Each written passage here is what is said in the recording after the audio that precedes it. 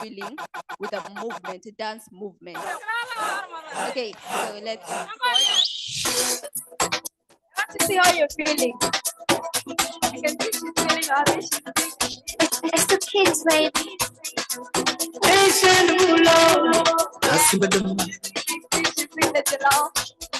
Baskotso inginkinga sekubalisela You remember it? baskupulimiza sukumisa umzimba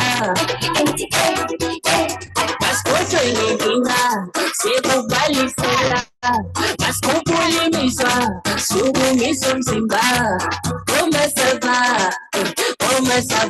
nana ayesava nana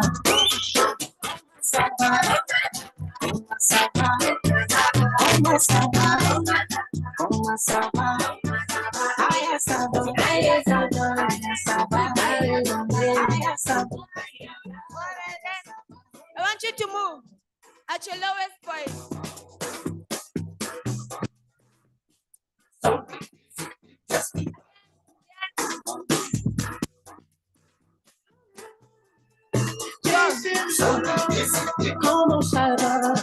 What's the price to love you? Would you still be here with me if I had a dollar? You felt like that. Lipstick on my collar. Be my dirty secret if we keep it undercover. Como Saba. Nice to meet you.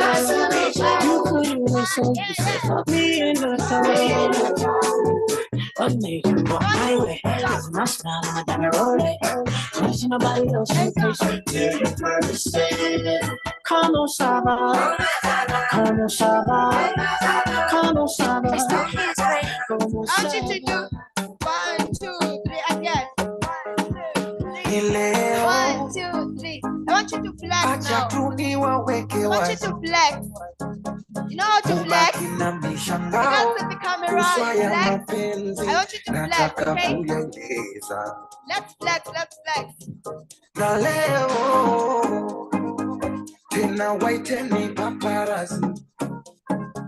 I want to see you flex.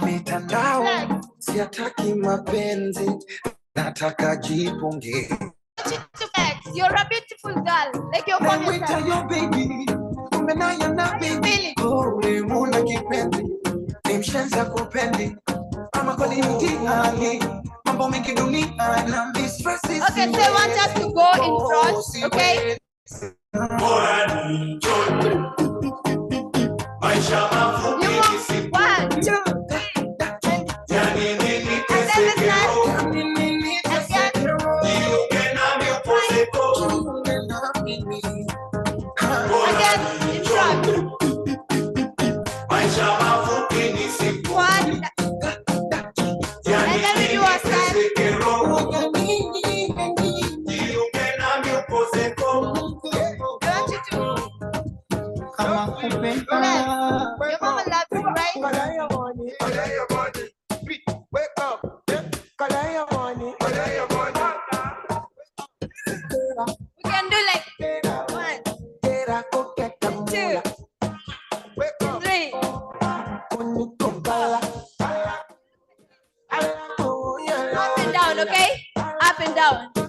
You move.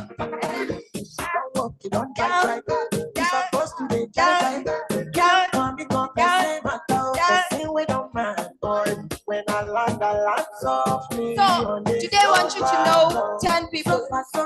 10 people. 10 people. 10 people. 10 people. I want you to go down.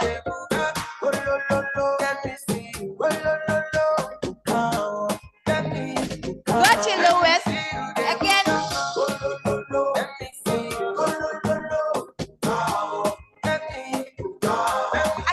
Again. I don't see you go down. I can't see anyone going down. I want you to know 10 people today. It's a challenge. It's a challenge. I want you to interact and know 10 people. I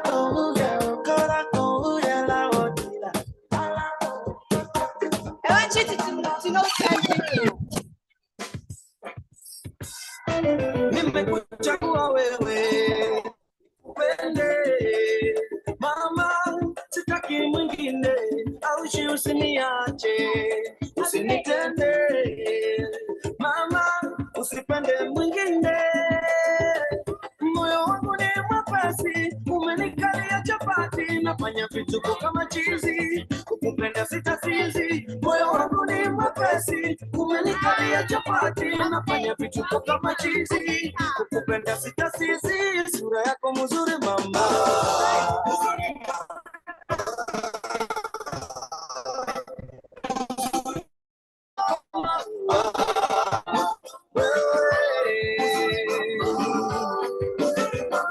sura yako mzuri mama,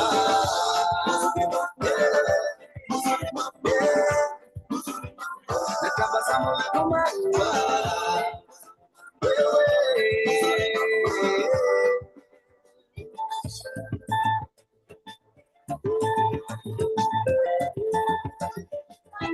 Itabidi nikulinde, nikutunze mama, usikose lolote, pete nayo nikuvishe, nikuoe mama, usiende popote, moyo wangu ushakubali, umenikalia chapati, nitakulinda kama polisi, itabidi nikumari, moyo wangu ushakubali.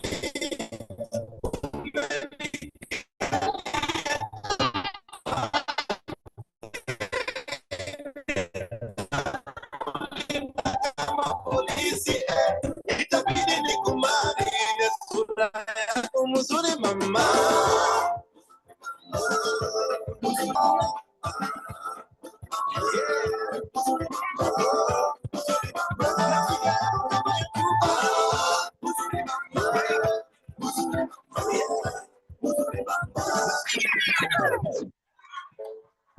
I want our executive director to join us, okay? Right?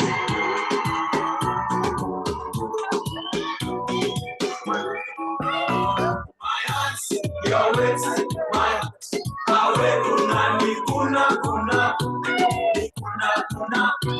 my lips, your lips, they touch, they kiss.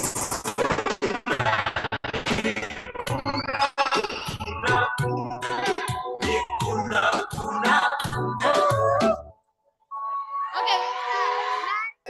Black Market Records.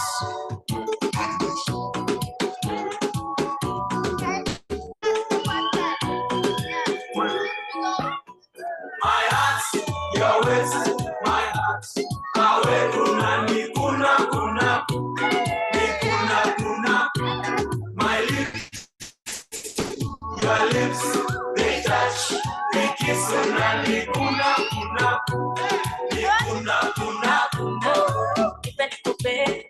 Come to the dance floor, babe.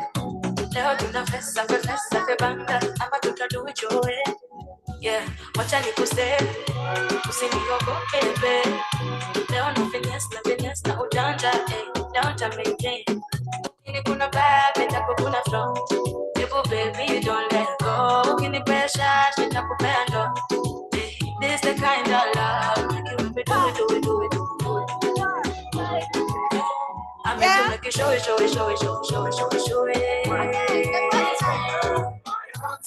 Your waist, my heart.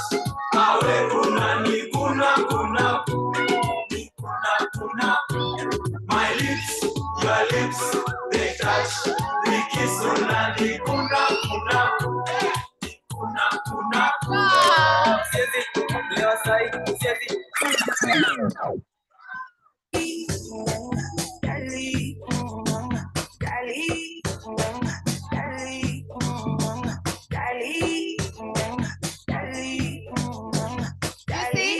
we can all dance. Have you seen that? I've met Chelsea and how wonderful she was on the stage, right? And Mary, oh my God. Oh my God. A round of applause for her, for them. We can all dance, okay? Dance is a movement. You have to move. But if you do it as a movement, you get deeper to your emotion, right? Yeah, that's why when we are angry, we dance. Yeah, like someone came and told you that she wants to beat you, and you just move like. You see, dance is fantastic. We can all dance. No one should tell you that you can't dance. You can. Akunanga mtu kwa na mgumbiliza left. I meant no one has two left feet. We can all dance. So we are going on to our performance for today. You can have your seats. All of you are amazing. I see Mwende.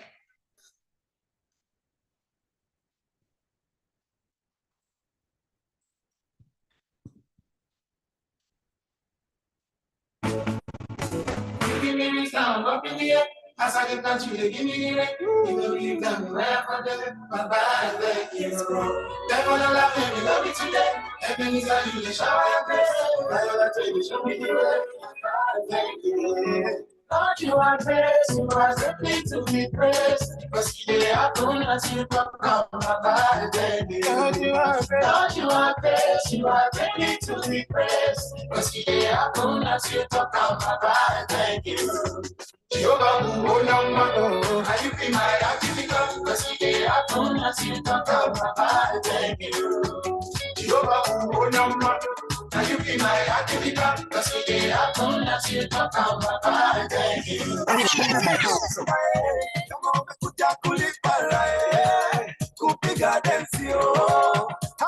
Nowhere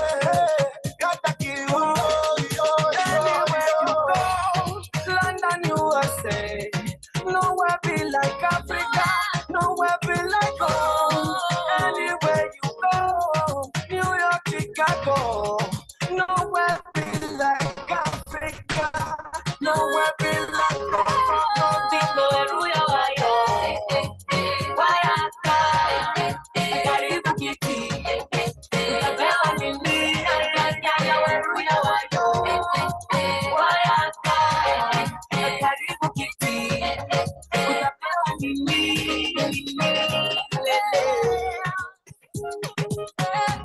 It's an African one. Yeah, Soldier come, soldier go. Your home now, your home. Irreplaceable. Anywhere you go. London, USA. Nowhere be like Africa. Nowhere be like home. Anywhere you go. New York, Chicago. Nowhere be like Africa. Nowhere be like home. People where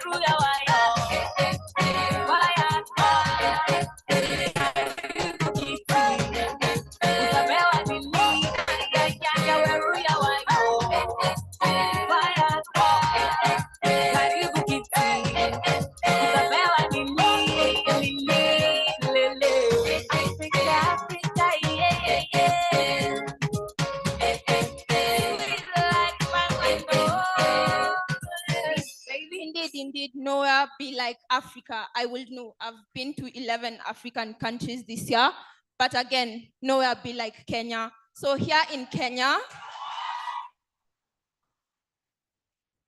indeed, here in Kenya, we have a tradition.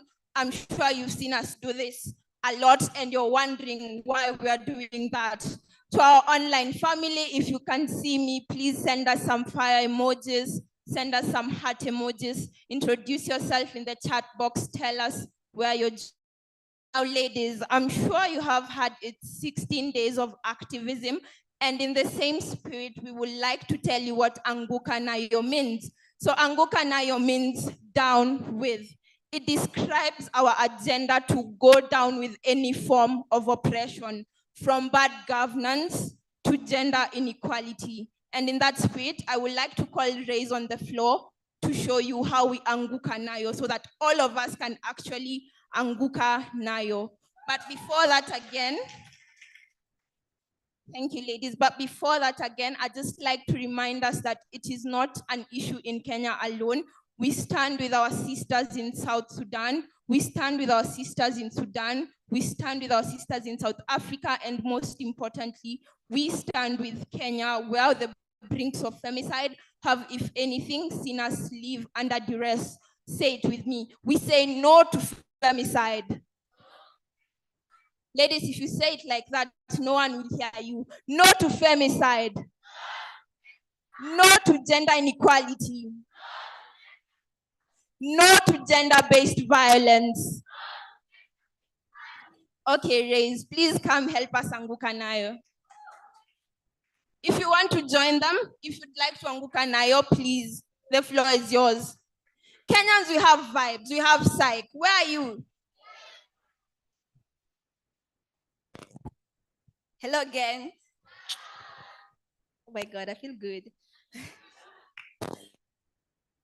Okay, I've taught all of you anguka nayo, so I would ask if we could all stand and do it together. Yes, I see she's saying, woo, she's so happy. Yeah. I can ask my team to join me too. And anyone who wants to join us? Anyone? Anyone? Anyone? Yeah, you can all come join us. Anyone who wants to join? Anyone from here? Anyone? Yeah, they should come. They should come.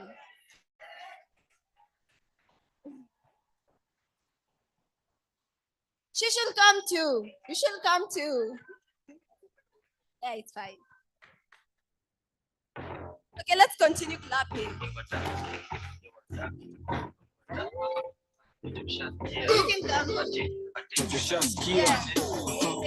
I want you to stand like this. What up, please?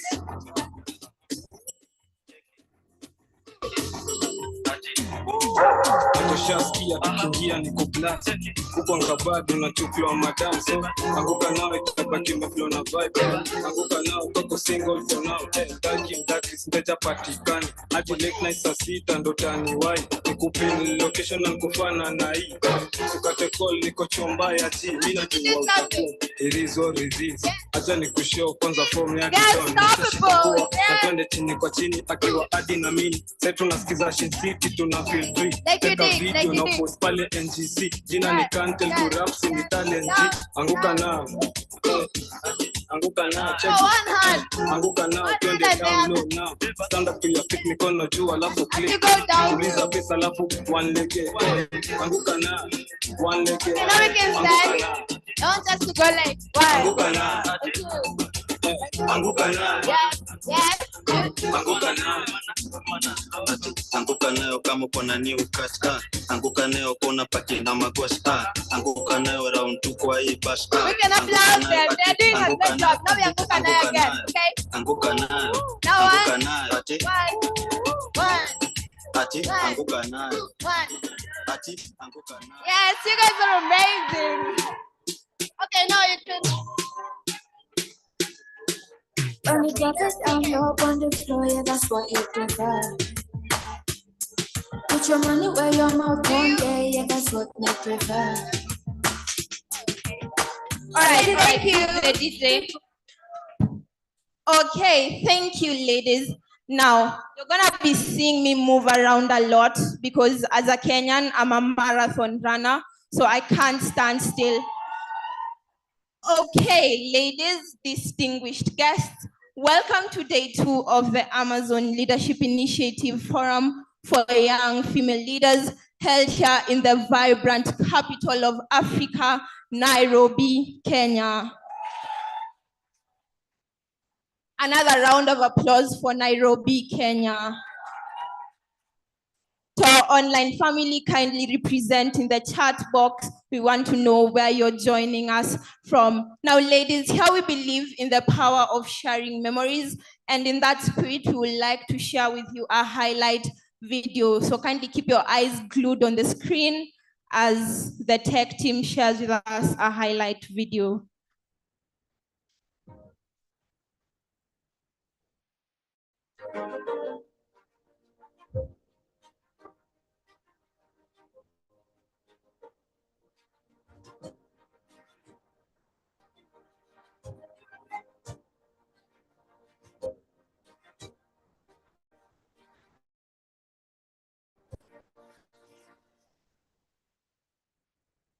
We, the young female leaders of the Amazon Leadership Initiative, pledge to do our best to champion gender equality as a fundamental human right and a catalyst for societal progress, to empower women and girls through education, and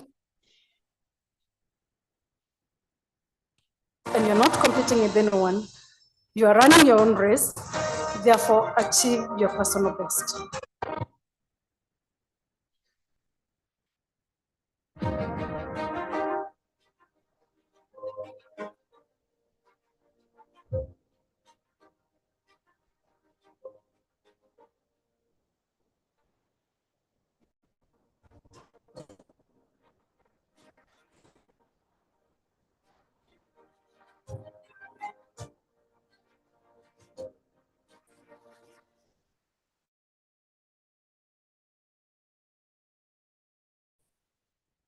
we pledge to do our best to champion gender equality as a fundamental human right and a catalyst for societal progress, to empower women and girls through education, mentorship, and sharing opportunities. And you're not competing with anyone. You are running your own race, therefore achieve your personal best. Again, so you're competing only with yourself, but to benchmark, not to compete, but to aim higher. You need to be a change maker. We all must be change makers. And this requires commitment and sacrifice. It requires knowing yourself and when you work best. This forum was one to see young women, especially Black young women and girls, rise into leadership with confidence.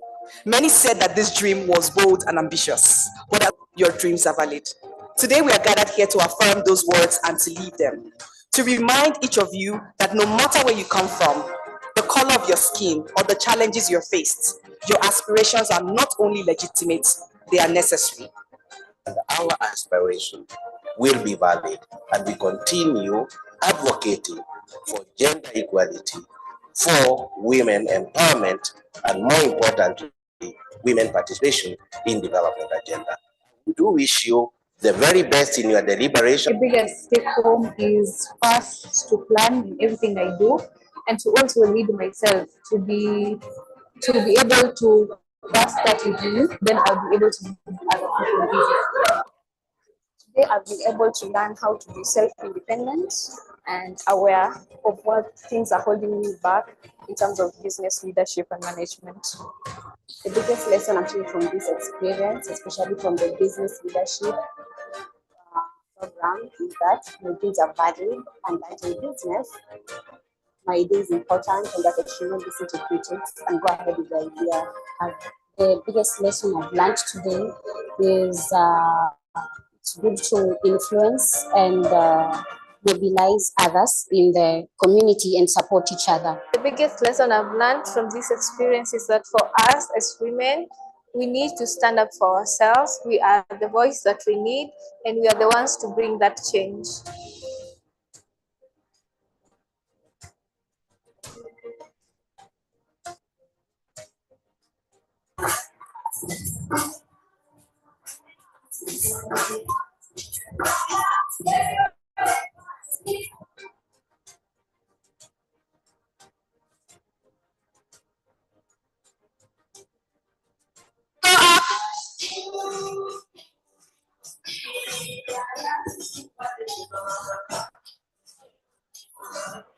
We go again.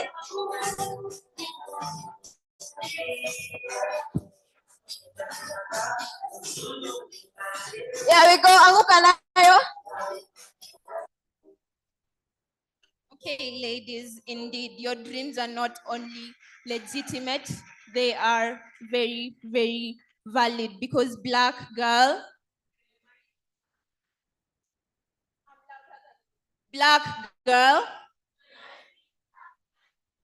indeed, your dreams are valid, and as we begin day 2, remember you are not alone, you are not invisible. We at the Ali support you, we stand with you, we see you, and in this space, Your ambitions are welcome. No dream is too big. Now, ladies, we are going to have our opening remarks from a speaker joining us online. Please, Nora, to confirm that she's available. Okay, Miss Angela Wambugu is the Democratic Governance Team Lead at UN Women Kenya. She oversees over 17 national projects that work on democratic governance programs, not only in Kenya, but in South Sudan and Zimbabwe. That is why we say Africa indeed unites when Kenya, Rwanda, South Africa, and Nigeria meet in one room, and the deliberation is on how to move the women of Africa forward. So she has previously managed USAID-funded projects with the International Republican Institute. She is the team leader for democratic governance in UN Women Kenya Country Office. And apart from that, she loves to travel. Miss Angela, if you can hear me, round of applause for her as she takes the floor. Good morning. Can you hear me? Yes, please. Thank you very, very much for having me. I missed the dance. I was sitting here watching the dance and I'm like, oh, I really missed the dance and the interaction with all the beautiful faces that I'm seeing on the screen. And first and foremost, I just want to thank you very much, Ali, for having me here. My sincere apologies for not being able to join you.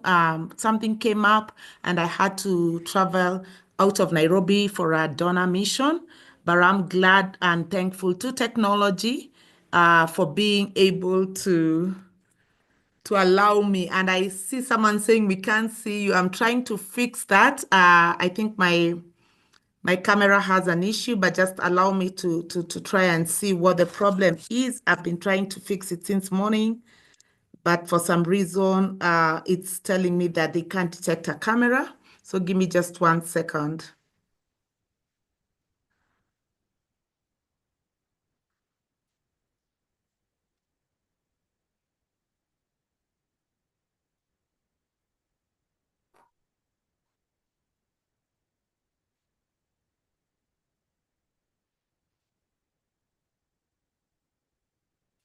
Miss Angela, if you can hear us, please just proceed. It's okay. All right. Okay. Thank you. I was trying to join on camera using my phone. So that's what I was trying to do. But thank you so much for having me proceed. I'll continue seeing how I can multitask by trying to set it up on my phone. But as I was introduced, my name is Angela Wambugu. I am a Kenyan. I am currently working at the UN Women Kenya Country Office. Of course, as mentioned, I'm the team leader for democratic governance. I don't know how many people in the room know about UN Women, but UN Women stands for gender equality and the empowerment of women. And I joined UN Women in 2021. Prior to that, as was mentioned, I have worked in the sub-Saharan continent, primarily on democratic governance programs. And my career, I'd like to just speak very briefly about my career, my leadership journey. And that began very many years ago, over 20 years ago, when I was as young as most of the young ladies in the room I see. I began in my constituency in Nairobi, where I was a campaign official for one of the young women aspirants. And being on that campaign journey, traversing the estates, interacting with the potential voters, working with political parties, just gave me the passion and the motivation and the dream to be more involved in politics. While we were on that journey, we also noted there were the good and the bad. And for me, my resolve to really try and improve the governance processes, the political processes during elections were born there because it was a stark reality for me as we traversed the campaign journey that our candidate, who was a young woman, was being treated differently from the men. Even back then, 20 years ago, you could still see the marginalization, you could see the harassment, you could see really that a young woman in politics was not appreciated. And so I continued wondering what can I do differently? And at that point, I got to join a young women leadership academy that was being organized by the National Democratic Institute.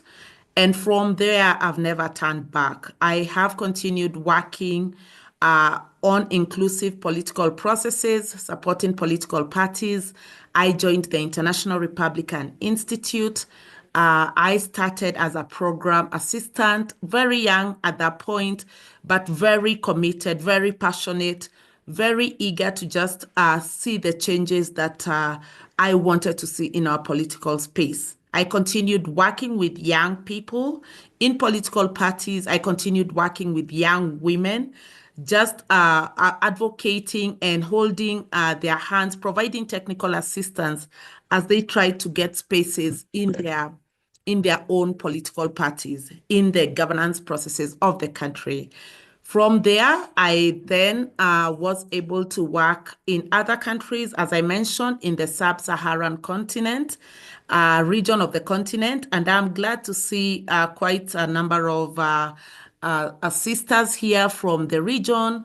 I have worked in Zimbabwe, I've worked in South Sudan, I've worked in Nigeria, I have worked in the Gambia, and my experiences in terms of being a leader, being a young woman in political leadership, or even just being a young woman in these spaces, they are similar. I have seen the same experiences. If you speak to young women in Zimbabwe, if you speak to young women in Nigeria, it is almost the same. And it is quite refreshing to be here in this meeting that brings together all of us on the continent to continue discussing, to continue deliberating, exchanging, and learning from each other on how we can continue to safeguard our spaces, to safeguard our constitutionally guaranteed rights. So I've been really privileged to have been in that space, to work with young women, to work with youth, to work with political parties as we continue to advocate for increased representation, increased inclusion, and participation of young women, and youth. In my current role, I work as a team leader for democratic governance in UN Women Kenya. We played an instrumental role as an institution in the 2022 elections, and we continue working with women, we continue working with girls, we continue working with young women to ensure that their spaces are guaranteed. One of the key issues that we are now looking at is how do we foster intergenerational conversation? How are we ensuring that these spaces are made available for the mentorship, for the learning, and for the participation of young women? It is something that is very close to my heart. Just being able to see so many young women here in the room, it is quite a motivation. It is inspiring just to listen to some of the learnings from yesterday that were shared earlier, to just see you all here. I'm really, really impressed, and I look forward to continued collaboration with the Amazon Leadership Institute on how we can continue working with all of you here. For the young women and the young girls who are in Kenya, we have as UN Women, we have spaces where we work with young women, and I'd be happy to share my contacts for organizations that we can continue collaborating with. We have spaces that bring together young women. We recently had a Girl Up Summit in Kenya. We have the African Girls Can Code. These are some of the programs that we are looking at. And even as we work with our women rights organizations, as we work with civil society in Kenya, these are some of the areas that we are looking at. We also work at a continental level on a platform that is called TheALILF2024. It's Africa Women Leadership Initiative. And we'd be happy to also have as many of you as possible on that. I hope that some of the TheALILF2024 members are in the room. Perhaps Amandla is there and others. And so it would also be a good opportunity and a good space for young women to be on. So my journey really has been one of learning, one of being handheld, one of being proactive, and one of being committed and remaining true to the cause. There has been challenges, of course, in my journey. I mean, having started at a very young age, in my early 20s, there was a lot of learning, just right out of school, right out of university, and into the workspace and inner space that, of course, as I mentioned, was really not very, open, not very embracing to women. And so I had to chart out a path for myself. I had to look to other women who've been in the space before to hold my hand. I had to continue learning. I can't emphasize that enough. And so even as I sit here and share with you my journey, I want to encourage you and let you know that it has not been without its fair share of challenges. There has been times that I've broken down. There has been times that I've felt that, oh, maybe this is not the space for me. But what has really helped me is that I've been resilient. I've continued to look at opportunities of what everything I encounter is teaching me. If I run into a challenge, if I run into a problem, even as I try to solve it, I think one of the key learnings for me has been, what is this teaching me? And what was my role in this situation? And how did I contribute to changing it? Because the change we want to see, and I had someone else speak about it, will always come from within us. If we want to see change, that has to come from within us.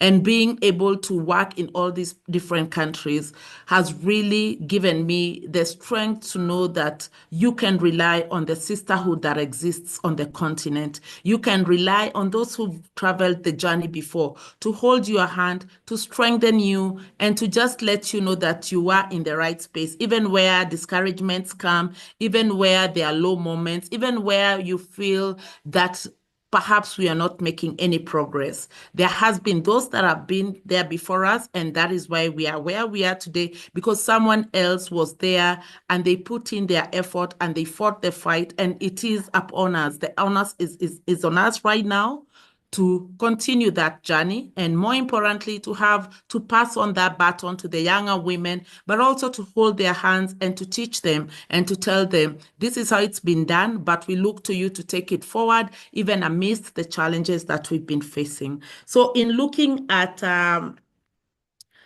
just moving forward, and some key points that I can share with you from my journey is, the first one is chart a path for yourself. For me, I was able to chart a path for myself because I worked with many people. I spoke to very many experienced mentors, both male and female, just learning more about the career path that I had chosen, learning more about what it takes to excel in that career, what it takes to be a leader. And so being able to really have a clear focus and a clear vision.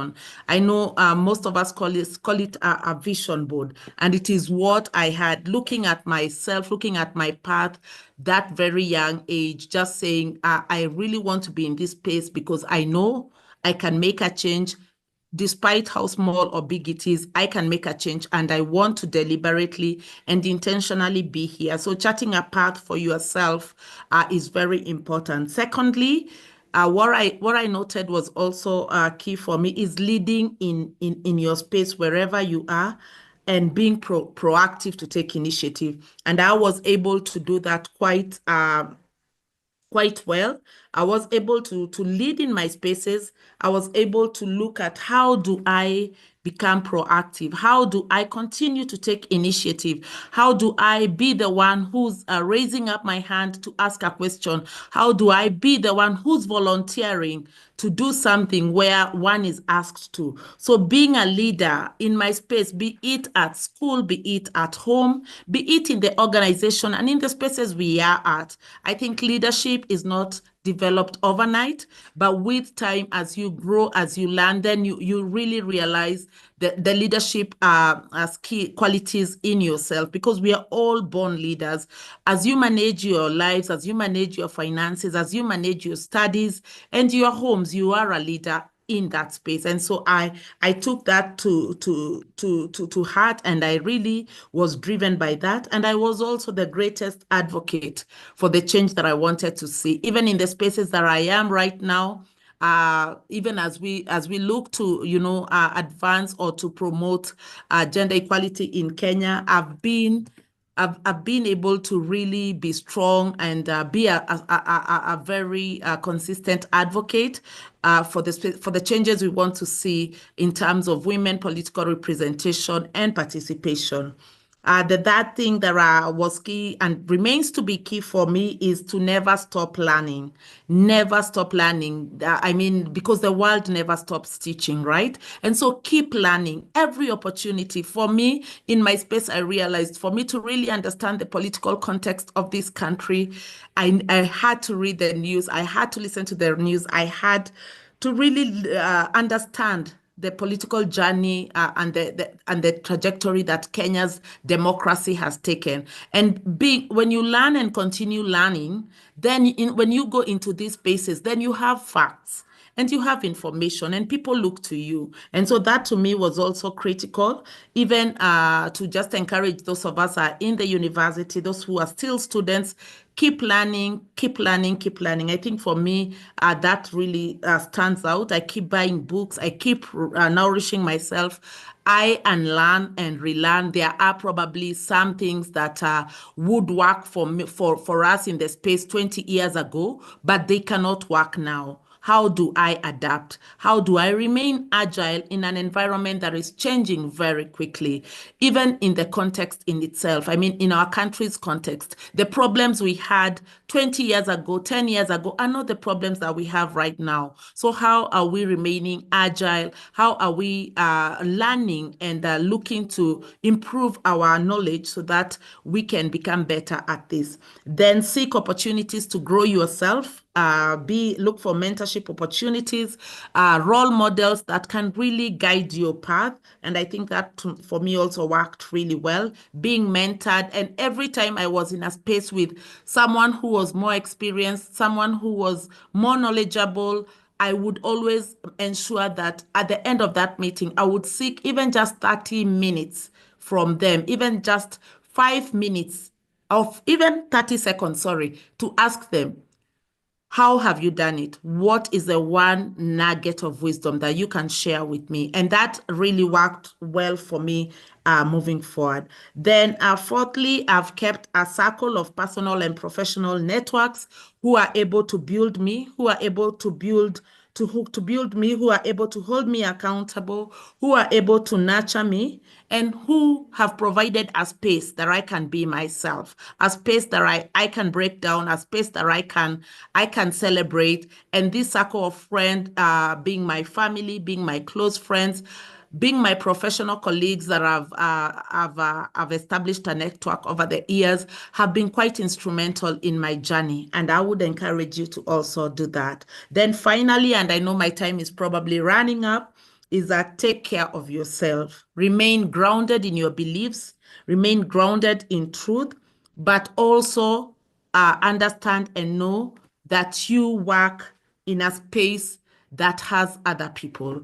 You are not an island. You cannot work by yourself. And so be accommodative, be tolerant, be empathetic. In everything that you do, always be open to hearing what the other person says, to always being open to positive criticism, but always safeguard your space. There's only so much you can take, particularly in this era of social media. So always remain true to yourself, remain true to your beliefs, and be strong in that nature. You also have been very deliberate in taking care of my physical, spiritual, and mental being. Always remembering that my health is my ultimate wealth. If I'm not healthy, if my mental, spiritual, or physical body is not okay, then everything else will not make sense. And so I will also ask you to allow me to stop here. We could have more conversations. We could always be able to engage further, but with that, I think allow me to stop here. I'm really, really sorry that my camera on my laptop is not working. perhaps I'll have an opportunity to turn it on right now as you reflect. Thank you, to turn the one on my phone. Thank you very much. Thank you. Round of applause for her. I, for one, know I was looking forward to meeting her in person because I work in the democratic governance space myself. So now that you've left your contact, Ms. Angela, we sure are going to reach out to you. Thank you very much. Indeed, governance is a critical conversation in Africa, especially for women, given that only 26% of women in Africa occupy government positions.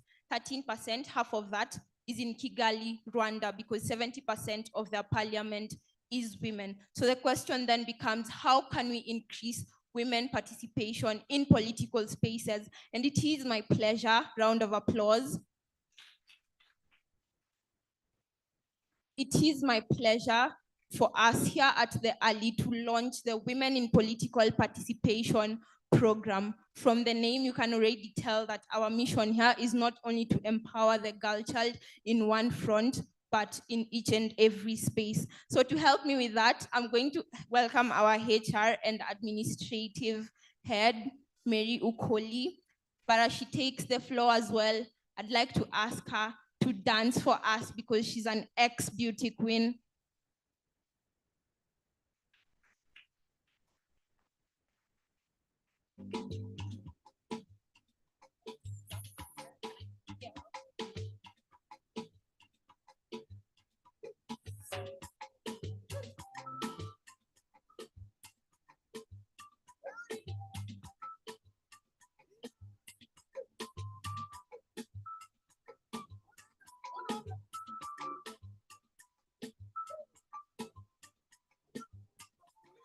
Hello. Hello, everyone. Can you hear me very well? Also, thank you so much, Sarah, for that introduction. Okay. So, we're here today to launch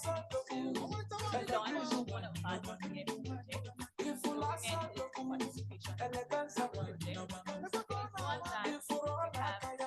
We've been cooking, if I'm to use that term, we've been cooking that project to see that a lot of our YFLs are involved in politics, especially in Africa. And if you listen very well to Ms. Angela, you'd see that there is more need for more women and girls to be involved in politics. You're right? All right, great. Thank you. Okay, so we'll see that the percentage of women in parliament, women in government in Africa is very low, very, very low. In some countries, it's even worse. Some countries we have 10%, 5%. I think the highest we have right now is Rwanda, that has about 61.3%. South Africa, 46.4%. Namibia, Ethiopia, and Senegal. We see that it is really low.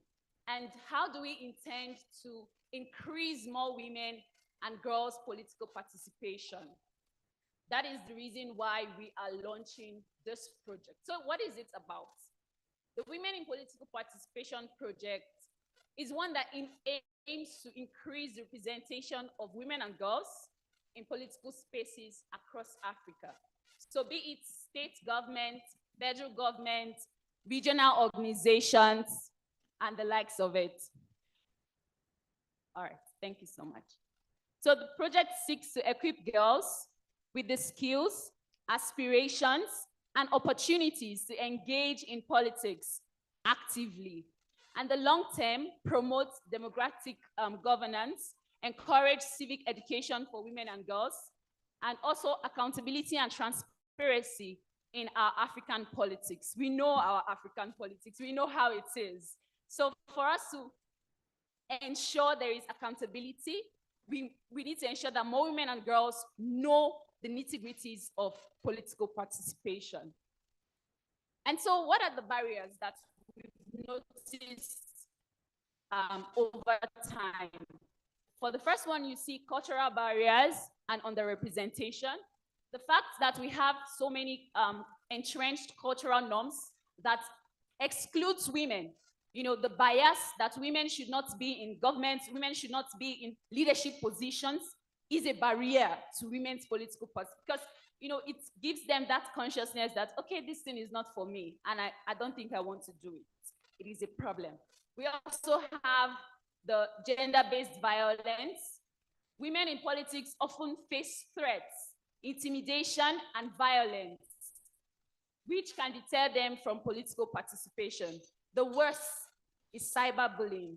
You see a lot of bullies online, especially for women who are in politics. It's also a barrier, and some women are not interested to, you know, go through those kind of issues, right? And then we have economic constraints, because it is so difficult to get into politics or participate in politics if you don't have money, right? Someone will say politics is business. If you don't have money, you cannot engage in politics. And that is a barrier, because if you don't have money, take for instance, in Nigeria, for you to get a ticket to contest for elections, you need about 50 million. Now, an average person cannot have that funds or cannot afford that to participate in politics. So it's a problem. And then we have educational gaps. A lot of people are not educated well enough to know about politics, to know about democracy and their rights. So it's a problem. Now, what do we aim to achieve? What are the objectives? So our 3 objectives of this project is to increase representation and active involvement, capacity building and empowerment, and then advocacy for gender responsive policies. Because it's one thing for us to have women in politics, it's another thing for us to advocate for ourselves that the policies that are in place favor us. The politics that are in place, you know, has us in mind, right?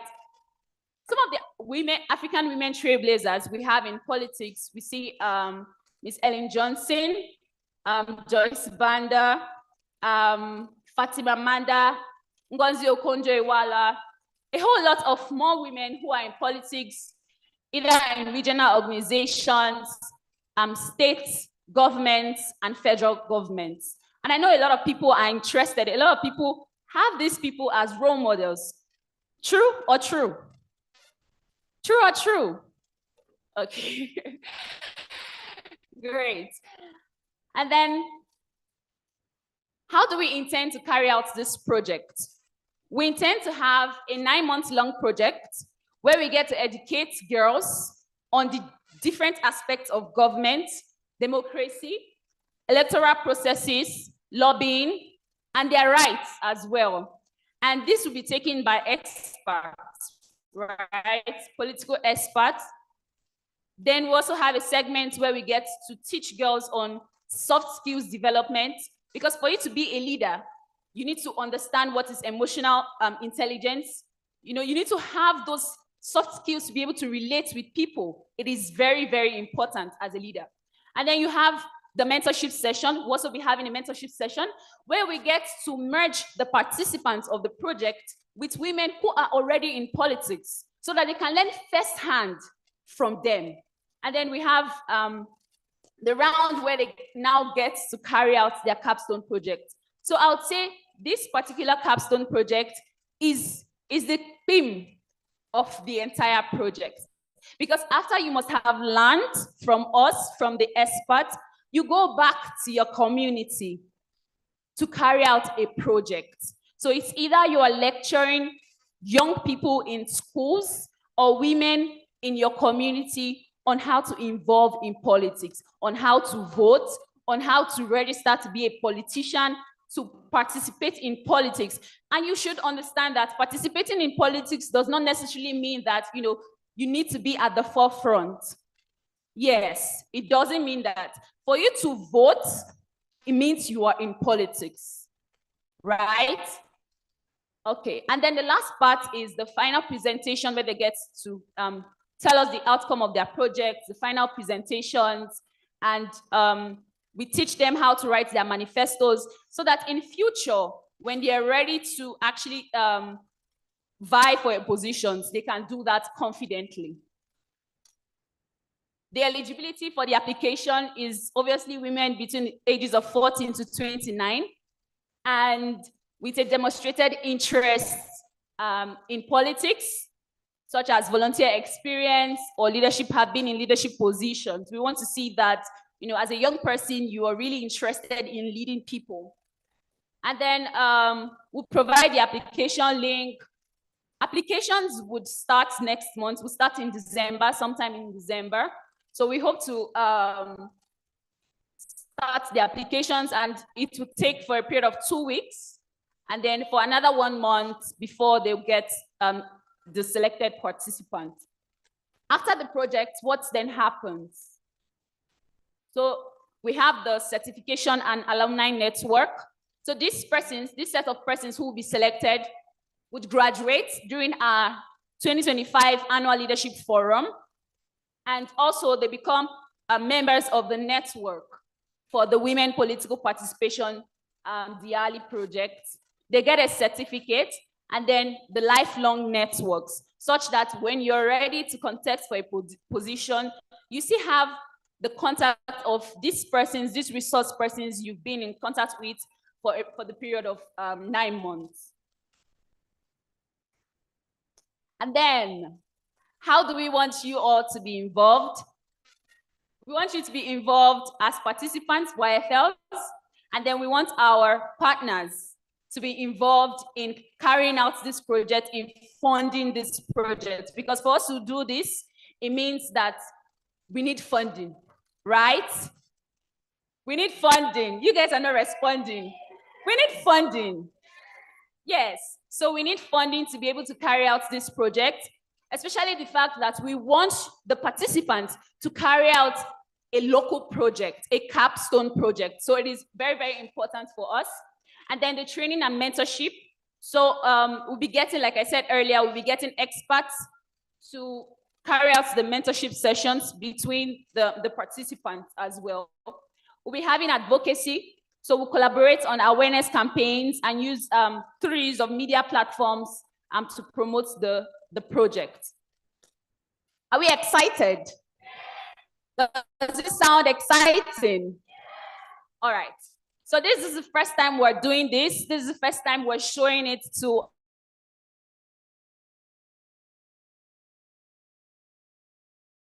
our young female leaders, both online and in person. And Ma'am Angela, are you still there?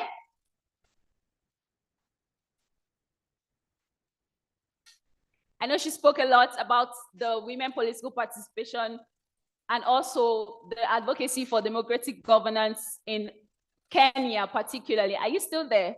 So we'd like to launch this project with you, if you're there. And we'd like to also collaborate as well. Yes, I'm here. I'm here. Awesome. So like you said, you'd like us to collaborate, especially in terms of, you know, engaging more women and girls in politics. So everyone, at the count of 10, Nirat. All right. Go to the next one. The mic is unmuted. You want to say something?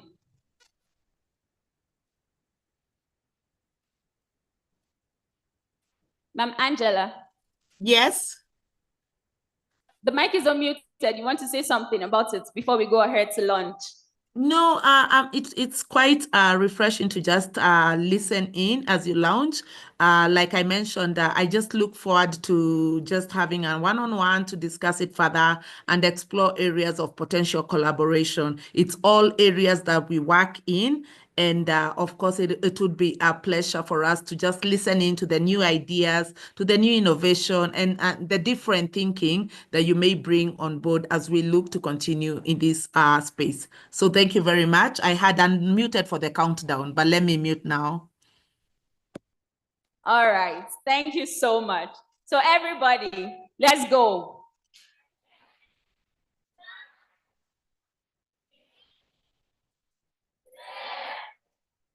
6, 5, 4, 3, 2, 1. Congratulations.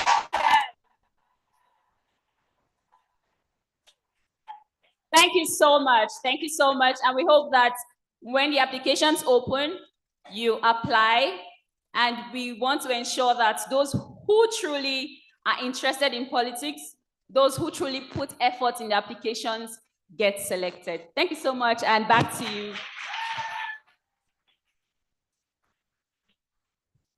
Okay, ladies, the age is 14 to 29, so I'm sure all of you are eligible. Add it in your notepad that you're gonna apply as soon as applications are out. It's in 2 weeks, and you're gonna get your response by next year. So if you have a dream of becoming president and you don't, okay, ladies, now it's time for our family photo once again, because here at the Amazon Leadership Initiative, we value family. As they said, one of the things that is important for you as a young woman is networking. Do you have someone holding your hand? It could be vertical or horizontal, and that is why we really believe in the power of networking.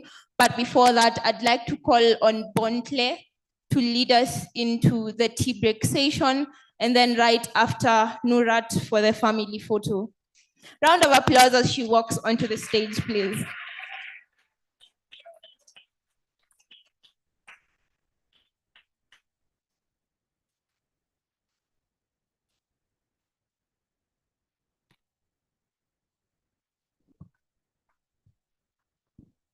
Thank you so much. Let's give our lovely host applause. She's doing a wonderful job. Okay, so I need everyone who's seated at the back to just move front so that the picture can come out nicely. You know, like she said, we're a family. Okay, so everyone can please just step down. Don't be shy. Maybe the DJ can give us a nice song so we can dance as we're heading down, please.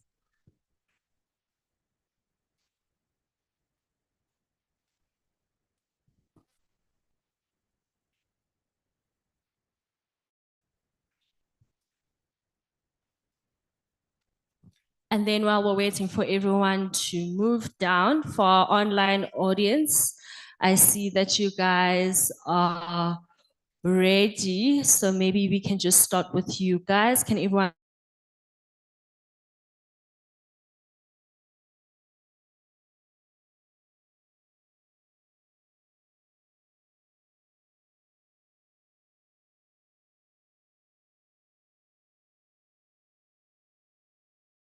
Smile.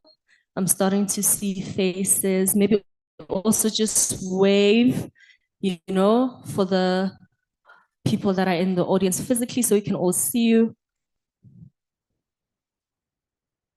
Hello. Oh, I'm seeing such beautiful smiles. Let's turn on our camera, guys. And to everyone, let's come, move to the front, come to me, don't be shy. I'm just waiting for everyone online to just turn on their camera as well.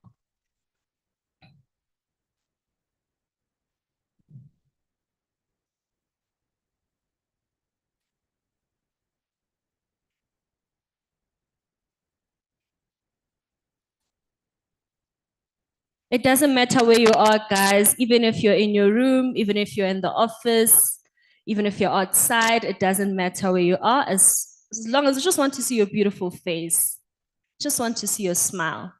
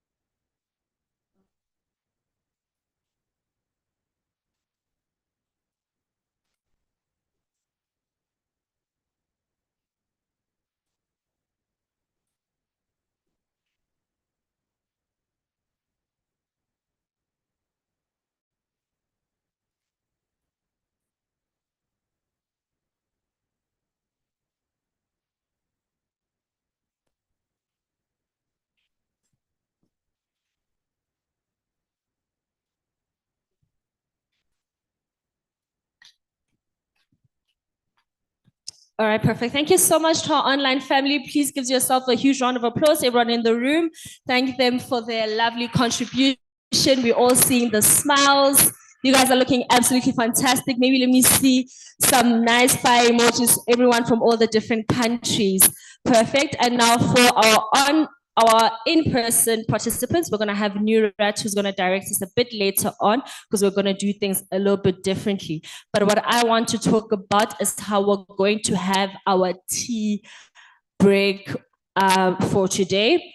So we're going to do it very similar to how we did things yesterday. We're going to be using that exit at the back as well as this one in front. So for the people that are sitting in the front, they're going to be using this door, right? So as you step out, there's going to be an associate or a leader who's going to be helping you, okay?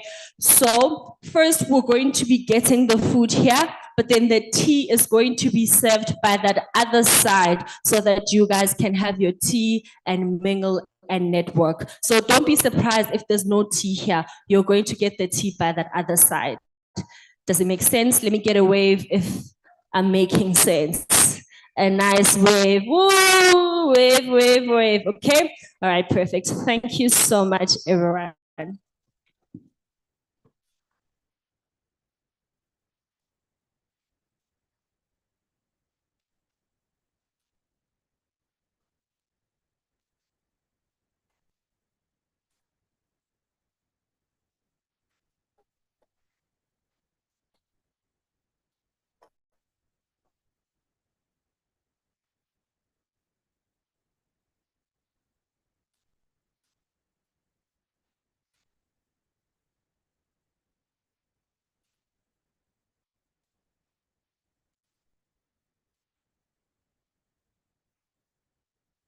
Hi.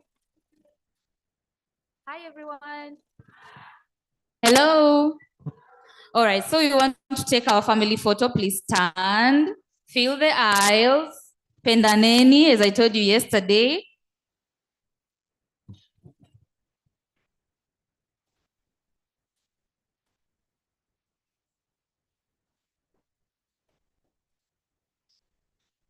Brian.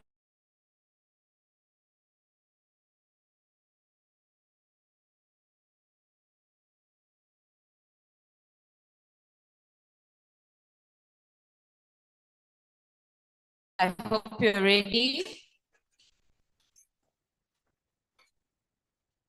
See, if Abana camera person sees you.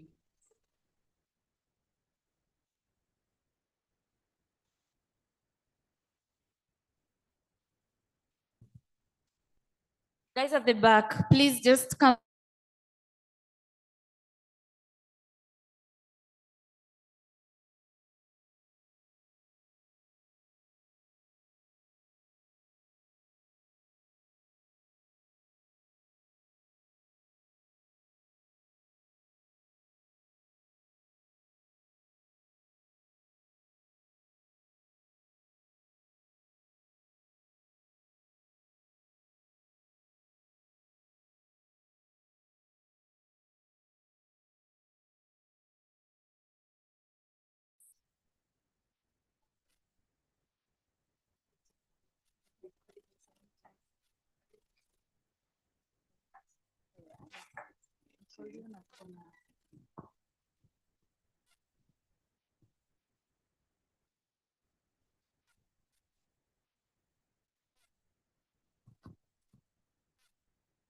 Brian, are we okay?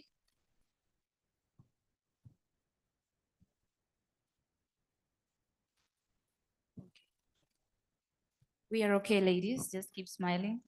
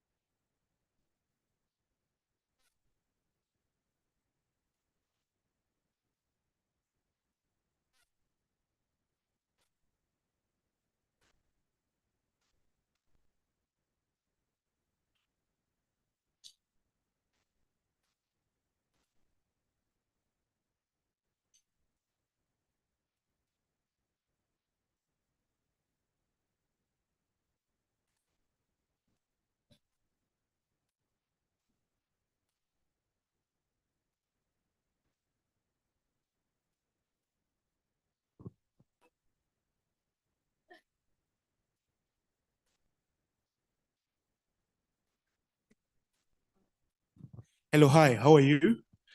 My name is Alusa. I'm the one who is taking pictures around.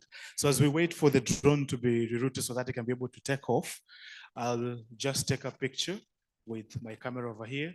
So everyone to smile kindly.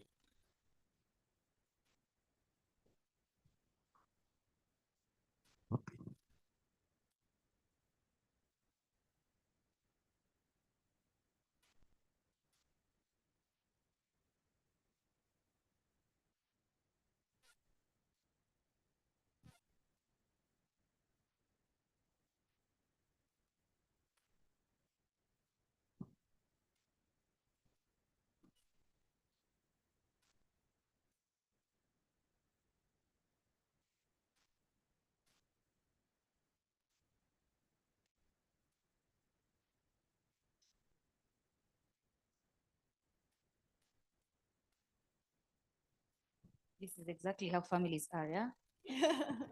Keep smiling for the photo.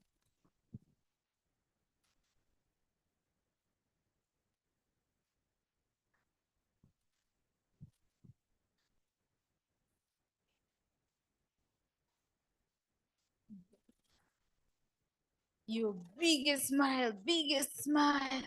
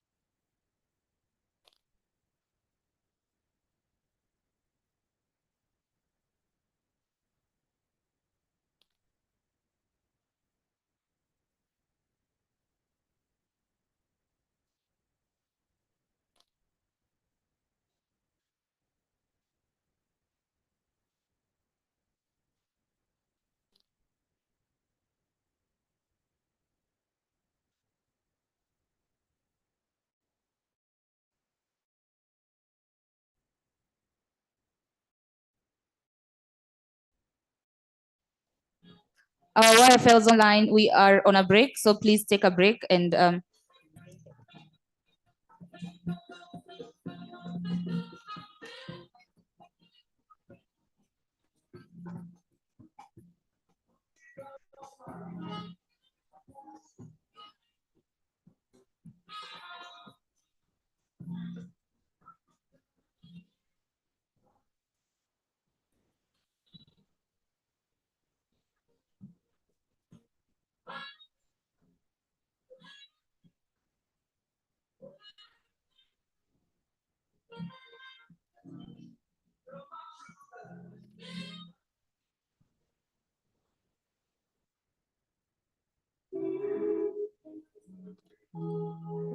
it's not there.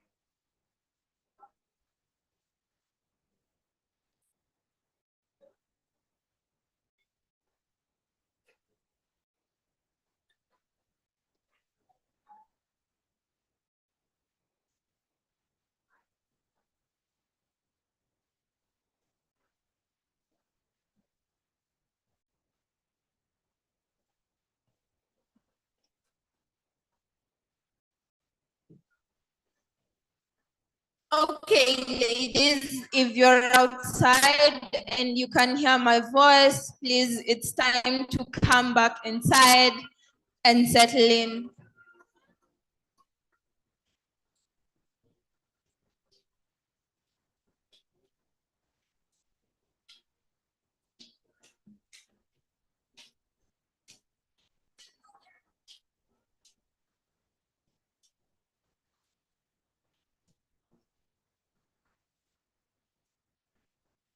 Once again, ladies, if you're outside and you can hear my voice, it's time to settle in.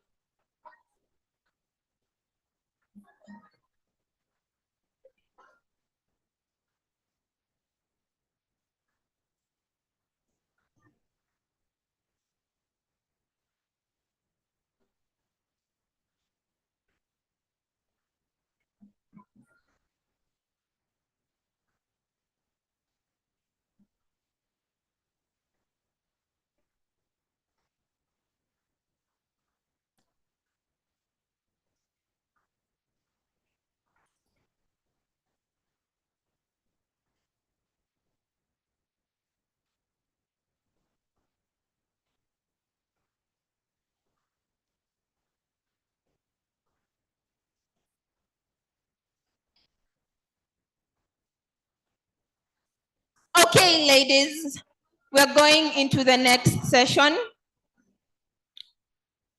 Thank you, thank you. I love the chit chat. It shows that we are networking.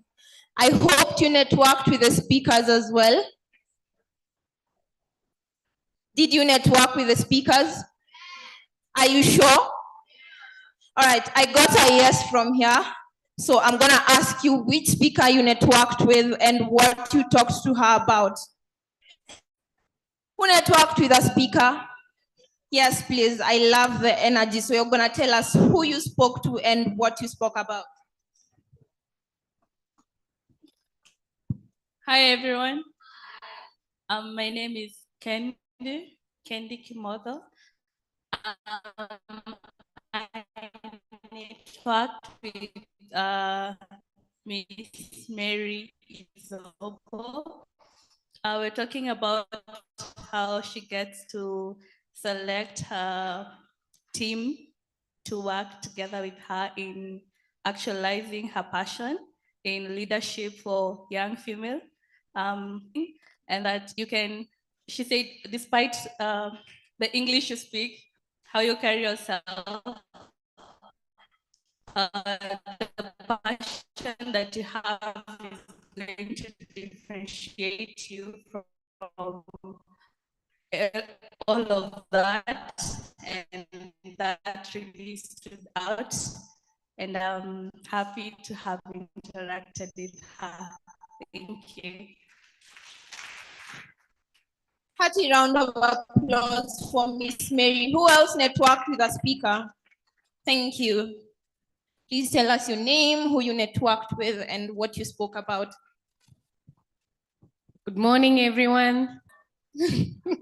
Yeah, so I talked with Mary, but not Mary, not Miss Mary, but this Mary, the HR Mary. Yes, HR Mary. Yes, and we were talking about we should get involved in the process, and that's what I do. So I was just making new friends. Thank you. Thank you very much, ladies. One thing here at the Ali we invest in is the kind of speakers we bring to you. We have an amazing, diverse group of speakers sitting right here, and I'm quite surprised that you did not get to network with them. So make sure before the session ends, you go home with at least the contact of 5, right? No, when you go for lunch break, come back with a contact of 5. I'm going to put some of you in the spotlight, and we have a few gifts for some of you as well. To our amazing speakers, both here and online, it has indeed been a pleasure for us to have you, because one of the things that has stood out for us is how you're willing to invest not only your time, but your energy and your efforts as well.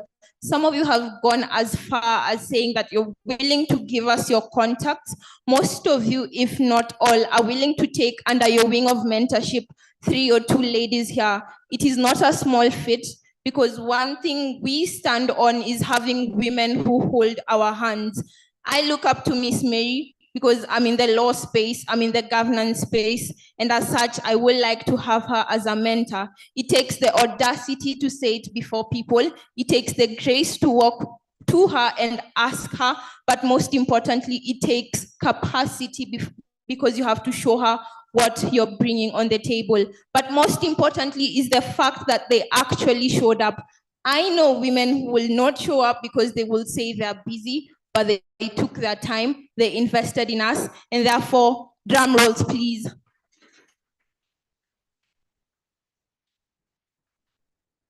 Ladies, it's giving Zimbabwe. We are Kenyans. We have more psych than that. Drum rolls, please.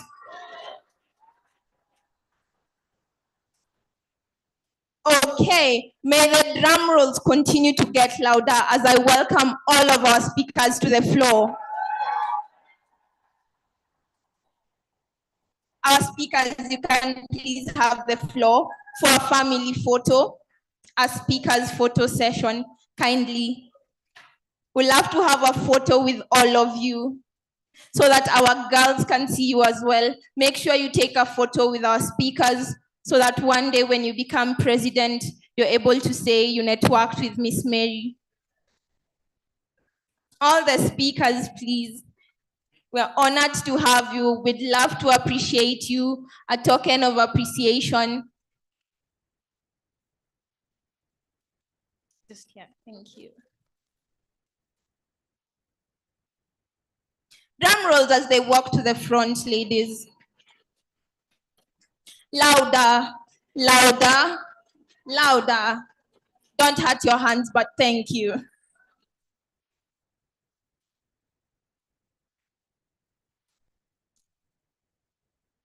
Drum rolls for our executive director, ladies.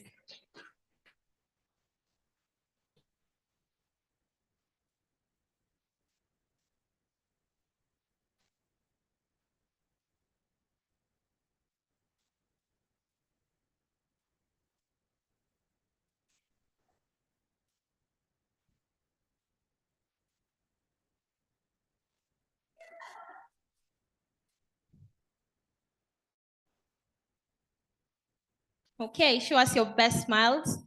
This is dentition from across Africa. I see Kenya, I see Nigeria.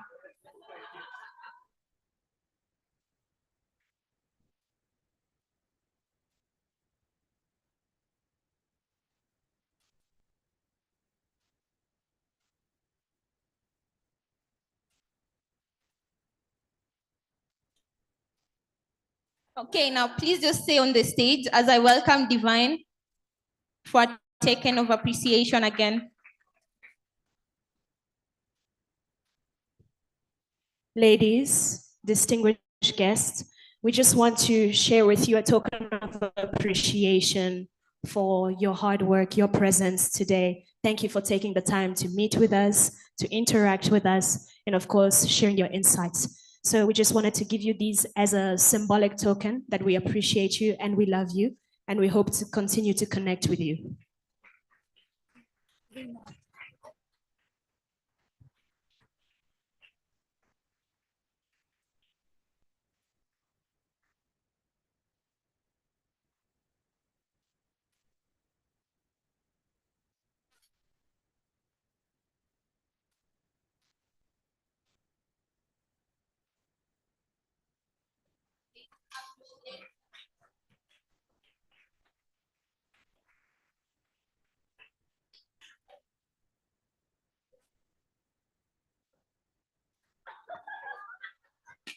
Okay.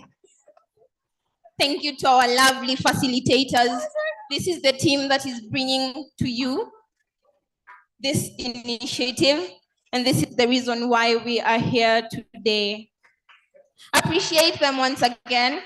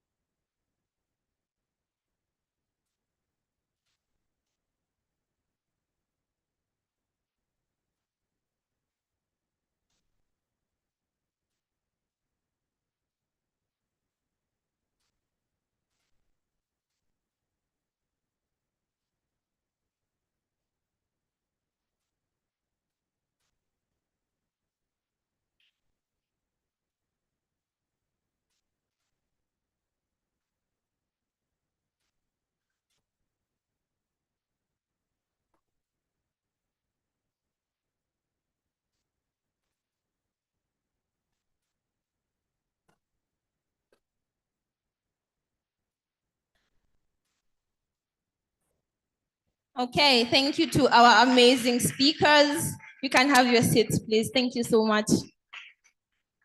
Ladies, appreciate them in a better way.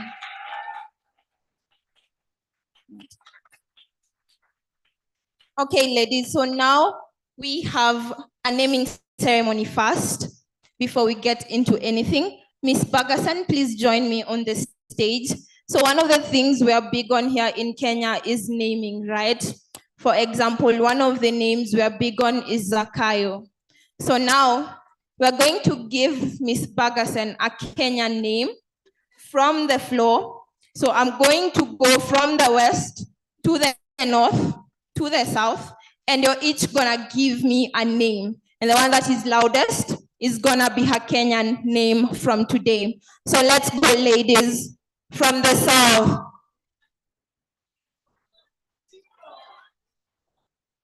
Okay, I hear Wanziko. From the north. Mwende, I love it, love it. Mwende, we have Mwende, we have Wanziko. From the west. From the west, ladies. From the west.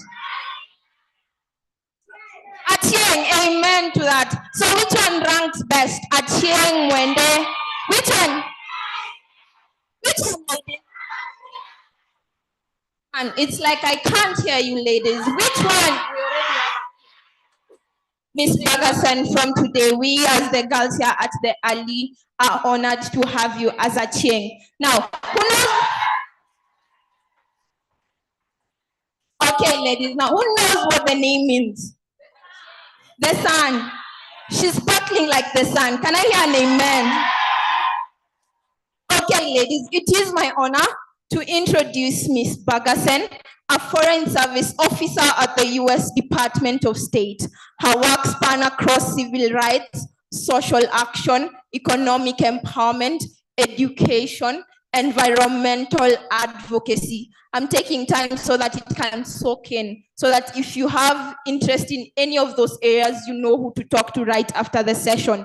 Human rights, disaster and humanitarian relief, poverty alleviation. She aims to advance policies and initiatives that promote equity, sustainability, and global well-being. Ladies, distinguished guests, round of applause for our own Achieng.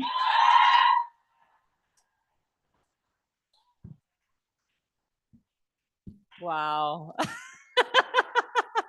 I don't know if I've ever felt this welcome. This is amazing. Thank you so much.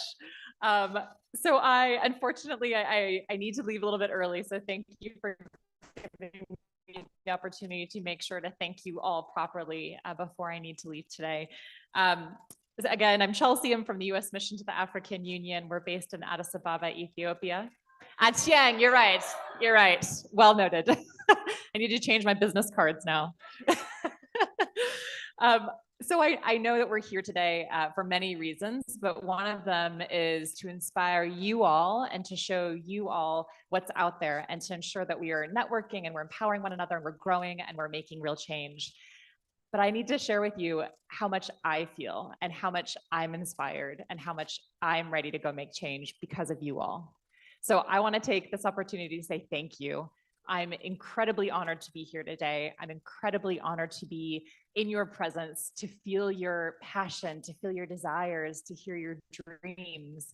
I can't wait to help you in any way I possibly can achieve those dreams because I know they're going to be incredibly impactful and meaningful in our lives. So thank you.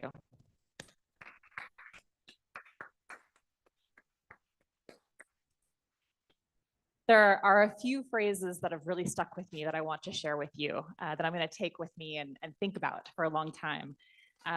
One of those is from Dr. Ann, who talked about waking up at the hour of Jesus and to really think about, give that time to yourself to think about what you're working on and devote time and energy to your work. And I'm going to think about that.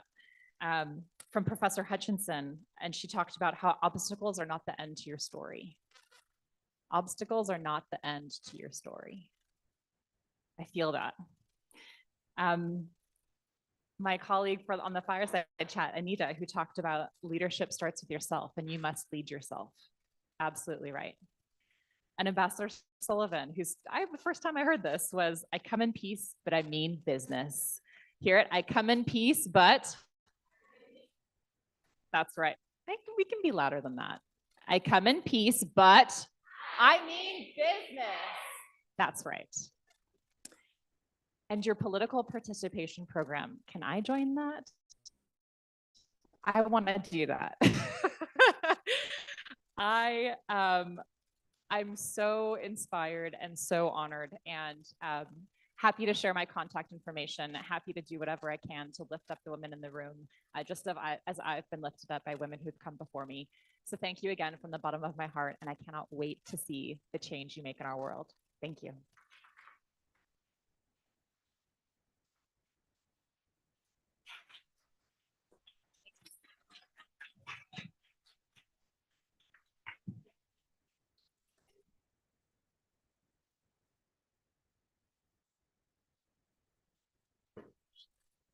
Okay, ladies, another round of applause for her, please. So, my time networking, I realized most of you didn't get my name or my introduction because you are here late. So I'm gonna take that up again. My name is Harabel Odero. I am a student of the law. I'm pursuing a second degree in governance, democracy, and electoral processes at the African Leadership University. I am a researcher and, well, a global yapper, I yap a lot. I'm also a Pan-Africanist and a feminist. In the spirit of punctuality, so that next time you're punctual to get my name, we have a t-shirt here for the person who got here first yesterday. Please divine, what is her name? Sharon Joanne, this one's for you.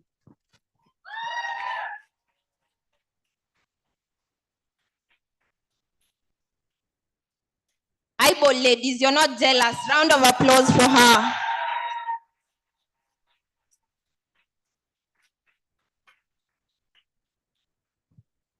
Tell them one thing about being early so that they're here early next time as well. Hello, ladies. So my name is Sharon Joan. I'm from Kenya, Nairobi. I'm actually a community facilitator. I've been a mentor for the past 8 years. And I aspire to run an initiative that supports young girls and women. And I focus and passionate about life skills and also sexual reproductive health and rights. So as a leader, you are serving. So it comes with its own dynamics. And as a leader, you should be able to have good leadership qualities. And number one is timekeeping. No matter where you go, even if people come late, you just keep time, okay? So thank you so much and all the best. Good to see you all. Ladies, next time if you're here early, you'll get a t-shirt. Early and early. I love it. Oh, she was early today. That's interesting because yesterday I came 10 minutes late. I was telling myself it's Kenyan time, so people are gonna be here 2 hours late. But what happened today? Is it finances? Because I hear we're complaining about data. And t-shirts, Miss May has taken note of that. But now that we're talking about finances, which Bible describes your financial status? Wait. Let me give them to you. The spirit is weak, but the spirit is willing, but the wallet is weak. Not that one. My cup overflows. Yes, no. I have run the race. I have finished the fight. No. No finances, but faith as small as a mustard seed can move mountains. Yes. A mustard seed indeed. Or the Lord is my shepherd, I lack nothing. Lastly, who here has a testimony of her finances are in the Bible verse of land of milk and honey? Aibo, guys, it's giving broke. No, guys. No, guys. So, in the same spirit, ladies, I'd like to introduce an amazing young lady, a 20-year-old trailblazer and social work student who is committed to empowering the next generation. When I talk about 20 years old, it's supposed to speak to all the 20 years old here today. She's the founder of Ceylon Youth Empowerment Foundation. She equips young people with the essential skills to promote community service, meaning she's also building forward. She's face, pretty smiles, lipstick brand. So as she walks to the front, make sure you look at her lips to see whether she's wearing her brand. Round of applause again, ladies.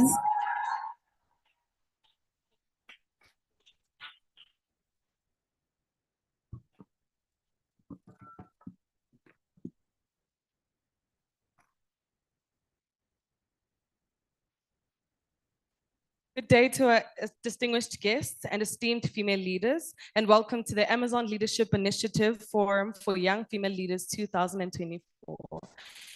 As Sarah Bell had already mentioned, I am Oweto Moloi. Today we gather to celebrate the achievements and insights of 4 remarkable women who embody leadership excellence. It is my honor to introduce the session, which is a fireside chat, Women in Leadership, Breaking Barriers and Shaping the Future.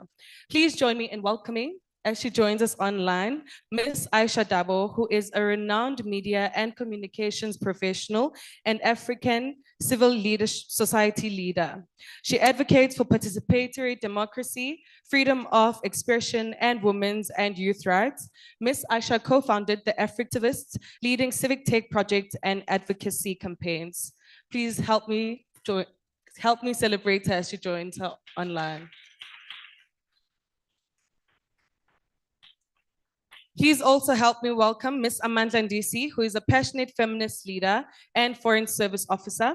She champions leadership development for young women through intergenerational mentorship and capacity building trainings. Ms. Amandla co-founded the Azizi Dialogue series. Help me.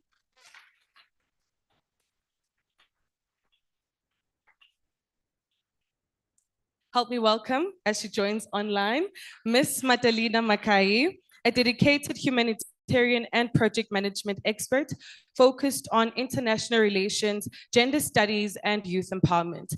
With over 7 years of experience managing donor-funded projects, Ms. Madalina supports innovative solutions for youth challenges. May you please give them a round of applause?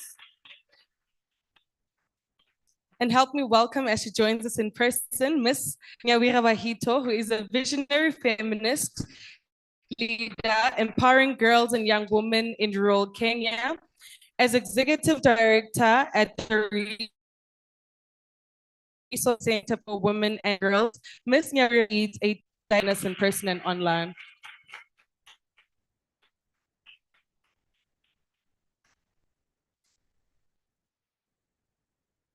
May you please give them another warm round of applause.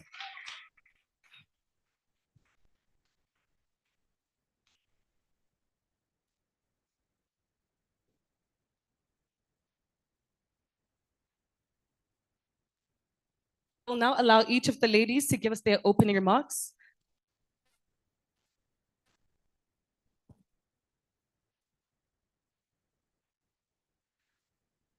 Good afternoon, all of these wonderful young leaders in this room. How are you all this afternoon?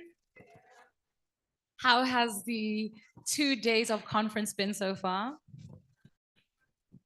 That's amazing. I'm so glad to be here to speak to you all this afternoon and share my thoughts about what women's leadership means, and especially young women's leadership. I'm very passionate about developing the next generation and supporting the next generation of women leaders. I believe all of you are leaders already. It doesn't take a certain time for you to become a leader.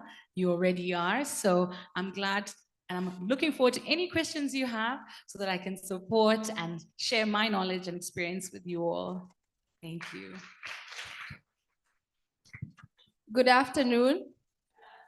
Good afternoon. Afternoon. Thank you for having me. My name is Nyawera Waheto. I'm the director at the Resource Center for Women and Girls, where we really work to build power and leadership capacities of young women and girls from rural parts of Kenya. So this is up my alley, and I'm very happy to be here talking about leadership, which I love very much. I love seeing young women thrive in spaces. So to kick us off, I'd like you to indulge me by saying 2 things. Repeat after me. I am unique. I am unique. Say it like you mean it. I am unique. I am unique. I am important. I am important. I am powerful. I am powerful. Only if you believe it, you can be a leader, and you are a leader. So thank you. Thank you so much. May you please give them a warm round of applause. All right, we'll now move on to something that's slightly more exciting. At the Amazon Leadership Initiative, I know that we are very inquisitive young ladies, and so I'll ask my panelists questions. Unfortunately, the ones that are joining us online have not yet connected.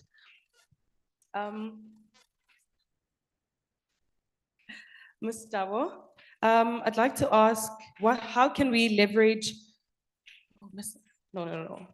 Yes, Ms. Amandla DC. How can we foster mentorship programs that empower young women to take on leadership roles? Okay.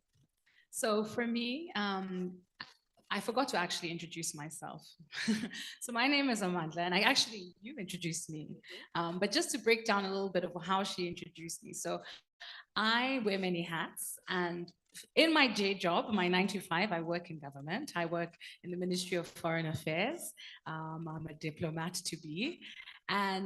But on the side, I am passionate about mentorship and nurturing the next generation, as I mentioned in my introduction. So for me, I believe that, especially in spaces in government and actually in even corporate world, you often see that there are very few women leaders who are the CEOs or the ministers. And so I was privileged during my time, during my earlier days in the ministry, to have worked with 2 CSs. I'm sure you all understand what the CS is, right? 2 female CSs who led the docket of foreign affairs. And for me, what that taught me is I was able to see how the challenge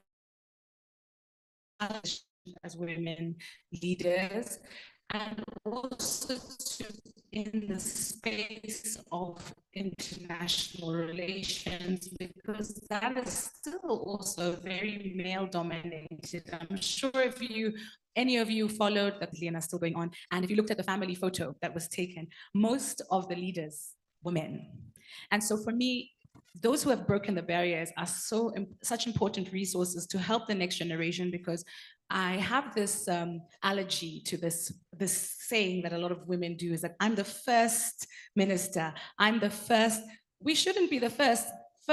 days of being first in 2024 are long gone, right? We should be like the 12th woman minister or the 18th woman president, right? We should be that far gone, right? So for me, having these women who have these experiences and sharing it to the next generation empowers you all to know that it's possible, B, it's achievable, and C, that you are a leader, and learning from their experiences, their mistakes, and their guidance is so beneficial. So mentorship for me is so important, and I think it's beneficial because you never know what you can get. However, I do want to also add that sometimes we all need to understand that mentorship also is a very personal relationship.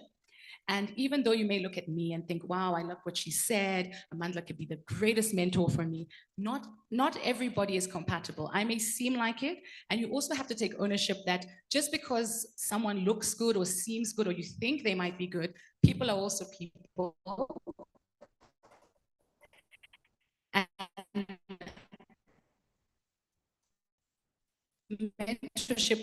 mentorship relationships may not go the way you expected or how you desired, and that's okay. It's always have to keep changing and learning who and what means to define what you want. Thank you. Thank you. Applause. Ms. Nyawira, what strategies can organizations use to create inclusive environments for women leaders? That's a good question. There are many. I think number one is to be intentional, because if I start listing things that we can do, they're there. You know, it's like a textbook answer. It's about making organizations and workspaces safe for the occupants, the people who work there. So for example, as young women, as women working in wherever spaces we occupy, we wear many hats. Women wear many hats, and those hats can be burdensome. In many a times they are. You're the one, you're the mom, you're the auntie, you're the decision maker in the home. You are the one who's helping with assignments. You are a student. You're a partner. So understanding that people come with different hats and enabling environments for them to thrive as they occupy and serve the different masters and mistresses they need to serve is one of the ways I think we can make working environments safe. Mental health support, you know, this is something that we throw around very often, but when it comes to actually implementing this in organizations, many organizations don't know how to, they don't know how to start, where to start. But I think you can start small. You can start by dialoguing. What is it? How can I show up for you in this working environment? How do you want me to show up for you? What are some of the things that we can put in place in a work setting to enable you to be comfortable, to thrive? That's another thing I think that should be done to make sure that women are working in safe environments. Investing, we talked about funding earlier. You know, money solves problems. Let's be honest. Money is good, eh? Who doesn't like money? Money is good. Investing resources, not just time, investing financial resources in ensuring that young women are accessing mentorship opportunities. Because we are talking about mentorship, I imagine majority of the time we mean one-on-one mentorship. But we can also explore transnational mentorship, mentorship across borders. What are the sisters in Nigeria doing? Are there spaces they are hosting? How can we access those spaces? Who is funding us to access those spaces? Who's funding us to access? It's important for organizations to set aside funds geared for that kind of investments. And in equal measure, funders need to allow organizations to have such allocations in the organizations to say that this is for capacity building of our young women leaders. How are we going to train girls for leadership and young women for leadership if we are not putting money where our mouth is? So those are some of the few things I can think top of my head that we need to do as organizations to ensure that young women are thriving in their leadership capacities in organizations. That was beautiful. A warm round of applause. Ms. Amandla, your next question is, what policies can governments implement to support women's leadership in the public sector? Thank you. I'll just piggyback on what I started with a little bit. So one of the things is that it's not about what policies they should implement, is that the policies are already there. I think it's about implementation. I think we have, just generally, we all know in our constitution, we have two-thirds gender rule. That's a policy in Kenya where, you know, obviously two-thirds not just about, you know, women, but it's about also having a gender balance in representation in all public offices, whether it's elective and also, you know, nominated and appointed positions. And so I think what needs to happen in those situations is there needs to be a greater commitment to actually implementing them. But then the other challenge, and this is where, again, I'll just draw it back to mentorship again, is that there's one thing about having quotas and saying that we need to fill these quotas, but are we filling these quotas with people who are capable? Because that's another challenge. And we should all strive not to be women who are just there because we are women. Like, what value do you add? What do you have the skills and the knowledge that are required to be in those positions? And that's why I'm saying is that there needs to be a bigger culture of mentorship. So I would say the implementation of existing policies and then developing a mentorship that starts from when young women enter the public service from a young age, so that there's a specific track to ensure. Because what happens is, I'll give you an example. For instance, the Ministry of Foreign Affairs. We actually, if you look at the numbers, you know, how many women are in foreign affairs vis-a-vis men, there are actually more women. So one on surface value would say, oh, you know, actually foreign affairs is doing a really good job at gender equality. In fact, they've over-qualified. They've taken equality to the next level. However, what the truth is that as you go higher in the rankings, that's where now the women start to fall off. I mean, of course, there's a deeper question as to why. And I think just generally in a work culture, not necessarily just specific to the public service, is that you do often see that, you know, women would rather step back, and it's a confidence thing, you know, in opportunities. You can be a strong leader, but you have a lot of insecurities of your own that don't allow you to put yourself forward. If there's opportunities, are you taking them, or are you, you know, being humble? You know, we have that disease, that humble disease, right? Yeah. and that when we are, you know, self-sabotaging ourselves. So I would say we need to prepare our young women to grow in service, so that by the time they're eligible for positions of leadership, they are not only qualified, but they are the best to take those positions. Yeah.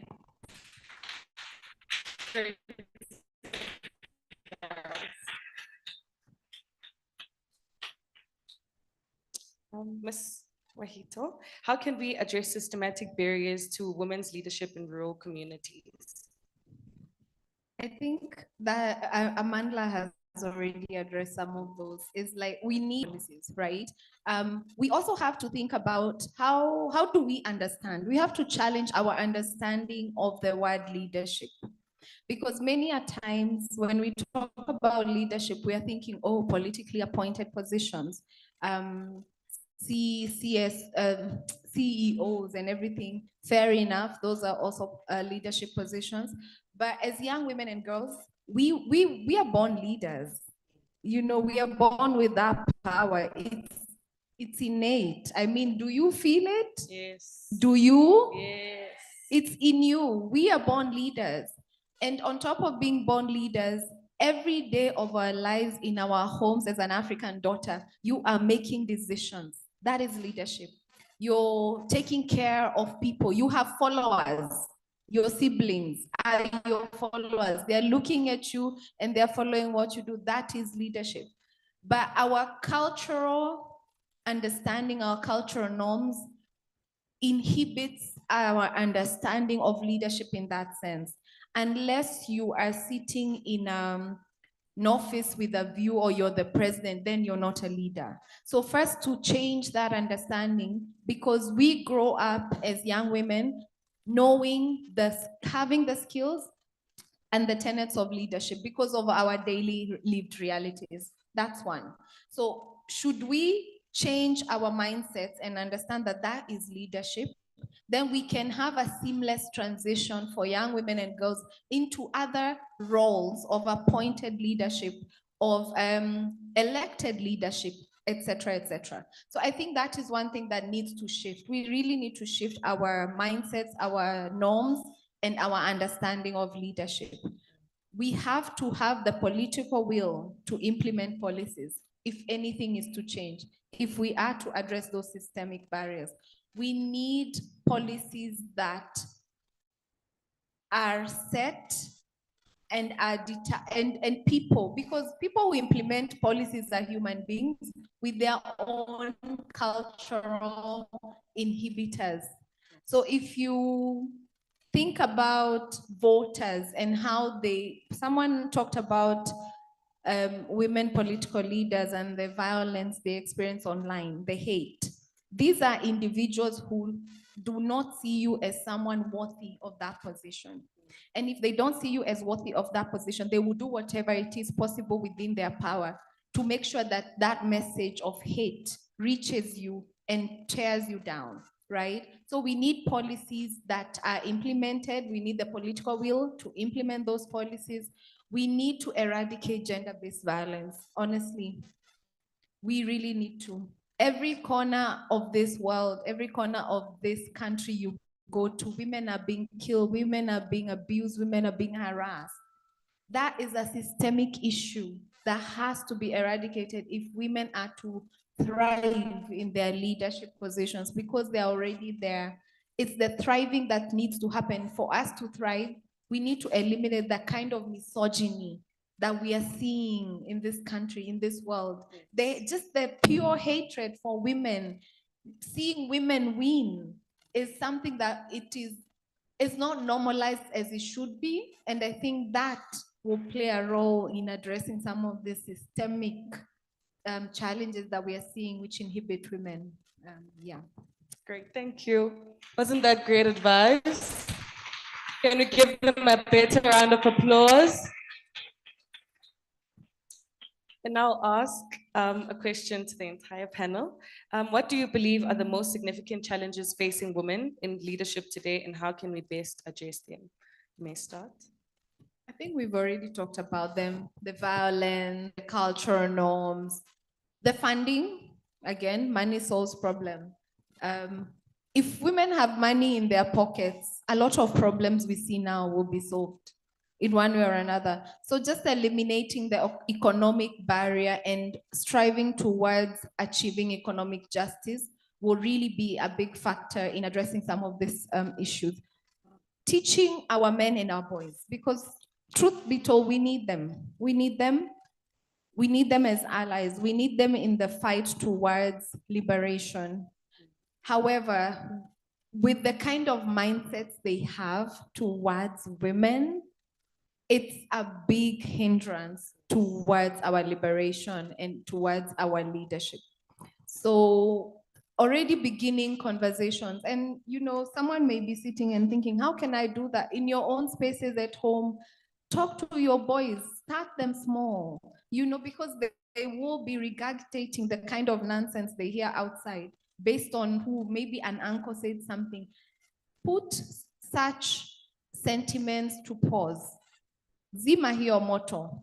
Close that door, and be serious about it so that they start young, understanding that women are human beings and they need to be respected. So yeah, thank you. Thank you.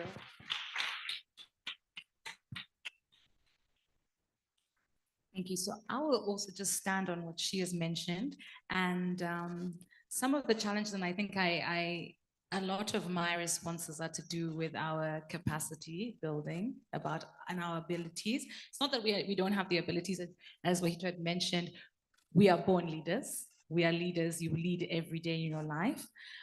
However, I do find as women, and I mentioned this, is we don't have the confidence to stand on business, right?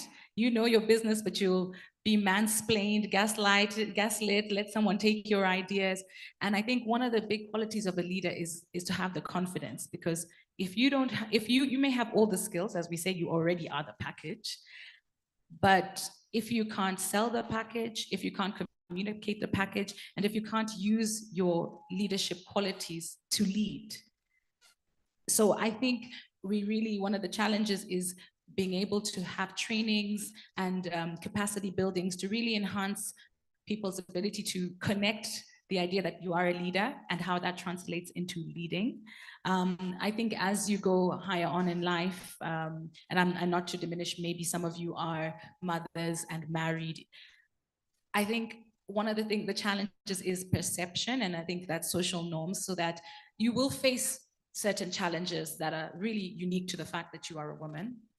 I have a colleague who was talking about how she faced, some sort of unconscious bias that towards her because she's pregnant and at work, and it happens so subtly. Of course, people now can't, it's illegal to say or discriminate against you because you are pregnant in the office. However, they may find ways of doing it, such as, giving you less work, relegating you to, smaller tasks, yet your brain is not pregnant, right? Like, it's just your body. So those kind of things, dealing with the setbacks that are socially generated and part of the patriarchal system that will challenge your leadership. And the importance is advocating and making sure that people know that you still got it here. Of course, there's opportunities, because we still live in a patriarchal world where as I say, some of you may be mothers, some of you may be married, when you have these responsibilities, your care duties. And I just think generally the biases that come towards women because of the societal expectations that are put on us. However, I do believe we're moving into greater times. You can have it all. We can have it all. We are all superhuman because we're women. We have crazy superpowers. But yeah, those are some of the challenges I think a lot of women, and then especially, let me just speak about, because you're all young women leaders, is another factor about age. We fight the issue of space with men, right? So as women leaders, you go into let's say if it's a political space, etc., and people already have this bias where they think you should be in the kitchen, you should be at home, women shouldn't be leaders. And then as young leaders, you enter the space where women have already been fighting, and then you find within ourselves, you'll find an age and generational conflict of older women are diminishing your young views, thinking that you don't have anything to offer because you haven't seen the world, you don't know what's there. But I think what we need to understand is everyone has an experience. I can't speak about your experience as university students and tell you what you need. And so I think it's always being strong and advocating and being confident in what you know you need. So yeah, I'd say that. Thank you so much. Sorry. Thank you so much to our panelists for their insights and for being an inspiration to us. May we please give them another round of applause. We're now going to take questions from our in-person and online audience. We have time for just one question in person and one question online. If you do have a question, please raise your hand, introduce yourself, and please indicate who you're directing your question to. Hi, everybody. My name is Enrojo Mongera. This question is to Madam Amanda. So you've spoken about how we can educate our young boys and brothers as they grow up, that they already know that women are of the same value, just like them. So now how about the men who are already there in the places of leadership? How do we also still get to them, still get to their mind and get rid of the misogyny as you're raising these younger ones? Thank you. I think, I'm the one who spoke about that point. And because they say you can't teach an old dog new tricks, this old dog has to be forced to learn these new tricks. So it's about constant messaging. If you're in a space where you experience someone saying being misogynistic, don't be afraid to speak up. Don't be afraid to speak up. Don't be afraid to call it out. Of course, within a safety way, because you can be the only woman and you call it out and then it becomes a security or safety issue for you. So exploring ways in which you can bring others along and just do not laugh at misogynistic jokes. Never be in a space where someone is making a joke that you don't agree with and you laugh because you're uncomfortable. Call them out. Calling out, continuing to raise awareness, continuing to sensitize. Because yeah, many a times we are caught between a rock and a hard place where somebody says something and you're like, you don't know what to do. That very moment where you're debating between yourself, what should I do? Do something. Even if it's to just say that is not funny and leave that space. But yes, it's constant work. It's constant work, and it shouldn't be work that we have to do, but unfortunately we are the recipients of the violence that is so often meted against us. So we have to keep continuing raising awareness and calling out these practices. Thank you so much. We're going to take one question from our online audience. Ms. Nurat, may you please read it for us? Yes. Nakubonga, if you can hear us, please ask your question. Hi. Nakubonga. Yes, I can hear you. Yeah. So I wanted to ask, I put the question in the chat. I wanted to ask, how do you approach decision making and what factors influence your choices? May you please indicate who you're directing your question to? Miss Amanda. Thank you.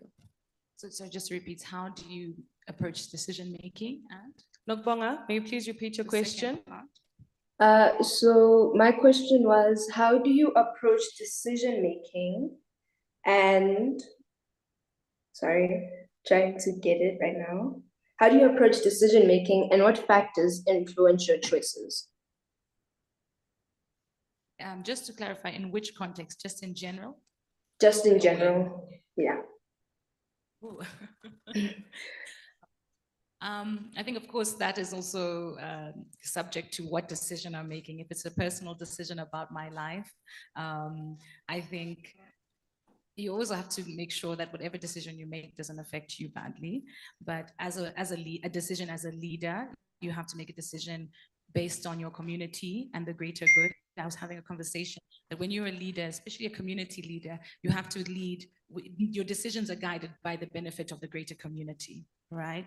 So in those situations, as I said, it depends on where, and I think the well-being, ensuring that your decisions don't put people at harm. If you are in the position to influence positively, I was having a conversation with Wahito that I often, in my space, I work in a formal government, but I support a lot of causes that are, like gender equality, youth empowerment, and of course, mentorship. And so sometimes I use the little influence that I have to positively impact the greater good, because I think that's when you are a leader and you're bestowed with that trust and people believe in you, you need to be very intentional, ensure that you have integrity in your decisions, be accountable. And so as you are guided by, as you guide yourself through making decisions, you have to always consider those factors. Yeah. Thank you so much, Ms. Amanda and Ms. Nyawira, for sharing. Okay, before I close it off, I'd like to give Ms. Amanda an opportunity to share something. So this is off the cuff, but I'm loving the opportunity here. And one of the most important things I think about mentorship, and for especially young women leaders, is to continuously learn, put yourself in different spaces. So as I mentioned, I think by now this is the third time I've mentioned I work in the Ministry of Foreign Affairs. But for the next 4 days, we are running a Kenya Diplomacy at 60. And I think there's even going to be an event here at the University of Nairobi. But on the 2nd of December, which is Monday, from 2 to 5 p.m., we're hosting an intergenerational dialogue and seeing how you can also contribute to Kenya's foreign policy. And I would love to invite you all. I'm not sure if you have a group that you're all in, but I will share the details of the event with the conference organizers. I would love to hear your views. And we're also running a pitch challenge where you can just upload a video. And if you're successful, we'll get you to present your ideas in front of the whole ministry and, you know, heads of international organizations so that we can just guide. So I'd love to welcome you all. So I will share that. Thank you. Thank you so much. It's a pity I'm leaving for South Africa on Sunday. You can change your flight. Right? Thank you so much for sharing your valuable insights and experiences. Your leadership and dedication inspire us all. May we please give them another round of applause as they return to their seats. Now, ladies. Oh.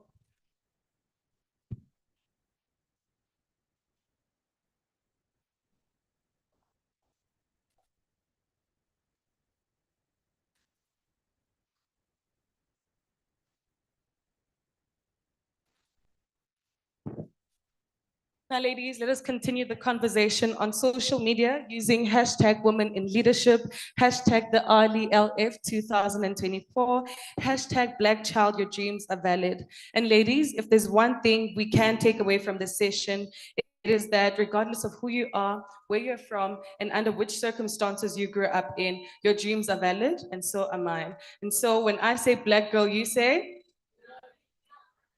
With a bit more excitement, please. Black girl. Thank you so much. I think I need us to all personalize it and speak this to yourself. So Black girl, my dreams are valid. When you wake up in the morning, remind yourself that your dreams are valid. It doesn't help that we remind you here at the Amazon Leadership Initiative, but you go home and don't take it to heart. And so with that said, thank you so much. And back to my beautiful sister, Sarah Bell. Thank you so much. Round of applause for her, please.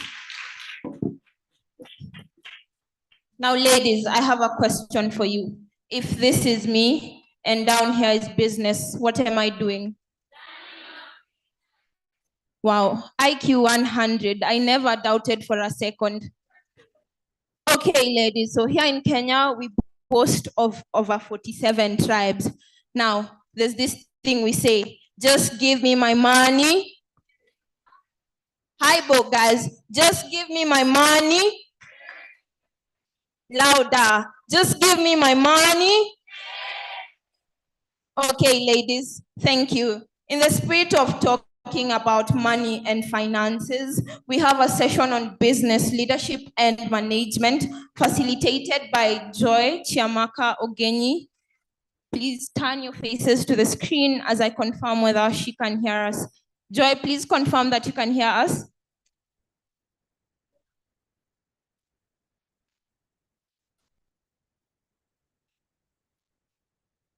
Yes, I can. I can hear you. Sorry. Thank you very much. Now, Joy is a multi-talented young female leader, as you can hear in her voice. She combines her background in engineering with a love for storytelling, and not just any kind of engineering, but oil and gas engineering. Now, Joy is also a passionate writer and poet, meaning she builds words as well as oil and gas pipelines. Joy has a blog where she shares her deepest thoughts with the world. And I'm gonna give her the floor as I ask her to spin a few poetry pieces for us. Joy, the floor is yours. Round of applause for her, please. Thank you.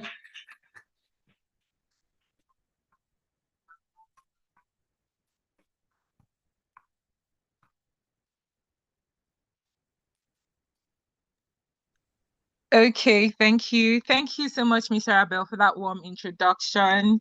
Good day, ladies and distinguished guests. It's been an amazing program so far. These 2 days have been so inspiring, and I would have not been the only one that's gotten so much value. So I can see my sisters in the room saying their yes in agreement. So if you're joining us online, just like I am, please can I see your remarks on the chat? In one word, tell us, what has this summit been for you? What have you learned? What has stood out the most for you? I'm looking at the chat. Okay, I can see great, amazing. Okay, moving right on, we will be having a conversation on business leadership and management. And I am super excited to facilitate as we explore some of the most crucial insights and strategies in business leadership. I know we are all ready to learn tips that will help us thrive in the business world. So our speaker today is none other than Mrs. Farai Untuli. She is the African Livelihood and Education Lead at Essential Development Partnership, where she addresses social, political, and economic challenges in international development. So previously, she has served as the Chief Partnership Officer at the Youth Employment Service, leading initiatives to create jobs for youth and launching the popular blog, Tips for Millennial Managers. This is one blog all of us should check out.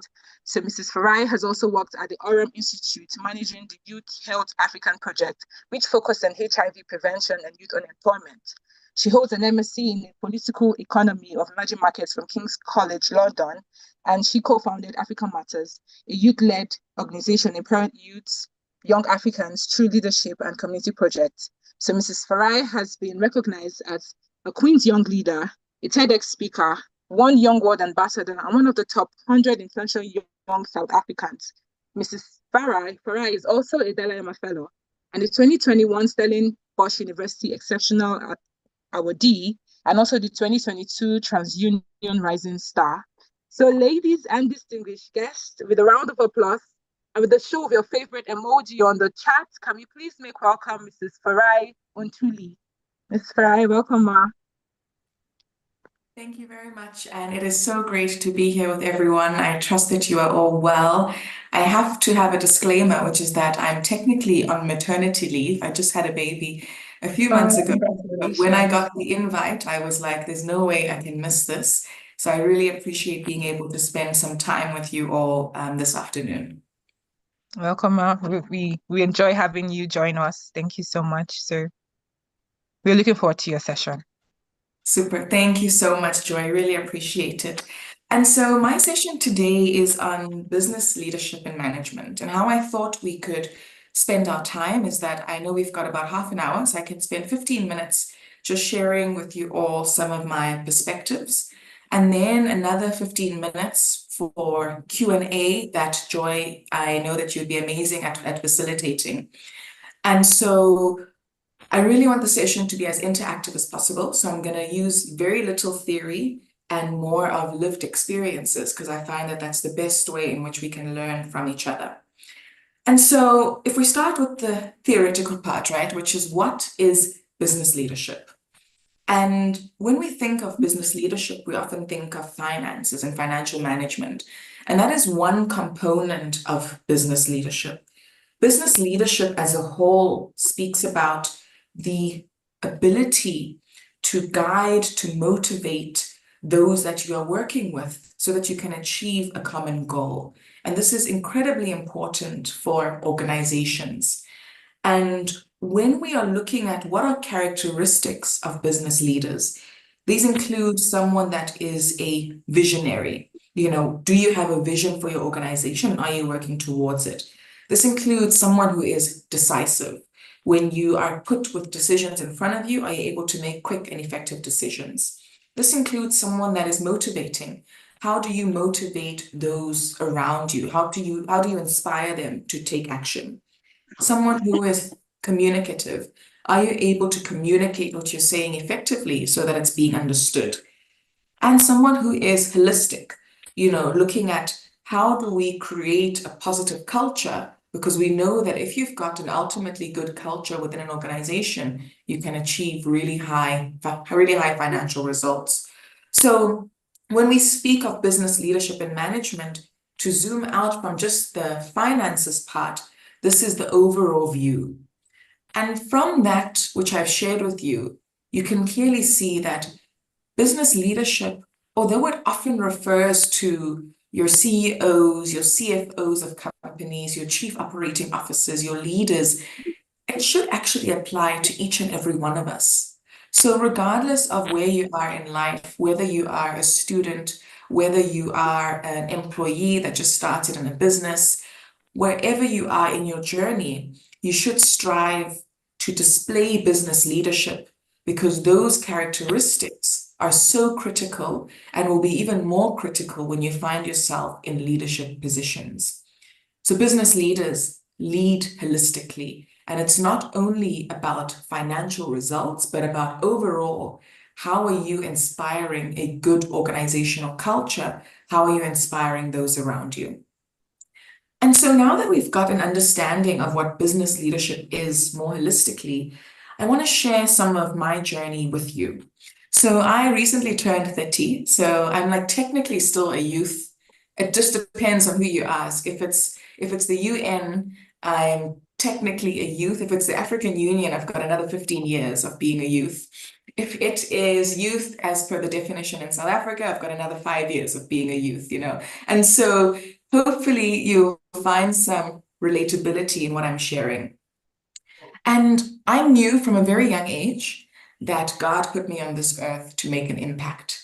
I think it was so clear from just how I am as a person, and I think how my parents had raised me. And if there's one mantra I've always held, which is why I resonate so much with you all today, it's that Black girl, your dreams are valid.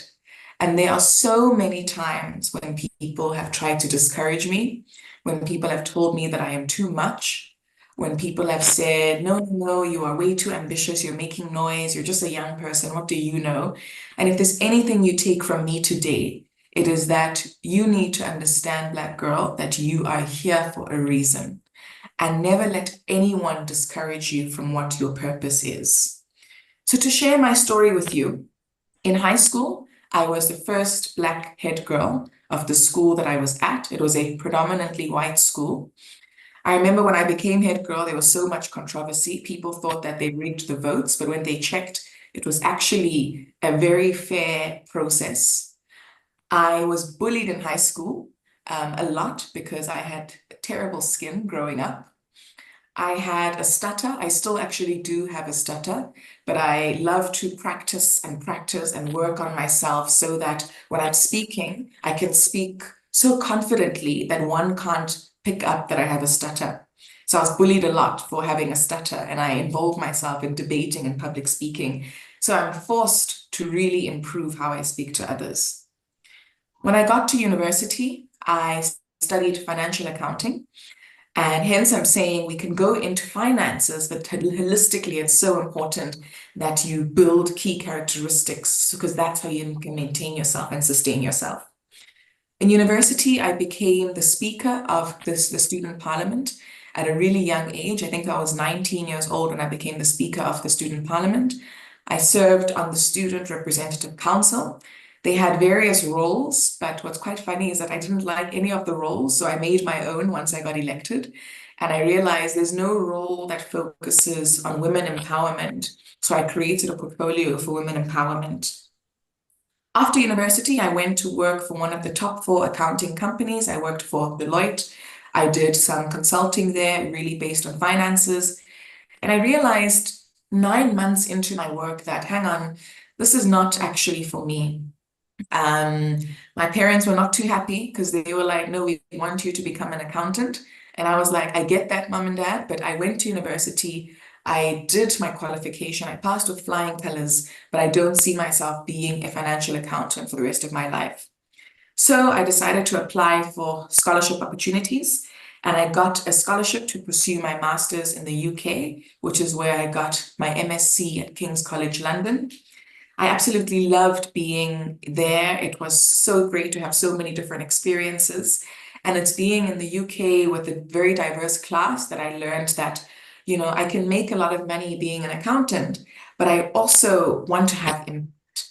So how do I find the balance? Once I got back from university in the UK, I then interned where I worked for the South African Institute of International Affairs. And as an intern there, it was really about how do we empower young people to get into policy work? How do we empower young people to be interested in development work? After working at SIA for about 3 months, and importantly to note, before I started interning, I was unemployed. So I was unemployed for about 3 months.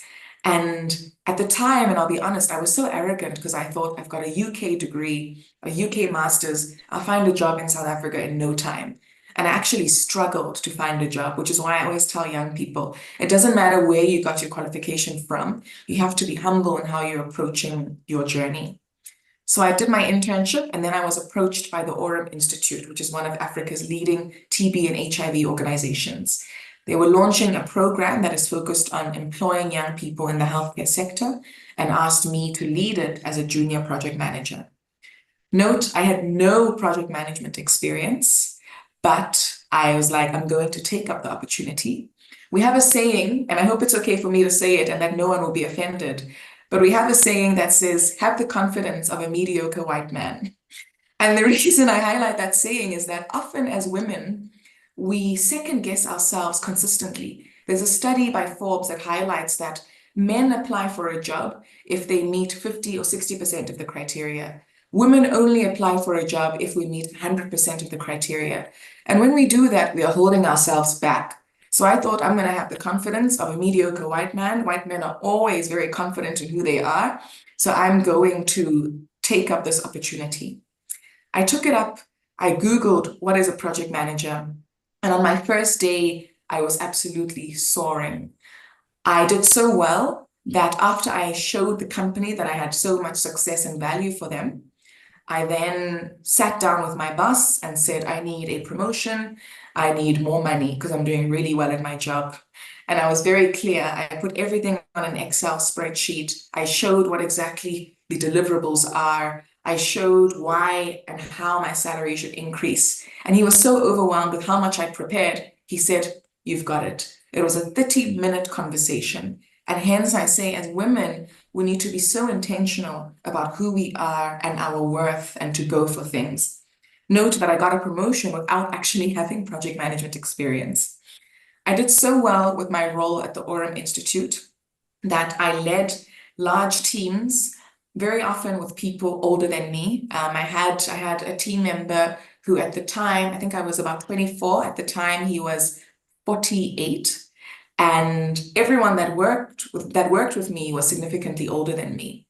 But because of having business leadership, because of being decisive, because of being able to inspire others, being goal-driven, being communicative, I could then lead the team effectively.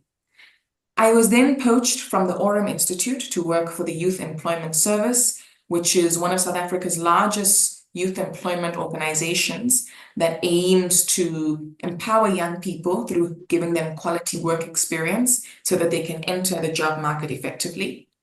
Again, when I started there, I was brought in to deal with the partnerships team. I then did so well that they gave me another team under me. I then did so well that I had 3 teams all reporting to me, and I was part of the executive committee. I was their chief partnerships officer, and the youngest person on the committee at the time, I think I was 26 or 27. Everyone else was older. The youngest person after me was 35, and then the oldest person was 58. And so that was, of course, not without its challenges. I was often undermined. I was often second-guessed. I was told that I'm being too emotional whenever I would put the needs of the youth first. And so the bullying in the workplace is definitely there. But if you know who you are, if you are principled, if you stand up for what is right and what is just, you will always be vindicated no matter your experience. So I served as their chief partnerships officer and was able to make incredible strides with the organization and presidency and other key organizations. And then I was approached by Accenture, which is a global consulting firm, to head up their Africa livelihoods and education department, which is ultimately a team that focuses on employment, entrepreneurship, and education that we would work with for clients across the globe. I've been there for now almost 2 years. And one of my major clients is UNICEF, and we're constantly innovating for how do we get young people into employment and sustainable employment in South Africa, Uganda, Nigeria, Cote d'Ivoire, Benin, Kenya as well. And so it's been so incredible to be able to have this role that has got such a continental impact. in all of these roles, since coming from being unemployed and then having these different opportunities, I've never actually applied for a job since then. So the Aurum Institute, the Youth Employment Service, Accenture, where I am now, I've never applied for a job. These were all based on how well I did and how I was then poached to come into these different roles. And I think what is so key for me, because I've seen my own journey and I know that it's not without challenges and people undermining me, because I'm often the only young person in a space, the only woman within a space, the only Black woman within a space, it is always my role and my job to say, it's not a good feeling when you are the only in a room. It's a feeling that I detest.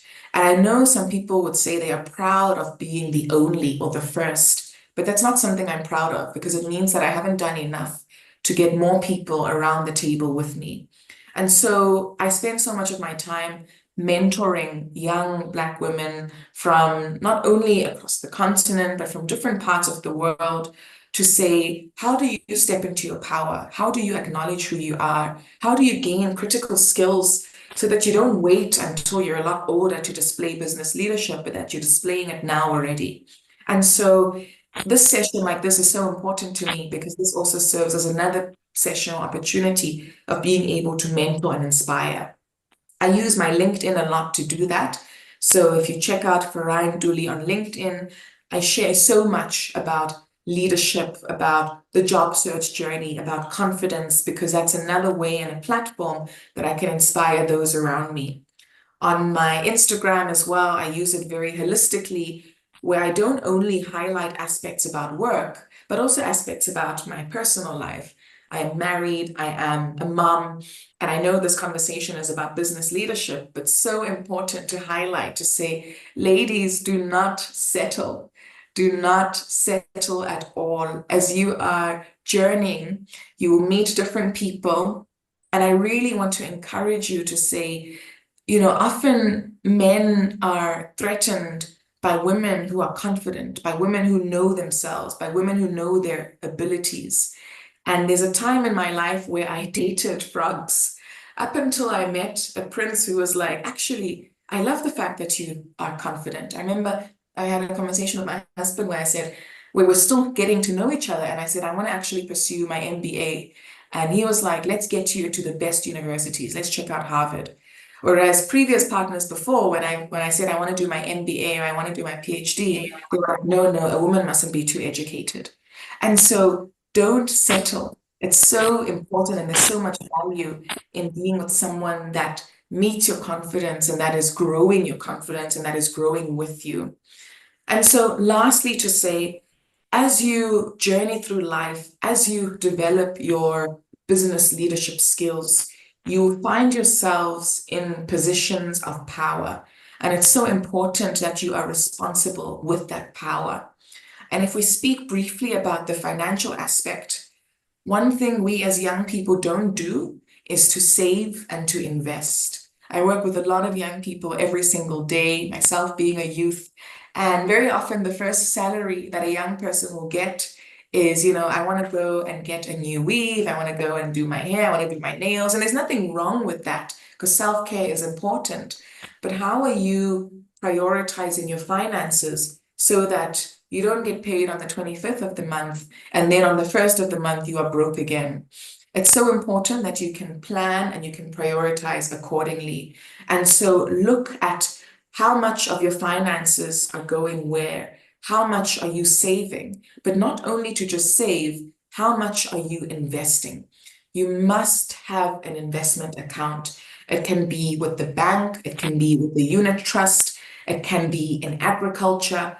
How much are you investing so that you always have got funds for yourself, so that you are growing your investments as you go on, so that your assets are indeed maturing. I bought my first property at 25, and the goal is to keep on buying and investing more and more and more. I've got different unit trusts in different pockets because I want to ensure that if I need those, should push come to shove, then they're always available and accessible to me.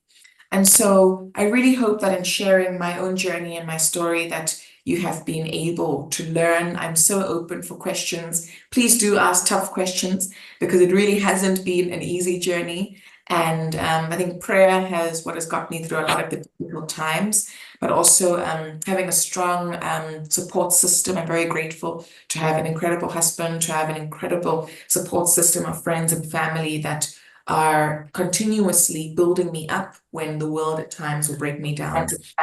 Joy, I know I went about 4 minutes over, so I'm going to hand back to you to take the Q&A. Thank you so much. Thank you so much for that explosive session. Like, I mean, I was enjoying myself about your event. It's so inspiring. Like, thank you so much. I was getting so much takeaways, and the one that stood out the most for me was white man. Confidence is going to be. Thank you. So I see a lot. So we also for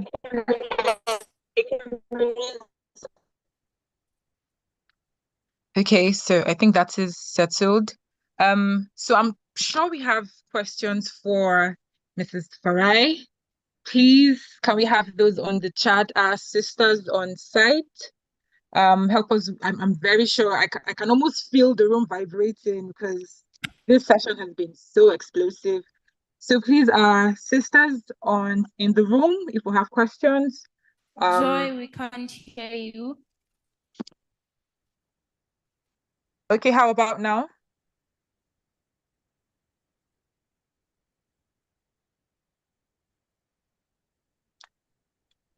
Can we hear me now?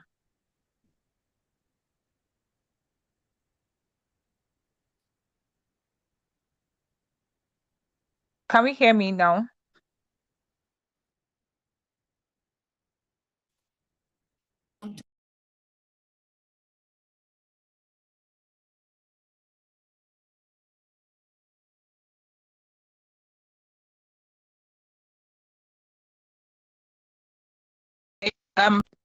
Please confirm you can hear me now.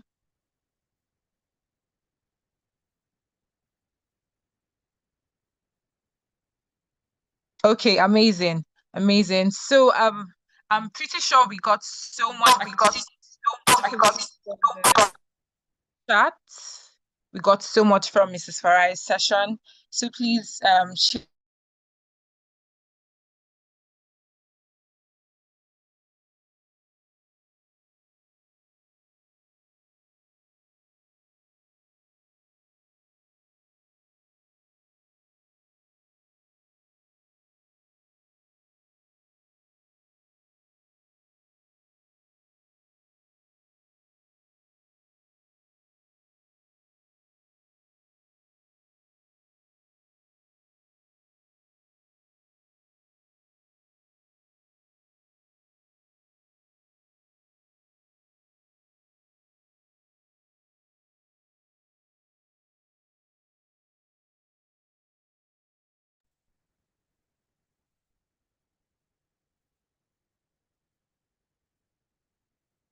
Unless, Joy, what we can do with the sound is that there are some questions which are in the chat, which I can just answer for now. And so, yeah, maybe what we can do is to just look through what's in the chat, and then I can just try to answer them as well.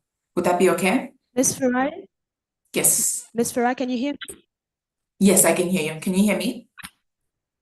Yes, we had a question in the room actually, but I'm not sure if you heard it. Can we please repeat that question before we address the online participants? Perfect, 100%. Can you ask the question again? Sorry, I didn't hear. No problem. My name is Rehab. I'm an accountant by profession. And from your story, you've told us you've worked in Deloitte as an accountant. What are some of the skills that helped you, apart from the technical skill that we learn in class, to grow as an accountant in your career path? Thank you. Thank you so much for the question, and I hope I'm pronouncing your name correctly, Rehab.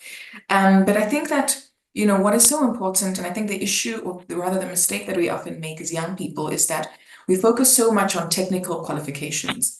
So we often think that if we went to university or if we've got any sort of qualification, then we are set for the workplace. The reality is that that's not true. And data shows us that employers hire for technical skills, but fire for a lack of soft skills. And so soft skills are really important. And super far within the world. These include communication, conflict resolution.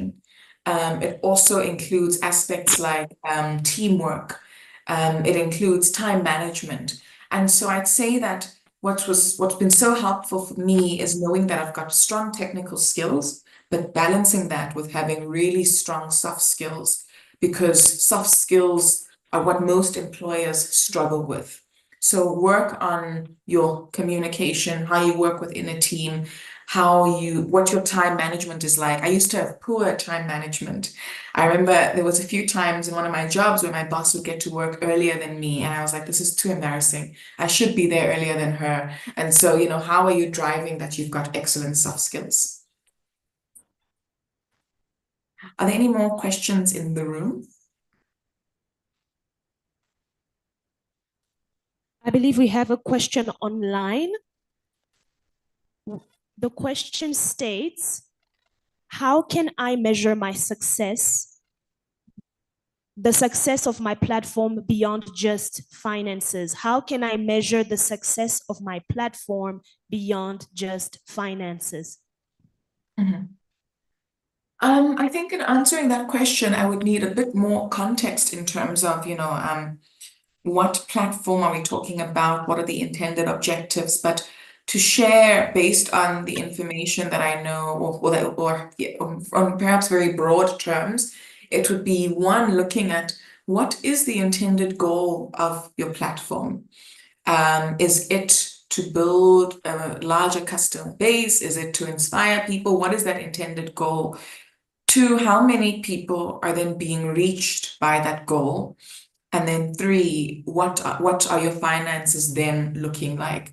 So without knowing much of the context of the platform, that is the information that I'd share. But if you'd like more detailed information, I'm happy for you to reach out to me, and I can definitely respond when I can. Thank you, Mrs. Farai. We have one more question in the room. Just 1 second. So there's something you talked about on just don't settle. I have a question currently. So when you're not settling in a job, for example, I'm working in a job that I'm trying to be happy about, but I'm very depressed. So, and at the same time, I have something that I am working on to build, I am working on to create, but it is not bringing food to the table. And it might not bring food to the table in the next 2 years. So should I continue depressed for these 2 years? Or what can I do? I don't know. I am trying to handle that. Thank you for the question and for your honesty. And I really do appreciate that. We have to be very strategic in how we navigate. I've definitely had my fair share of jobs where there's a time when it took a very bad toll on my mental health and my physical health. In one of my jobs that I shared with you now, I won't mention which one, but I got COVID 3 times. And that is how bad and weak my immune system was.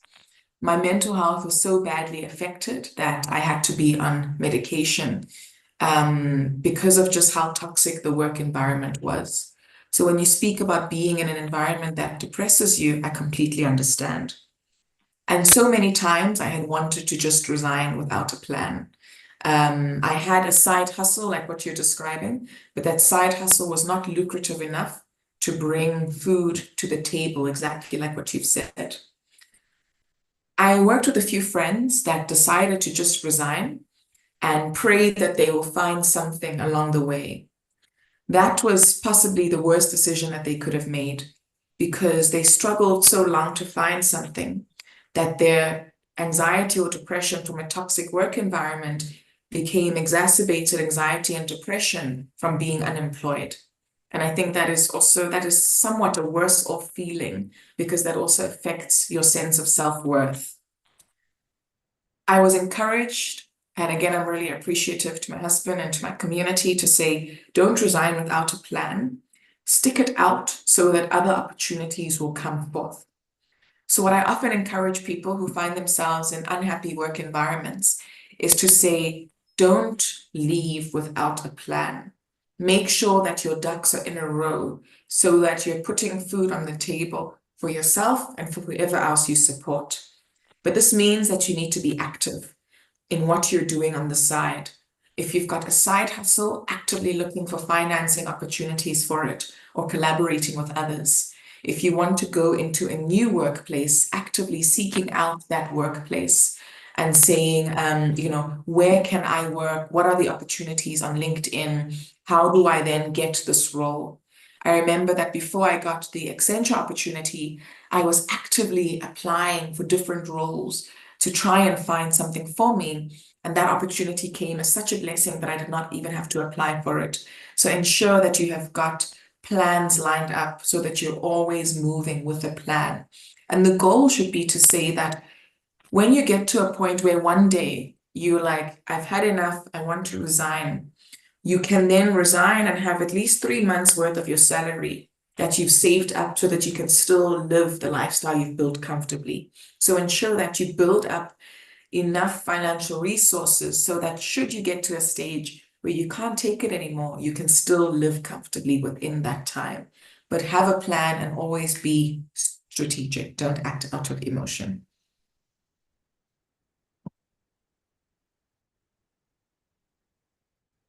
I see that there are a number of hands online. We actually have one. We actually have to take one last in-person question, but let's take it online. Yes.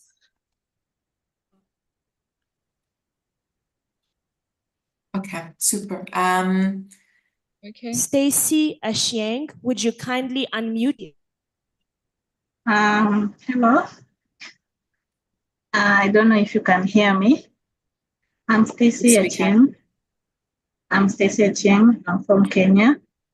And I have this question. You have said that we should track our finance. You know how much you're saving, how much you're investing. What if the situation is too tough that the only thing you can afford right now is maybe from hand to mouth, but you really want to save, you really want to invest, you are aspiring to be a big businesswoman, and the situation does not allow you, and you get into this state of depression or maybe confusion? Because as for me, recently this year, my aunt lost her job, and she was in a bad working environment, and the lady just fired her after she got a ban. And then I just finished my diploma last year, so I'm still struggling to make ends meet here and there, and still being so driven to make change in my community. And I meet these shortcomings like finance, and I'm still struggling in my house to even afford to get that food to sustain everything and even help my aunt make ends meet. So how do you go about this, like when the situation just pushes you to a corner but you still want to keep moving? So I really love saving and I really love investing, but you find that when I save something, you just have to go back there because the situation cannot allow you. So how can you go about that? Thank you. Thanks, Stacey, for your question. And I think you've painted a really true reality, which is that, being able to save is definitely a privilege. And, we have to be aware and being able to talk about these aspects. There are definitely situations and times where we have to live hand to mouth and where, like you've described, we're supporting those around us. I think that if there's one thing to share, it's two things. One is, I think even in situations where you're living hand to mouth, being able to save even just the smallest amount makes such a difference. So if that is saving 10 Rand a month, which is just the currency I'll use here in SA, that then means that by December, you've saved 120 Rand, which is so significant. So when we think of savings, we often think of saving huge amounts, but it's small amounts that then accumulate to being large amounts. Sometimes it also means rethinking certain decisions. So, if you, let's say, your friends are going out and they're like, Stacey, let's go out. And you're like, actually, guys, I can't go out this month. I want to save this amount. Being able to sit out some of those situations, because there'll come a time where you can go out, but right now this is a season for saving. So that's the first point that I would make, which is just really looking at what are the expenses and being able to save even just the smallest amount, which will help you in the long run.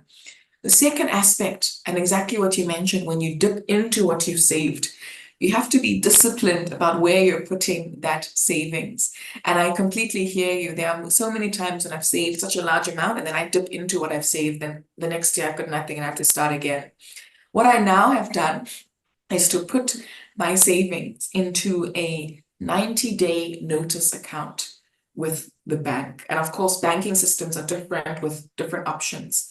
But one of the options we've got here in South Africa is what's called a 90-day notice account, which means that I've saved my money there. And if I want to withdraw it from the bank, I have to wait 90 days before I get that money. If it is an emergency, the bank will take 50% of what I saved because I've breached the terms of our agreement. Sometimes I'll look at that and I'm like, you know what? I'm just not going to access this money at all. And so looking at where can you put your money in that almost discourages you from accessing it too early, unless, of course, it's an emergency. So I'm really hoping that this helps in terms of, incentives, but really, I think the best way to start is to make a budget. What are your everyday expenses? What are your monthly expenses? Really tracking where your money is going. And then being able to say, last month I spent 100 Rand on takeout food. I could have saved 50 bucks if I just cooked for myself at home. So really doing that, I think, would be really important. And I'm hoping that that's helpful to you. Yeah, thank you so much, Ms. Farai, for those answers. I'm pretty sure you answered correctly, and then she took note of your responses. I think we have space for one more. So Lesotho, I hope I pronounced that correctly. Your hand is raised, so you can unmute yourself and ask your question.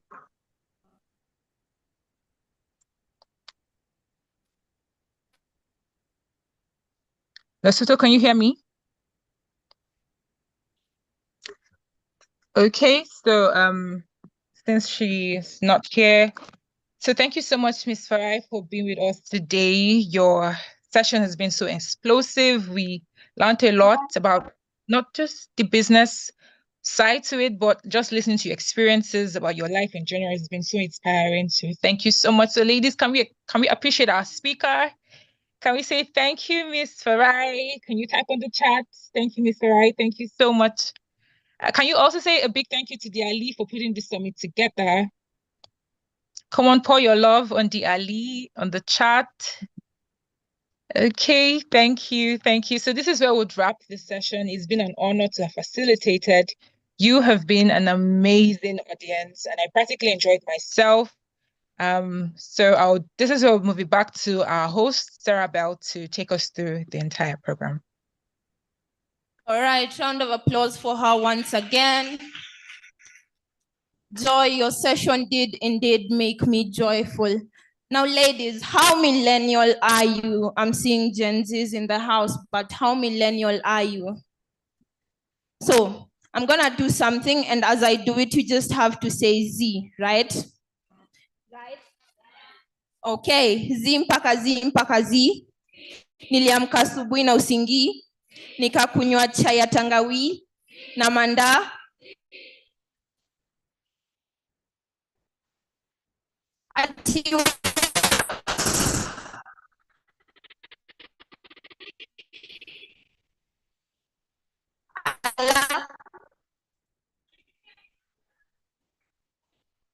All right, as far as my knowledge on poetry go, a mentor, a young female leader here at the Ali, and one who is passionate about building a society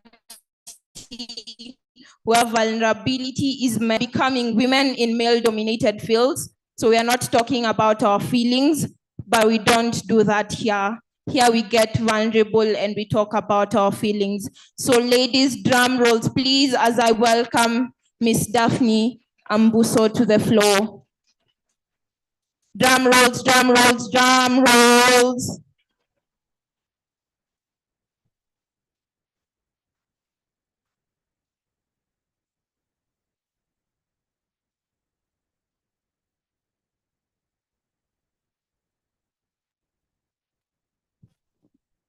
Thank you so much, Sister Sarabel, for that wonderful introduction. I know I'm 5 foot tall, but guess what? The body is 4 feet tall, almost my height. I know everybody in the room can see me, right? Distinguished guests and young female leaders in the room, good afternoon. I'm Daphne Ambuso, a student from Kibabii University. I'm here to remind you, Black girl, your dreams are valid. As someone once said, show me your scars, you'll inspire me. Show me your medals, you'll intimidate me. But show me the distance between your scars and your medals, and you'll transform me. And today, the Black girl, you've been shown the distance between the scars and the medals. And you've been shown how women used to be housewives, but today women are in big positions with male-dominated fields. And that's why they say, empower her, empower her, empower humanity today. I present to you, I am an African girl.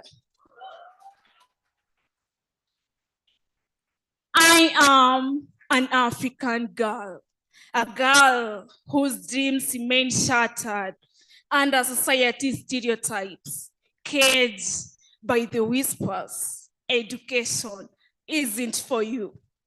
The caged bird was left alone at home, shadows of doubt, fighting for a life against traditions that binds. Innocence lost, her spirit won. In the struggle, she cried. In silence,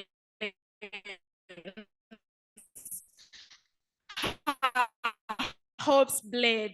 A warrior clipped, her dreams fled. But then empowerment stepped in, a voice rising like dawn. Sisters united, breaking the chains, shattering the silence. Together they soared.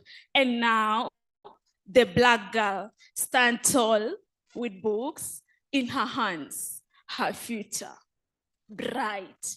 No longer a caged bird, but a force of hope, but a force of change, ready to fly, a beacon of hope in the society. I am an African girl, Black girl, your dreams are valid. Empower her, empower her, empower humanity today. Daphne Ambuso, thank you.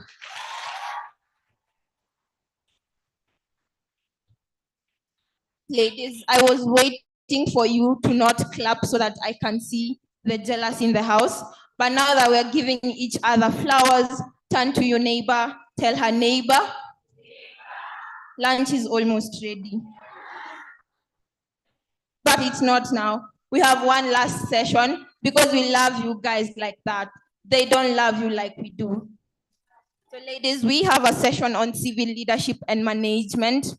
And for that, I'm gonna call our facilitator, the amazing, fantastic Miss Divine Ella, who is our sister here at the Ali, but a women's rights activist and one with a passion for education and youth development. She has a strong commitment to building her community. She is a YALI alumni, the co-chair of the Coalition for the Youth, Peace and Security Agenda Resolution 2025, Kinshasa, the ambassador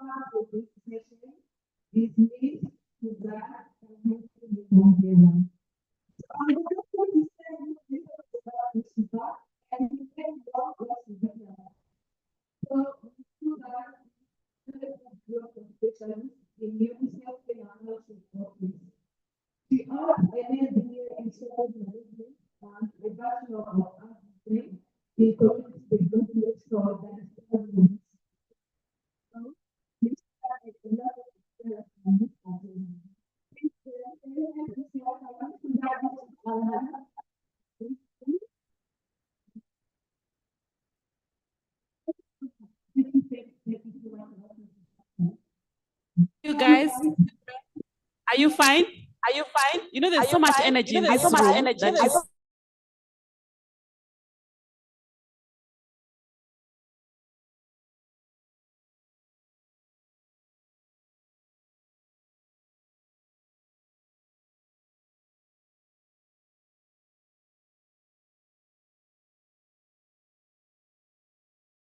person, even if you're not, it's okay.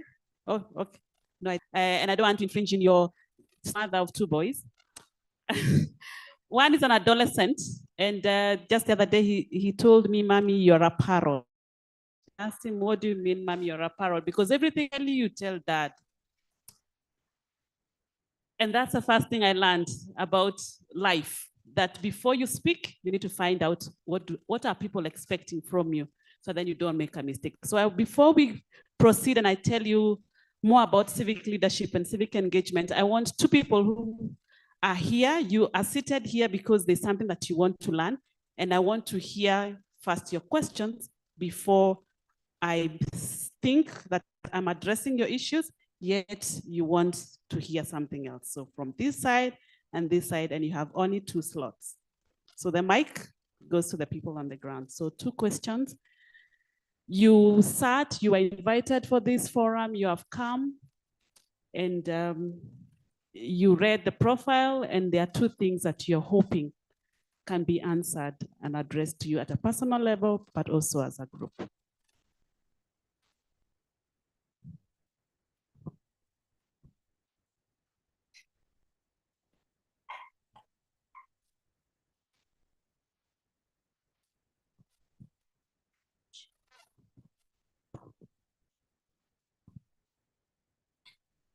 Good afternoon, everyone. My name is Judy, and my question is, in civic leadership, many of the times that probably most of us have tried to start up organizations or find ourselves in places where we want to impact our society, especially at the grassroots levels in our local communities. But then you find that resources, political interferences are some of the challenges that we encounter, or many other times that people look down on you because of maybe your background and they feel that you do not have the strength to tackle that. So what would you say are the main things that keep you moving? What would you say are some of the ways that you can be able to tackle such challenges? Thank you. Thank you. Let's clap for her. One more. Any side. If we don't have anyone this side.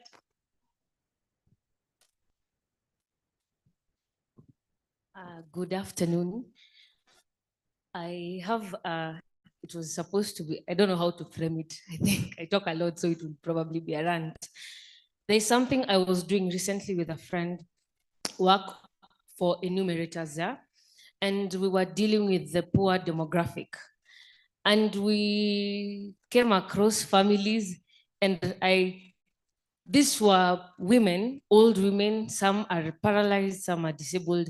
Basically, there are a lot of challenges, and they're left to take care of children. And the reason they're taking care of children is because their own children failed to do that. And basically, they are just sad, sad stories going on in Kenya. And I've been seated here and I'm hearing talking, and I didn't know how to ask this question, but how can we reach those people? Because you meet like 5-year-olds, 2-year-olds, and their grandmothers are telling you they just want food. And I don't even know organization approach and how to help them. Okay. Yeah. Sorry, it is just something emotional. It is well, it is well. Yeah, so, and this is civic leadership, right? I'm pretty sure it has something to do with human beings. So that is my concern. How can we get to such people? Because those girls are going to one day become women, probably, right? Okay, yes, they're going to become women, but I don't even think they will ever get an opportunity to be here because life has already dealt them 10-0 when they are starting. So I hope that's a question. Yes.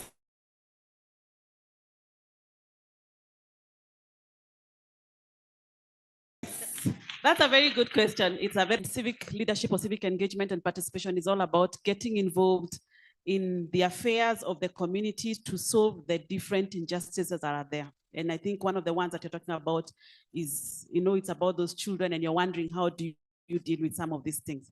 And it's normally a very big issue within the community, and we are all being told we need to get involved, we need to get involved.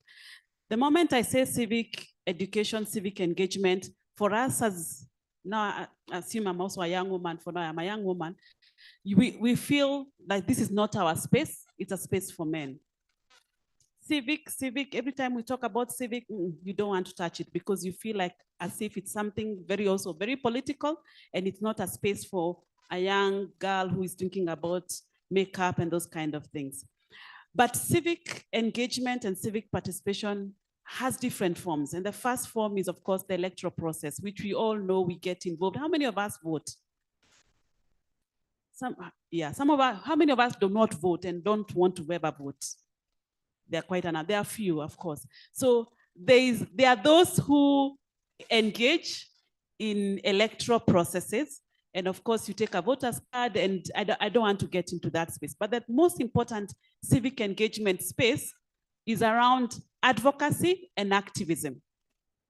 Advocacy and activism. And advocacy, it's just about speaking against the injustices. It is not a bad thing. But when I was in campus, I thought, when you mention advocacy, it is for civil society organization. It has nothing to do with me as Susan from Daystar University. And I'm thinking it's a Christian university. Why should I even be mentioning the word advocacy? When we talk about activism, they are closely related, but they're not the same, because now activism now is taking an action either by going for protests or involving what are they called? The strike and the marches. That's now activism. But advocacy is actually just speaking your mind, whether in written form or you're reaching out to your leaders and expressing your issues and telling them this needs to be changed, that needs to be changed, or even running public forums and dialogue with whoever needs to hear about the injustices that are there. And that's where most of us come from the community.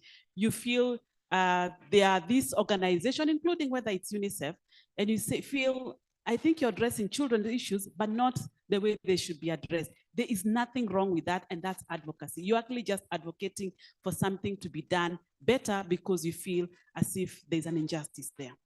So first, I think I want to clear it that any of us can get into that space, and it's an interesting space because when you go home at night and you're sleeping, in fact, I think we were talking to, I'm forgetting her name, just I think, is it Do? There's a lady that we were speaking to, a young girl, Violet and team, and she was sharing about how she has been doing, working with children and helping them to actually address some of the issues that they are facing. But many times when we get into this space, we think about first ourselves, but we are expected to think about other people. And there are many challenges that we are all going through as people who are seated here. There are many things that you feel are not working in your countries, in your community that need to be addressed. But why must we have many of us being involved in this space? The first thing is, I can tell you, and I'll share my experience, is that when a woman speaks, or when a young woman speaks and gets into advocacy or activism, it means that that issue is so deep-rooted that it has actually gotten you out of your comfort zone to go and speak about it. So people will listen. So the first thing when you come to this space, if I was a man and I find young girls seated like this, by the way, I'll take some time and just find out what are they talking about, because it means that there is something that is connected to them that they actually want to address. The second thing is why it's important for us as young women to get involved in civic leadership and civic engagement work is because there's an emotional touch to what we present. She's talking about children. If it was a man who was seated here, they'll think about how we need to work on the roads and how we need to ensure that things are working. They're important, but for you, it's that child having a meal in the morning so that then they can be able to attend school. And that's the reason why those emotional issues are very important when we get into the space, because we are the only ones who are able to see them. Men at times will not see them the way we see them. And not because they don't care, it's because we are wired differently. So when the space that men are in is going on very well, and we refuse to engage in these spaces, we are letting down our society. And that's why we should actually be very, very involved. The third thing is that, and related to that, is that when we participate in these civic spaces, it also brings out democratic governance that we all are talking about, and it also reduces the many things like corruption that affect our society moving forward. But there are three barriers before I get into my story. There are three barriers that we face as young women, and I know you will face even as you continue to do that. The first thing is actually what you talked about. There are no resources. You don't even know where to start. You want to do it, but you can only do it to this extent. But it is also possible to still raise money, and I'll tell you how this has been done before. The second thing is that for girls, the biggest challenge is that many of us don't want to get into that space. Why? Because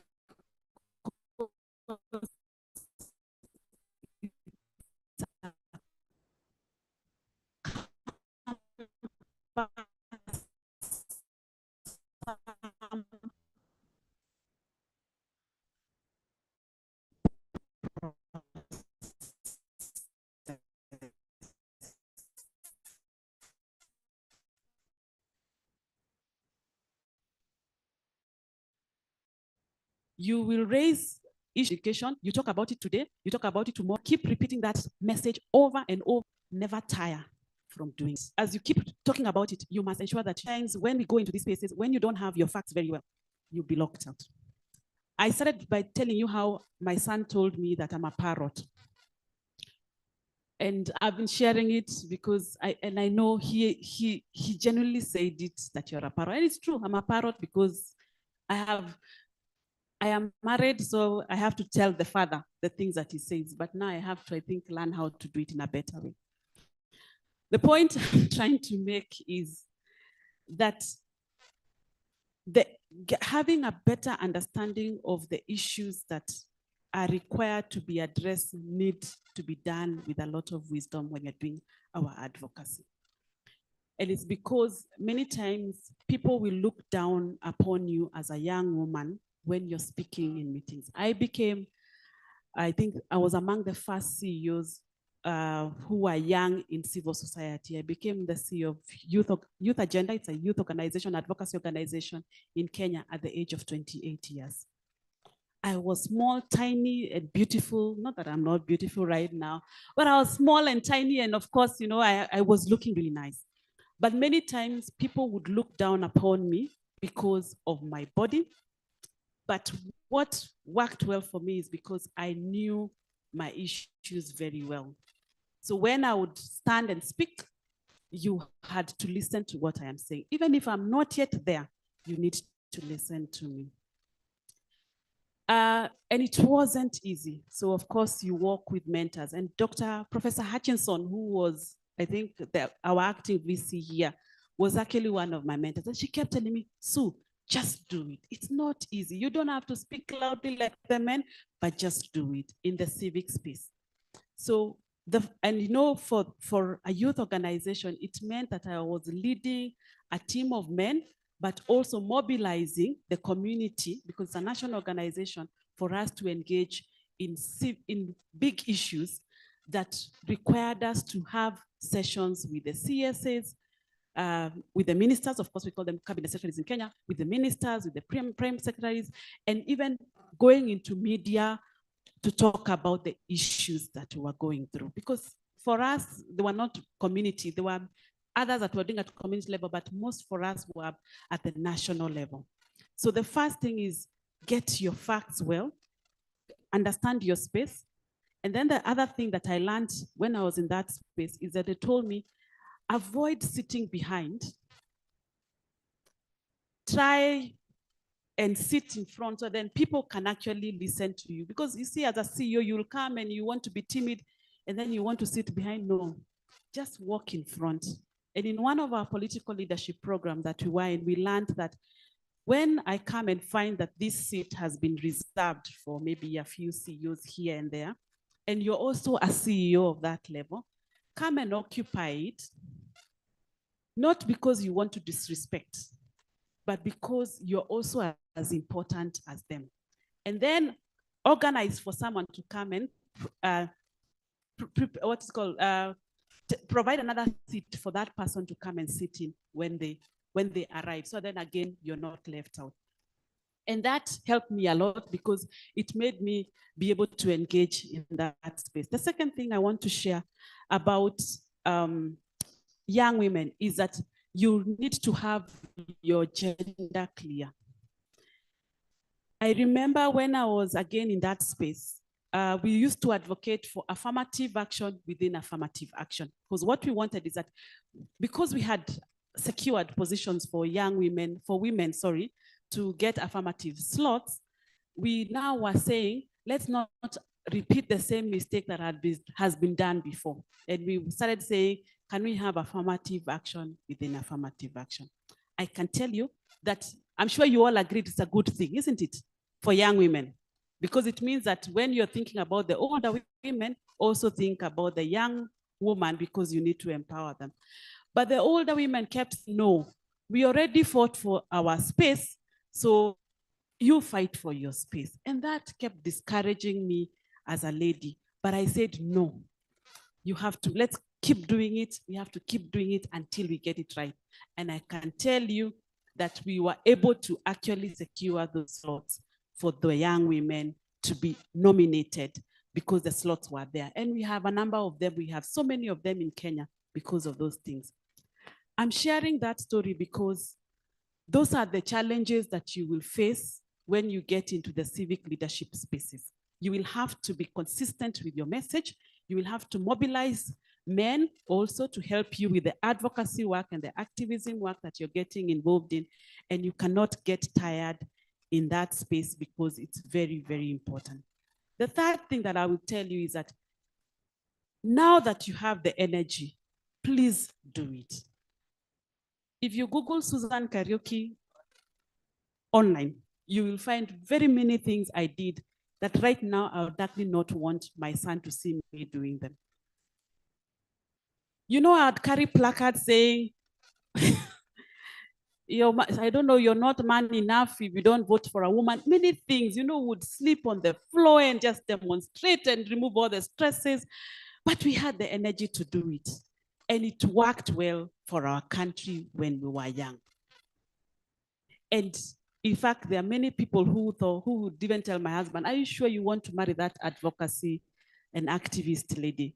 Because my husband is a pastor. And but today, when we go back to the Bible and we look at the book of Amos, the book of Nahum, the book of Habakkuk, it talks about fighting injustices. So he actually married the right person who was fighting for the injustices of people in this country. And as we grew in our marriage, he actually joined me because he's a rider. So he would come with his bike and his bikers, and they are all, you know, coming to join that whole campaign. And it was, you know, it would be a campaign that, you know, you're just saying this one is now tech high, you know, because if the riders, the private bikers are also riding with us to communicate the message, it actually worked very well. So again, innovative strategies of how you can do it without making it look like you don't have the power and the muscle to do it. As I conclude, because now time is not on our side, is that, so use your energy to infuse the development agendas that are needed, because we were just sharing with Pascaline that at some point when you turn 40, that energy is not there. I cannot come to this.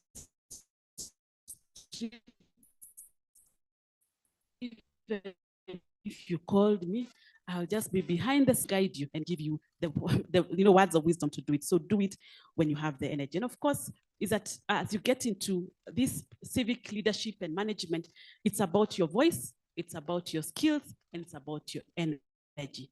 Utilize all those. It's about your voice, the skills, because you must get them. You must understand the constitution of your country, the different acts and the different policies, and understand even the Bible. Use the Bible to quote and say, this injustice, God hates injustices. You know, that's how it is, so that then you can be able to bring out your message across. And even as you do this, there are 4 things that it will add value to you. The first thing, it will make you be very competent in your work as you engage in civic leadership space. The second thing, it will also help you get very good connections. She told you that I worked at State House. I never applied for that job. They looked for me. Why? Because I had made myself credible enough to be able to, for people to see that you can actually come and sit in and advise the president on young people's agenda. But it's also because I also maybe did it in a different way. You don't have to make noise all the time. Make the noise with proposals or solutions, not just complaining. That's another word that you need to go. Don't just say, it's not working, it's not working, it's not working, it's not working. What are you proposing that needs to work? The third thing that it does, it gives you confidence. As you do this advocacy work, I was a timid girl many years back. I think, by the way I'm speaking, you can already tell I'm very confident about this subject matter, and I can talk about it without fearing anything. The fourth thing it does, it also builds your character, because you cannot advocate for, you cannot fight injustice and be the first person to also live with the injustices. So whether it is how you treat your house manager, how you treat those ones who work under you, it actually just builds your character, and you want to be as transparent as possible. As I conclude, and I want to conclude now finally with the words of Victor Hugo, who says that you can resist an invading army, but you cannot invade, You cannot resist an idea whose time has come. And the idea that whose time has come is that Black girls seated here today, and those who are also watching us and following us online, your dreams are valid. Please engage in this space. Thank you so much. Wow, that's amazing. Please, girls, can we appreciate again Miss Susan? Yeah, thank you. So I have learned mine. I think yours, you have also learned yours. Just keep it for you. Avoid sitting behind. So I can see today there are people who are behind. Just next time, avoid sitting behind. Do it now when we have energy. Don't forget. So Miss Susan, I'm just going to take 2 questions quickly. So I'm going to take 1 question here in person and 1 question online. Please, if you have a question, just raise your hand. We're going to give you the marks. You can go on with your question.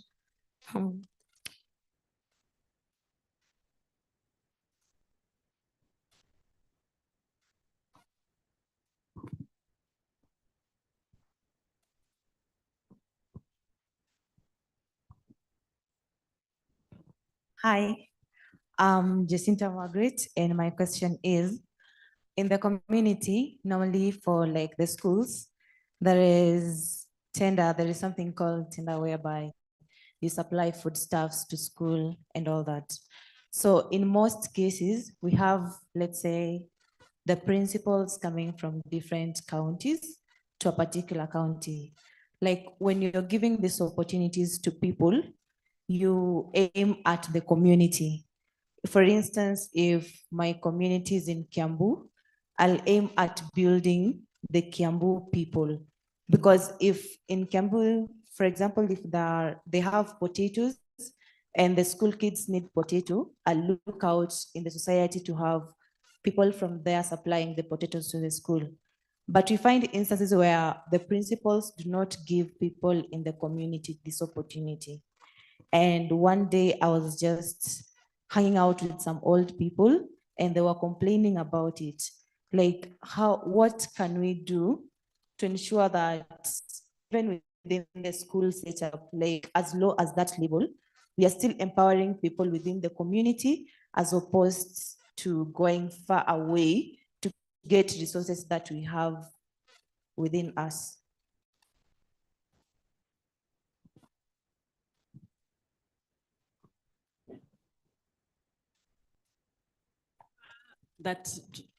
Yeah, we take all the questions in the interest of time, and then I can respond to all of them. A different hand, please.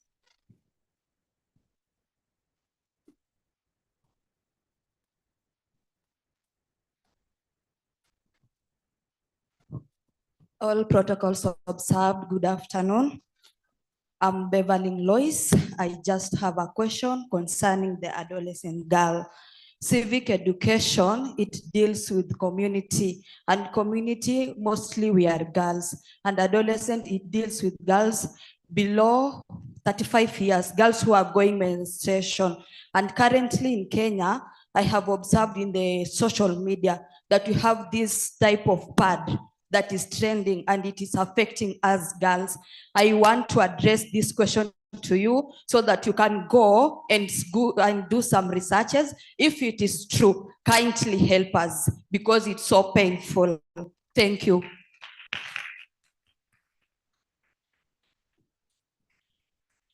I think we also have an online audience.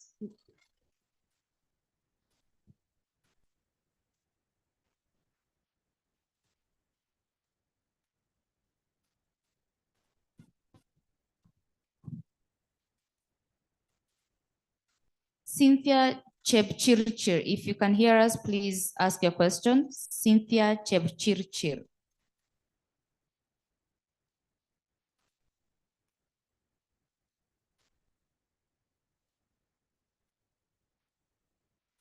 Hello, Cynthia? good afternoon, members. Yes, I can hear you. Good afternoon. My name is Cynthia and I'm from Kericho, Kenya. And I have a question here with me. How can a civic leader effectively balance the needs of the community with the demands of government or any other organizations?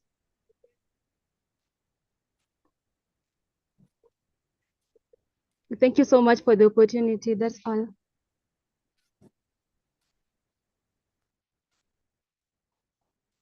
So There's another question online. Liteta Matiwa. Please, if you can hear us, ask your question. Liteta Matiwa.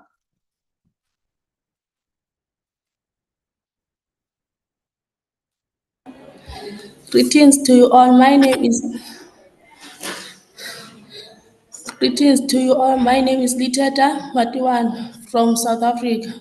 My question is, what are the benefits of joining civil leadership and management in your experience, Mrs. Susan?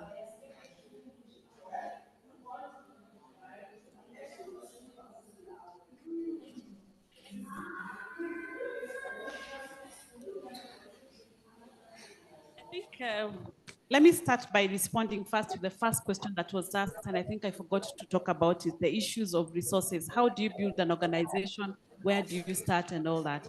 The first thing is make sure that you speak to the right people and take time to listen to what they respond to, and then pitch your idea without giving many stories. So the first thing is, I want to start this organization. This is where I am, but my ask is this. There's something I want us to leave here with. Every time you meet someone, whether it is Susan, Pascaline, or whoever it is, assume that you only have 3 minutes to communicate your message. Put the issue and then the ask. Never leave without asking a question. Don't go around. I am here to ask you, Miss Susan, can you support us with this? When you ask that, I will say, not possible or possible, or let's have a discussion, and then follow through. Don't go around with many stories. The second question was around what can you do when in terms of supporting with the Kiambu story, empowering the people, but also ensuring that the principals are also involved in the supply. I think it's reaching out, but also as you reach out with confidence to have a discussion, ask for a meeting with the principal or whoever it is, or the leaders that are involved in that, and bring out your issues in a way that is also very respectful. Most of the time is that they will lock you out the first time. They will lock you. They will say, no, I will not give you audience, but be persistent. I am here because Divine and team really persisted and kept sending messages. Thank you for doing that. Honestly, I think we were not very supportive at the beginning, but she sent, I think, over 6 emails because we are too busy, but I am glad that I came. I think this would have been very bad if I never honored this invitation. This question Beverly asked about adolescent and civic education. First, adolescents are defined as 10 to 19. Anyone above 19 is a young person, is a youth in any country. But in terms of the issues of the past, it's something that we were also discussing with my colleague yesterday, and it's because we are not giving people an audience to actually evaluate the quality of products that are in the market, and it's only you and I who can share. And I want to share my own personal experience. I don't want to say which sanitary towel I was using, but it kept giving me bruises every time I finish my menses. So it kept disturbing me. What is the issue? What is the issue? You know, the way you also just ask yourself very many questions, but you keep it to yourself because you think that this is a dignity issue that I should not speak to anyone. Until I spoke to one of my colleagues in the office and she told me that she's also going through the same thing. And from that point, we changed. We move to something else and we don't seem to have that problem. So thank you for bringing it out. And it's something that I'll communicate to NGAF in terms of, because of the women reps who are dealing with the issues of their parts. Cynthia from Kericho, how do you balance civic leadership work, which is, it's pro bono most of the time.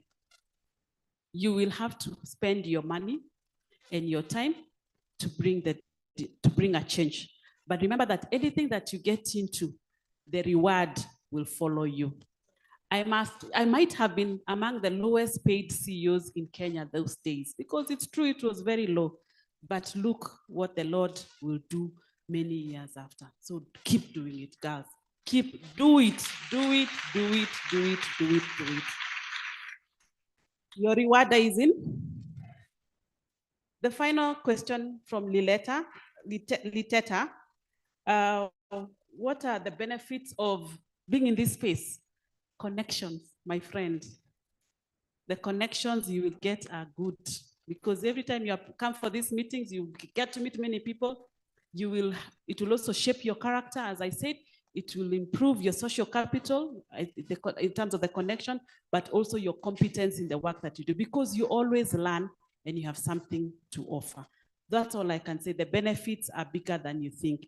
And remember that it's about your children, that we are here enjoying what we did. If we never slept on those floors and fought for the things that we did for young people, including articles in the Constitution, you'll not be enjoying the freedom that you have. So do it, not for yourself necessarily, but for the future of those ones who will come after you. God bless you so much, and thank you for the opportunity. Thank you very much, Ms. Susan, for your time, for being here with us.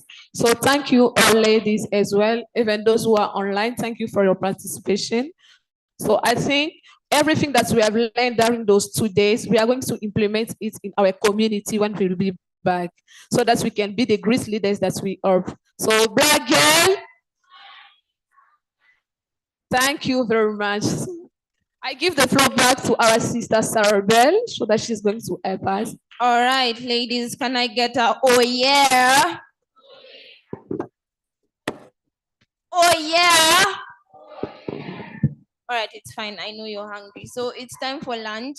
So the first 3 rows, please, you will serve outside here. And then those who are behind, you can serve at the back where you served. Tea break. Our online family, please take a break. We're going to see you right after. Thank you, and see you after the lunch break. You want us to pray for lunch? Who would like to pray for lunch?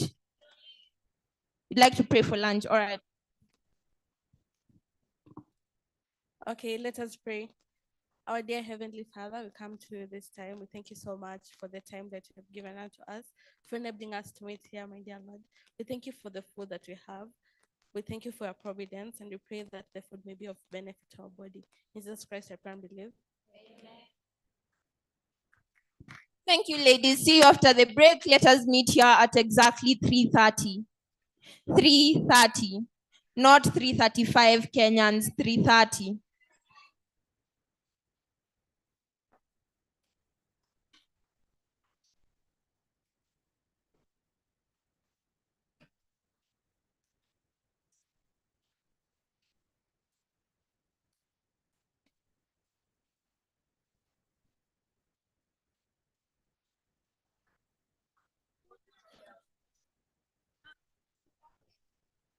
Thank you, guys.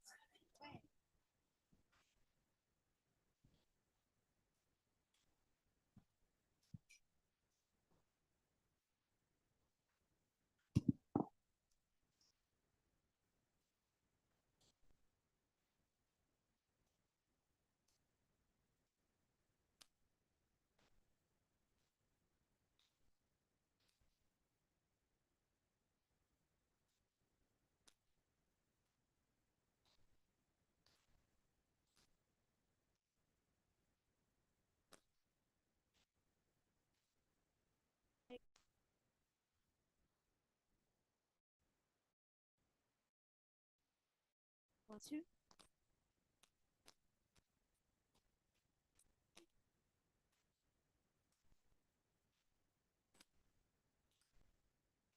Ladies,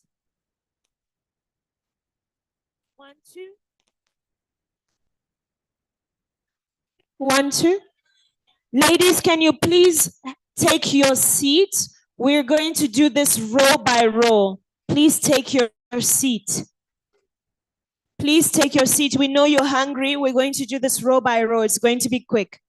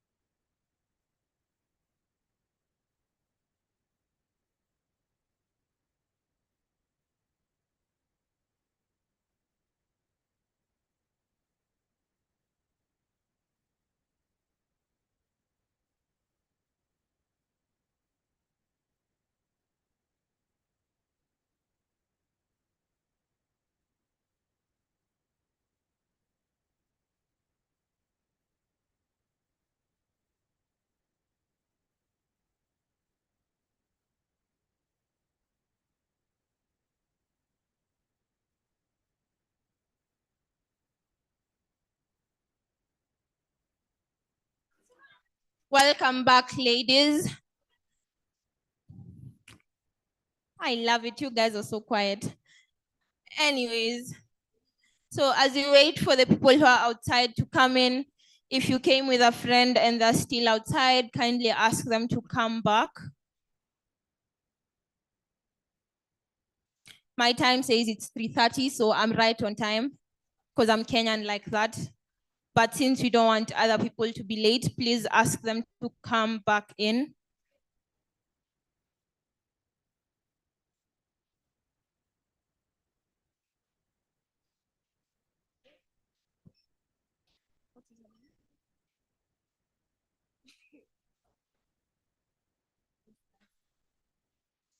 All right, ladies, so because we are far out of time, allow me please to usher us straight into the next session. So I wanted us to have a hype session, but we're gonna do that right after this next session. So ladies, our session now is facilitated by an amazing young lady here at the Amazon Leadership Initiative. And it does indeed sadden me that some of us are not back yet. So kindly, if you have friends who you came with and they're not here yet, kindly ask them to come back in.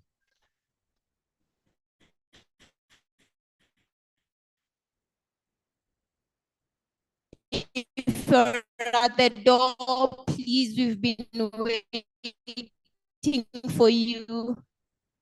We're waiting for you to sit down. Thank you, ladies. All right. So, professional, currently working as a security consultant at Cyber Ranges. She has experience working as an IT technical support, a project manager, a team lead, and a soft mentor for Siemens Empower Her program and the UN Women African Girls Can Code Initiative. As she takes the floor, Ms. Umaya is also a volunteer from She Hacks Kenya, an advocate for women in tech. And ladies, round of applause for her, please.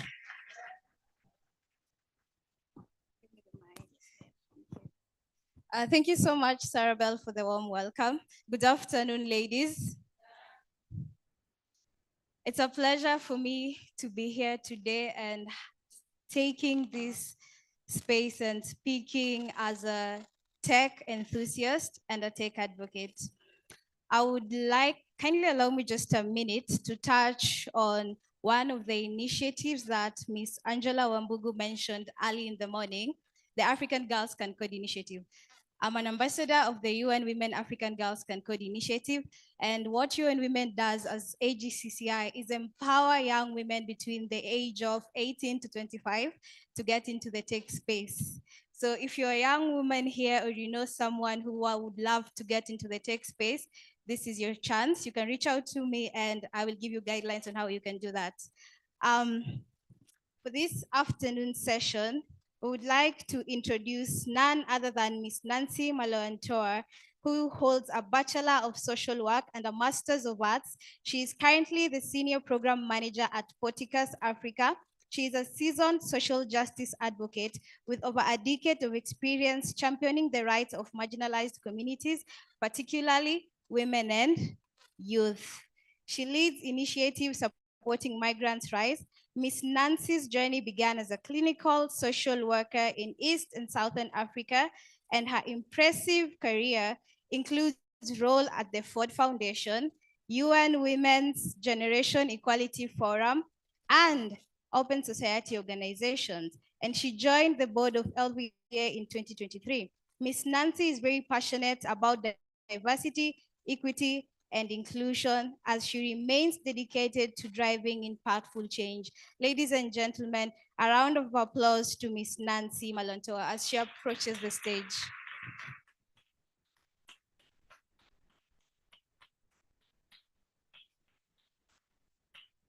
Thank you, Sumaya.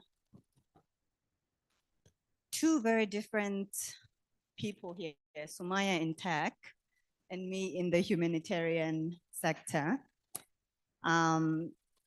So first of all, good afternoon, young leaders, young change makers, and older ones. I learned during lunch that there are some older people here in the crowd, including myself, but I'm very proud to be where I am today. So first of all, I'm very honored to have been invited by the Amazon Leadership Initiative to share with you my work trajectory in the public philanthropy space.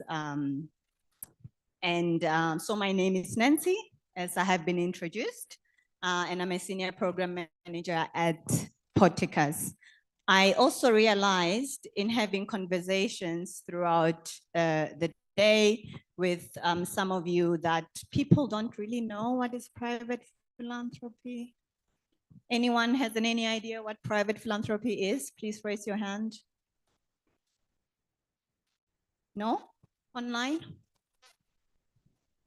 Okay. So on that note, I'm going to pivot. We've heard previous speakers sharing about their journeys as leaders, what they have done as leaders, what business leadership and management is, civic participation and management is.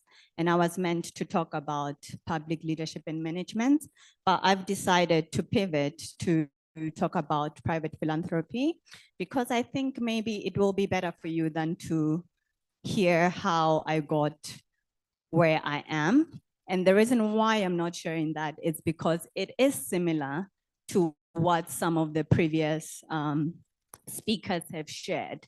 So I just wanted to bring something a little bit different to the table.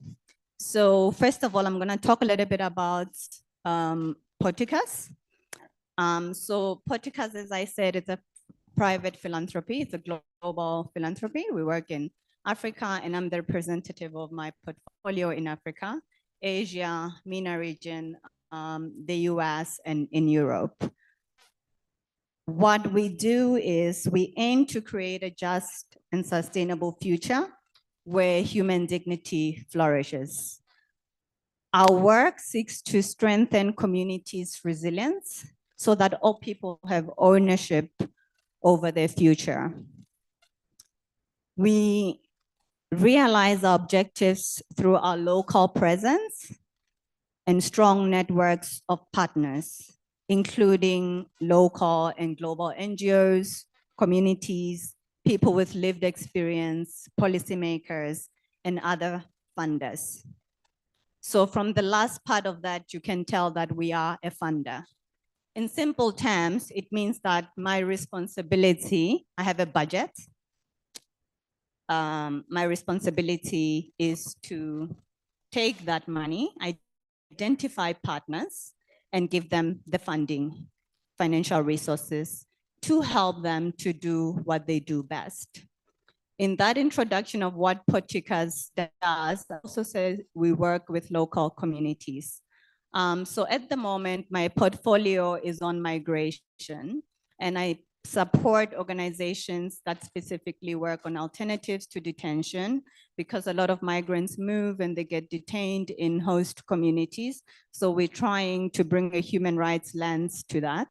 And the other part is supporting movement building and leadership of people with lived experiences. So what does that mean is that I then am responsible for going out into communities and identifying partners that work along those two programs. But more importantly, partners that really understand what it is to work with local community members. And the reason for that is that I believe that leadership, we are all leaders because we all have lived experiences, whether it be as a young woman advocating for sexual, reproductive, and health rights. You know best because you go through those challenges of accessing sexual, reproductive, and health rights. So we want to partner with young women and girls. We want to partner with migrants themselves and not just support large and international NGOs. And I thought that will be important to share that with you. So how I lead, how is this weaved into public leadership and management. Honestly, when I Googled what public leadership and management is, it's really about processes, practices, and principles that are involved in the way that we work that enables us to lead and manage organizations. So another thing that you don't know about philanthropy is that it's very diverse and it requires us to bring multiple stakeholders. So those stakeholders will be your governments, communities, activists, and it can even be individual activists, movements, civil society organizations, women's rights organizations, youth-led organizations, and the private sector. So this means that you need to have some skill that requires you to be able to build relationships with multifaceted stakeholders. All right, so you can't just be an activist and attend Emandamano. You also need to be able to sit with government and be able to negotiate. And I see my South African friend is asking, what is Mandamano? I live in Kenya now, although I'm South African. So that means toi for South Africans and protests, right? Okay, so you need to have multiple diverse skills. So one I'm talking about right now is the ability to be able to build relationships with multiple people. One day I'm an activist wearing sneakers. The next day I'm wearing heels, speaking to government people. So you have like different faces. That's very important. Another skill that is important to have is you need to be a researcher and an analyst. Because in order for me to identify the partners that can have an impact, I need to be able to understand the context in which they work. And you need to be able to engage with local communities as well. You need to be able to have writing skills. We write a lot of reports. So the job is exciting and it's also boring. So you also need to have administrative skills, the ability to write good reports. You need to be able to speak well so that you can engage with other partners, as I've mentioned. And I'm still learning to do that. As you see, I have my notes here. So I haven't arrived there yet. It is an ongoing lesson. So don't worry if you're not a great speaker. It's something that you can learn through practice. Unfortunately, you also need to be able to have financial skills because when you deal with money, you need to be able to have that financial acumen to be able to read financial reports. And because we work with local communities, sometimes it is my responsibility to also actually sit down with them and go through a budget with them in a way that I can then take it back to my institution and say, this is what the community has come up with. And the reason why I mentioned that is that I work in an institution where we still abide by systems. Some of those systems are still very much colonial. So they do need reports. You need to submit a proposal that I need to review. So it needs to meet the set standards and criteria. But what I'm saying is how I lead in this aspect is that I then engage with local communities. I am responsible to sitting with local communities, organizations.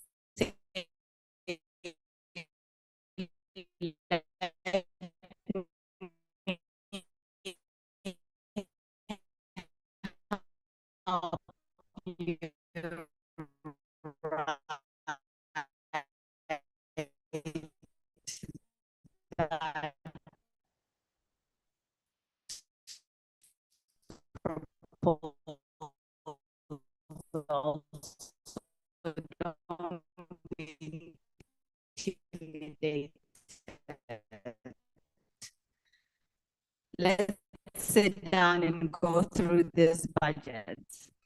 And then that is the extra mile that shows leadership that some of us take in private philanthropy to enable and generalist working in the space of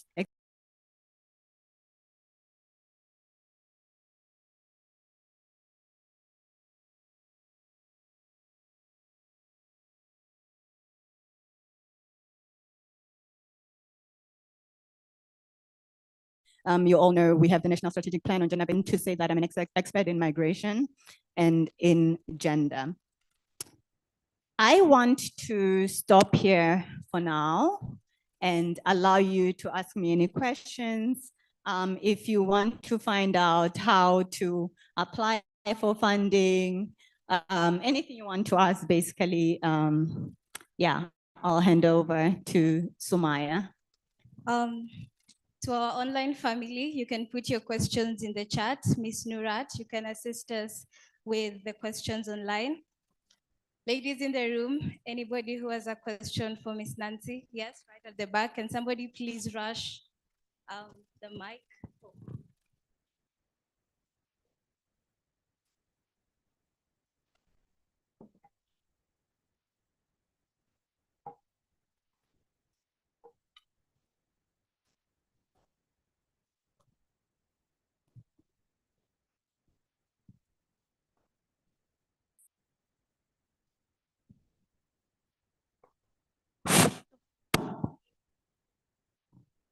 Sorry for that. My name is Kathy Chebet. I've just realized I haven't introduced myself.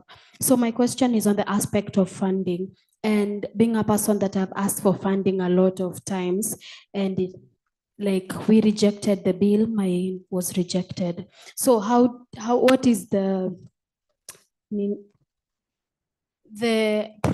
criteria for accepting proposals? And the second question is, for new NGOs, there is always you have to have been working for 3 years. Why?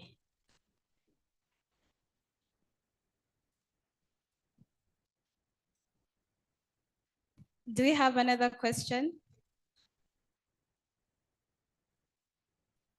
Okay, my question is, what inspired your generous support? And would you like a person in your next visit? That is, if you need someone. Sorry, come again. Okay, I'm asking, what inspired your generous support? And the second question is, like, would you like someone in your next visit? Like, I know you have got a foundation or maybe an organization. So what strategies do you use to hire someone who would inspire to become a philanthropist? I think we'll let our speaker answer those two questions first, then we'll move to our online family. Thanks, Maya. Great questions. The first one, there may have been multiple reasons why your application was rejected. I don't know why. So what I know is that right now, part of my work involves engaging with other donors and philanthropists to say that what is the best practice when we do calls for proposals. Currently, where I work, we don't do calls for proposals.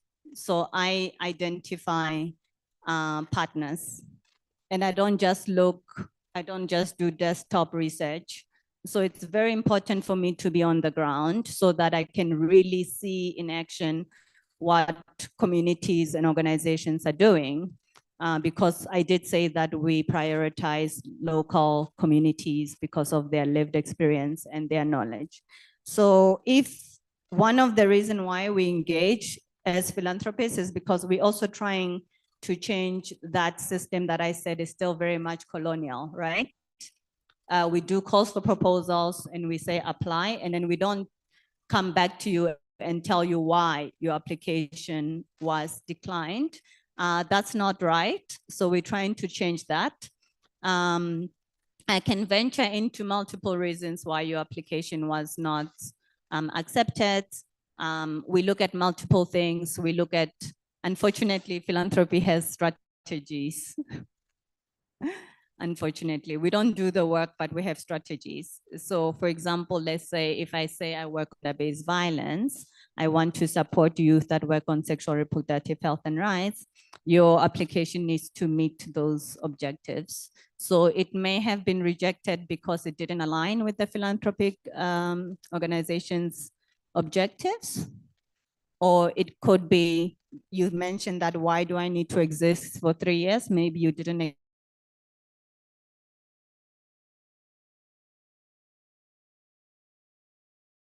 an example of that, I funded an organization that they literally just had a registration and nothing else. They don't have a strategy. They don't, we help them open a bank account. So lots of philanthropic organizations, they don't do that. And the reason for that is because they're saying they don't want to risk. If you haven't existed for longer than 3 years, then they don't trust that you can do the job. Again, those are one of the things that we're trying to say that's actually not fair, and we should take the risk, because philanthropy money, it's controversial in itself, so they should be able to be to lose some monies. I was trying to think of a diplomatic way to say that, but I failed. Yeah, so I think from your question is some of the things that I mentioned, that this is how we lead as people working in philanthropy, is we really working hard to try to change those systems to make sure that money goes into the people who do the work and who have the experiences. And that is why, for me, I always take it upon myself to sit down with the people who I'm approaching to apply, to make sure that their application will get passed, by sitting down with them and helping them with that.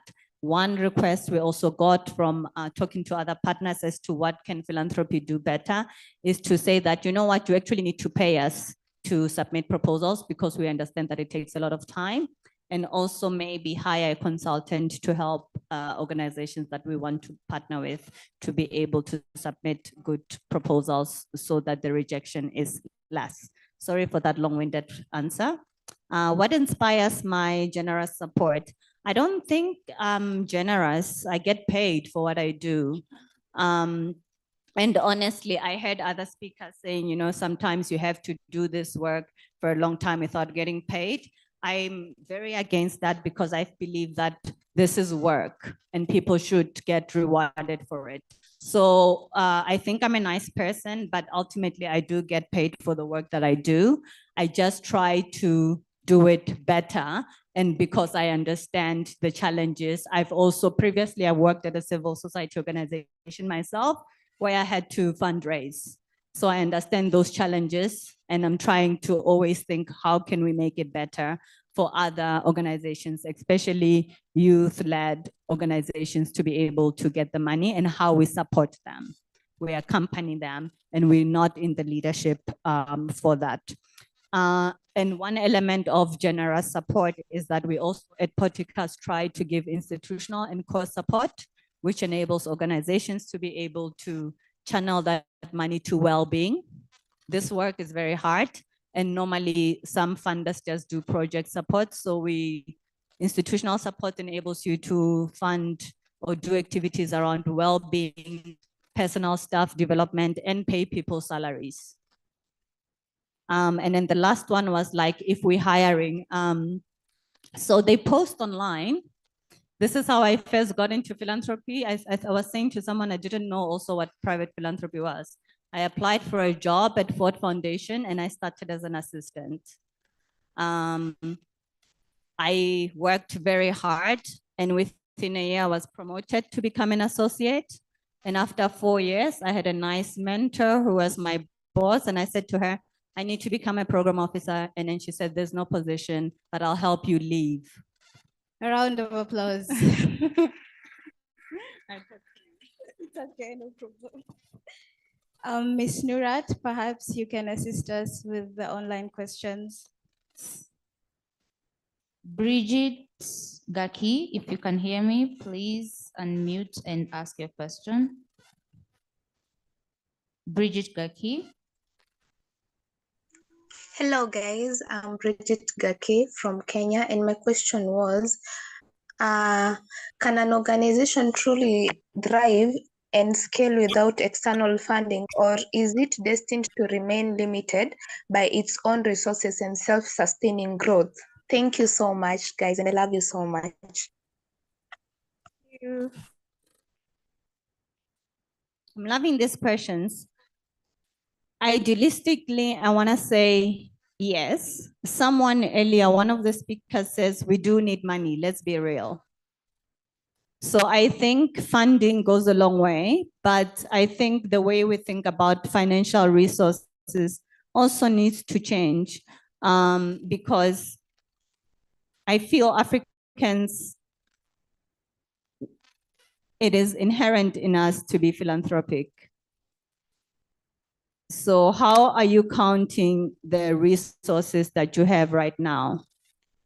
And how do you measure thriving and growing? So I don't want to take away from the fact that we do need money because it's important, but also you need to ask yourself, how do you measure thriving and growing? For me, I would say if an organization is able to pay salaries to its staff, have benefits, enable staff to take leave, they have well-being, and you are making an impact, then you have grown. If you want to become an international organization, then definitely you're gonna need way more money than what you get. So I think it depends on where you want to, how far you want to grow your organization, and what resources become more important. Thank you for that. Second question, Nurat. All right, there's a question. Diana Wanjiru, if you can hear me, if you can hear us, please unmute and speak. Diana Wanjiru.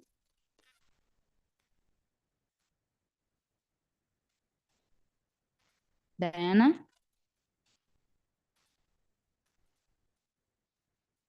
All right, I'm gonna read out Diana's question.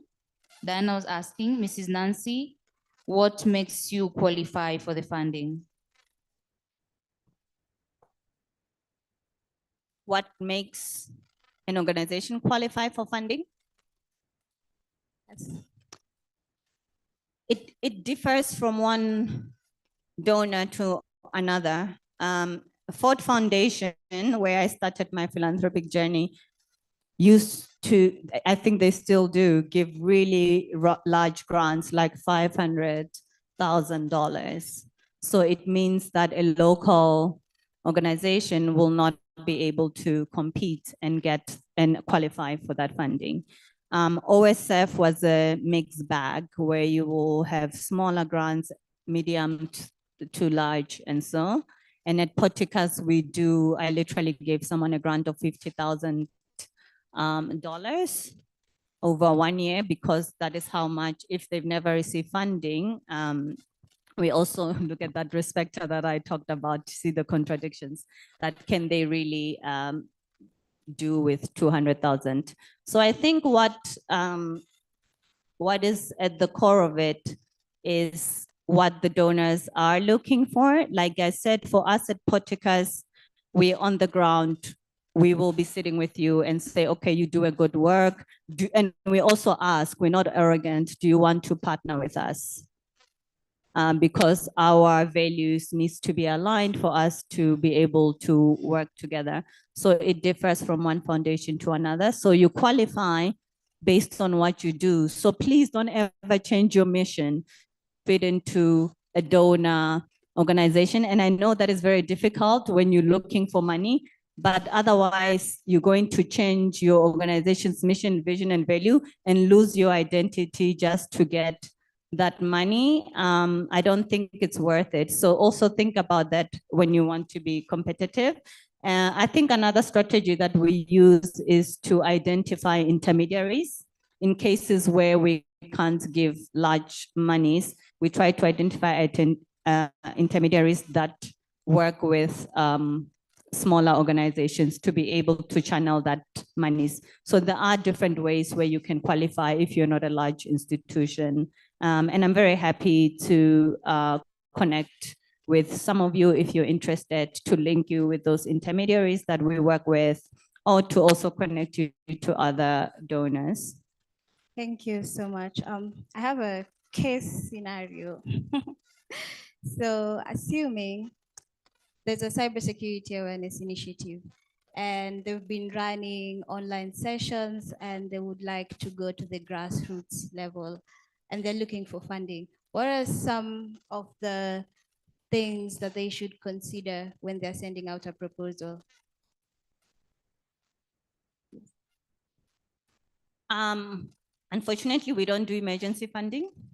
We asked that, we have a strategy, but what if something happens now? For example, the protest that happened in Nairobi, how are donors able to support that? Because that's something that happens, it's an opportunity, it's a moment, you want to leverage on it.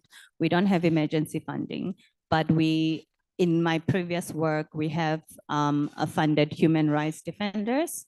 And then sometimes what we do is we say to an organization, you can have a reserve so that when there's an emergency, you don't have to apply from the beginning. You can just draw from that money. So I think the criteria for applying are similar.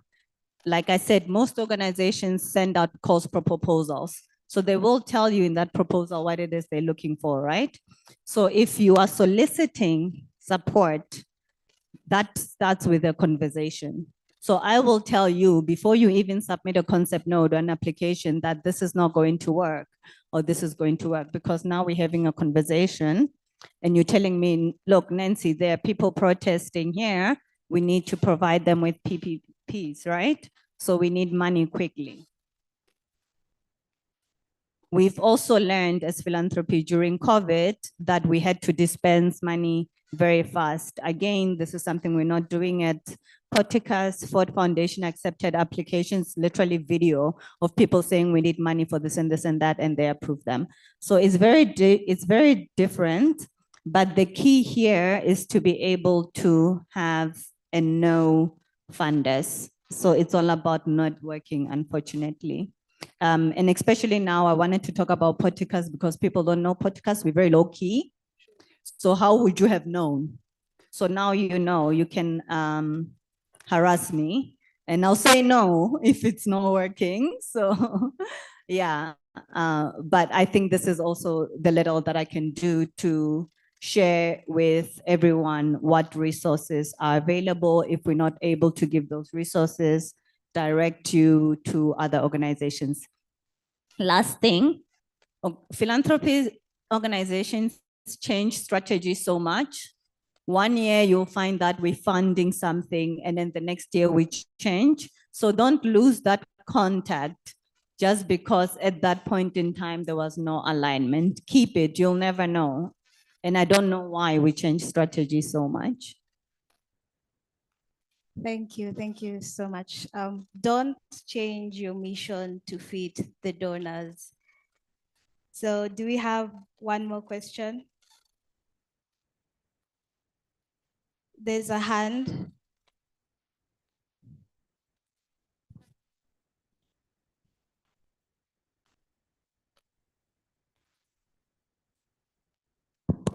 Hi, my name is Pascalia Namonja. I am a software developer by profession. And my question is, actually I graduated last year and I've been volunteering.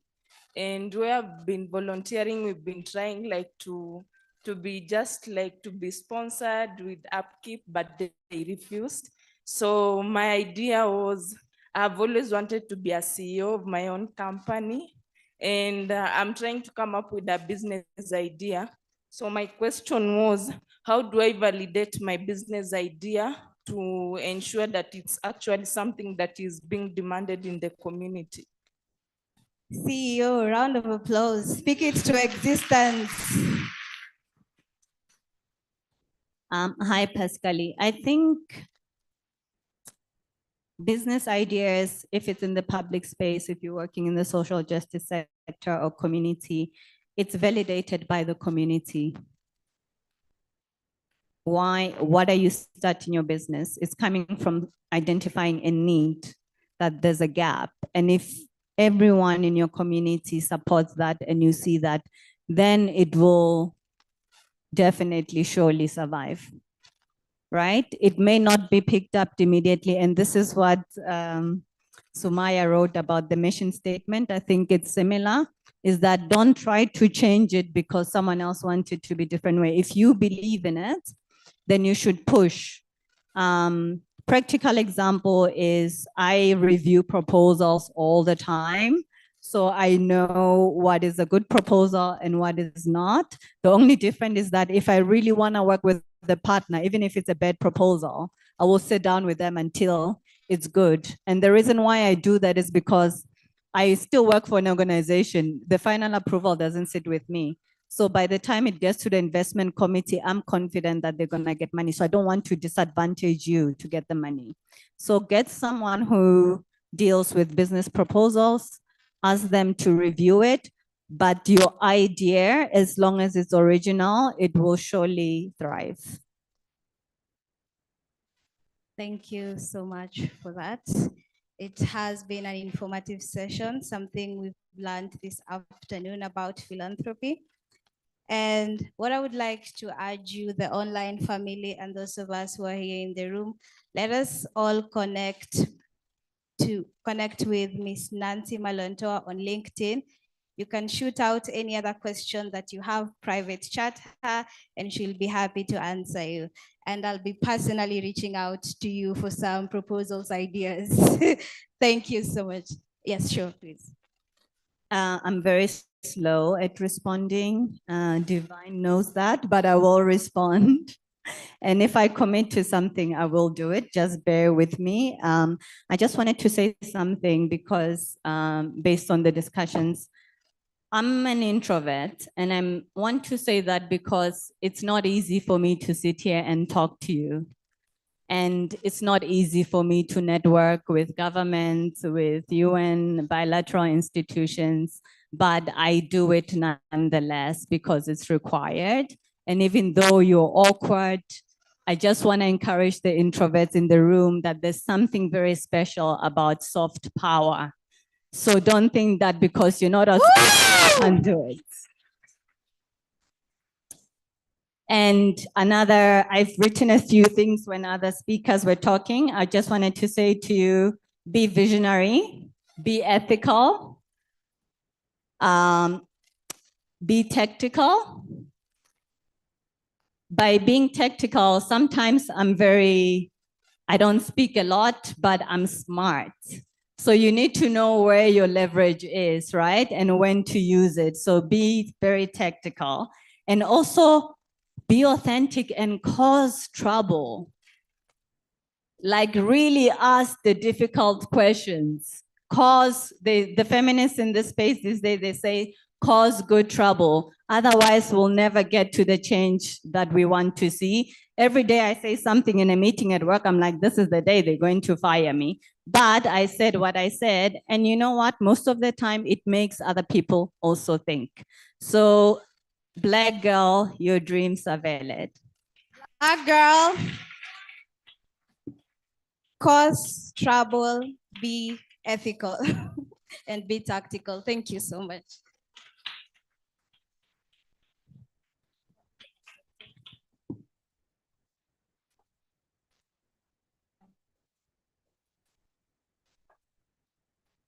Ladies, round of applause for them once again.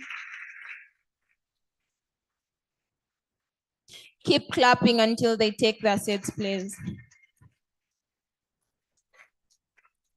Don't let it die down. Keep clapping. Keep clapping, keep clapping. All right, ladies, so we are going to engage our online family. From our viewing centers, we'd like to hear from you.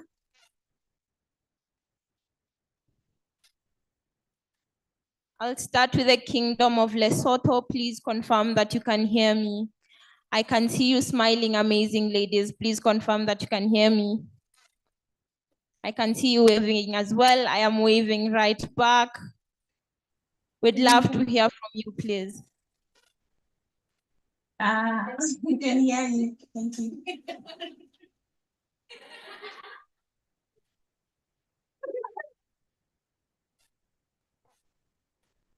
All right, please introduce yourself and in 5 words, tell us what you've learned today. Okay. My name is Ntagiseng Sunamieli, a YFL from Lesotho. I can't do it in 5 words. I'm so sorry. This has been very productive for all of us here.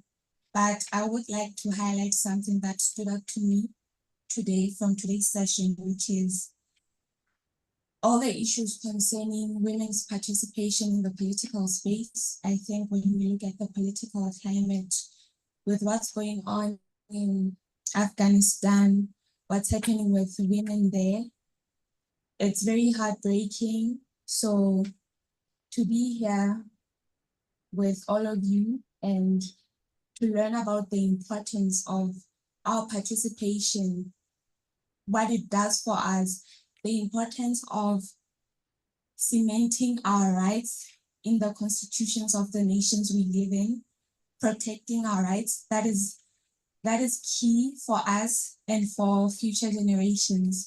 So I thank you very much for that session. Thank you very much. It was amazing to hear from you, Kingdom of Lesotho. Haibo Kenyans, that is not how we thank you. All right, now on to Nigeria, if you can hear me.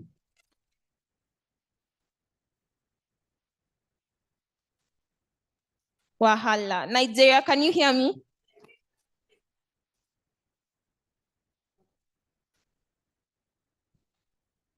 Please stand up. Hello. Good afternoon. We can hear you. Please proceed. Good afternoon. Good afternoon,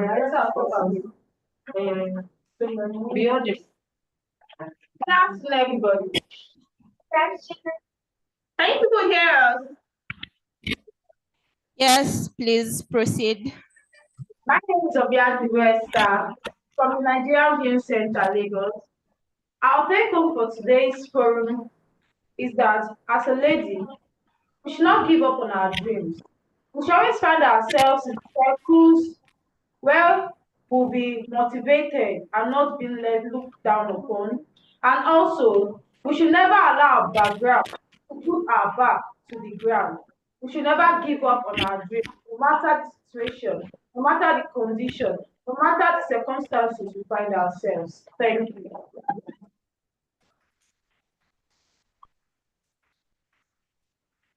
Kenyans, you have a thing for Nigerians, eh? You do? Okay, thank you so much, Nigeria. Our viewing center in Uganda, our neighbors here, a round of applause for them as well. All right, Uganda, if you can hear us, please, the floor is yours. Yeah, we can hear you.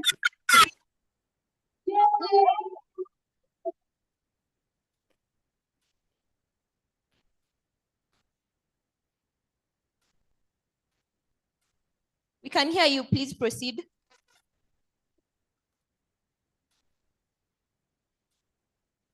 Uganda, if you're speaking, we are unable to hear you.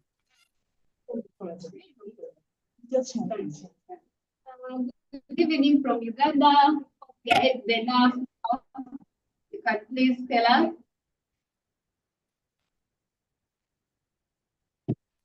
Hello. Yes, good evening from Uganda. My name is Natasha Ayereza, one of the participants and one of the people who have been chosen to take part of this initiative. I want to take this honor to thank everyone who has been participating, both from online and physical. We were not able to be physical with you, but gladly we were with you online. Here from Uganda, we want to really say that we have gained a lot. We have explored what it means to live with a purpose, to embrace the challenge and to create impact.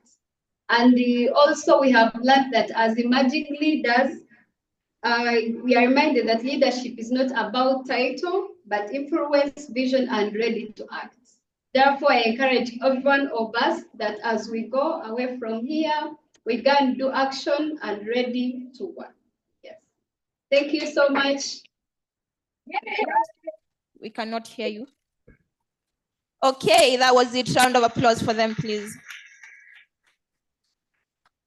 Now on to our viewing center in South Africa. I think one thing I find interesting about South Africa is that everyone can literally dance. They don't know. Okay, can you hear us? Yes, I can hear. Can you hear South me? Africa? Yes, please, the floor is yours. Okay. Good afternoon, everybody.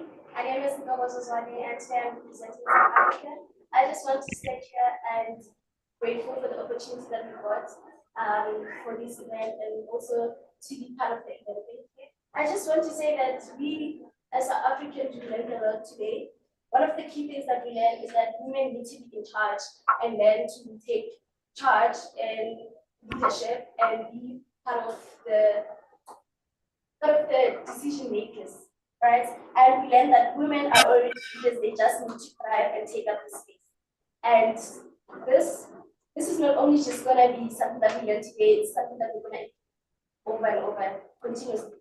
Thank you.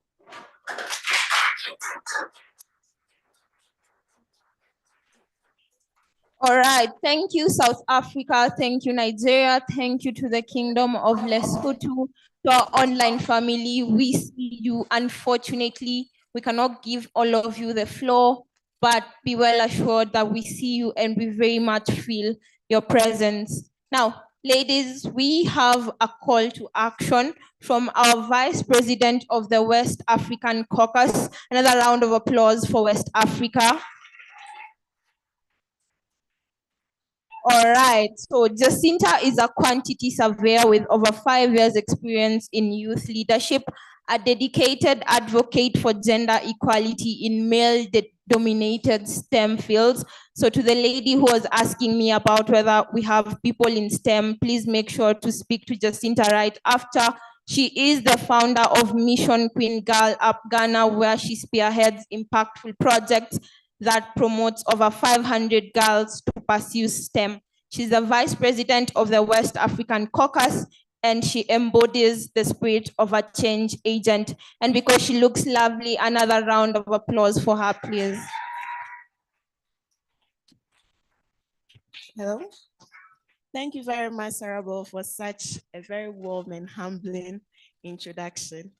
I'm Jacinta, like she said, and my job here is very simple. I would like you to pay very rapt attention because though my job is simple, I have a very important message to pass on as well.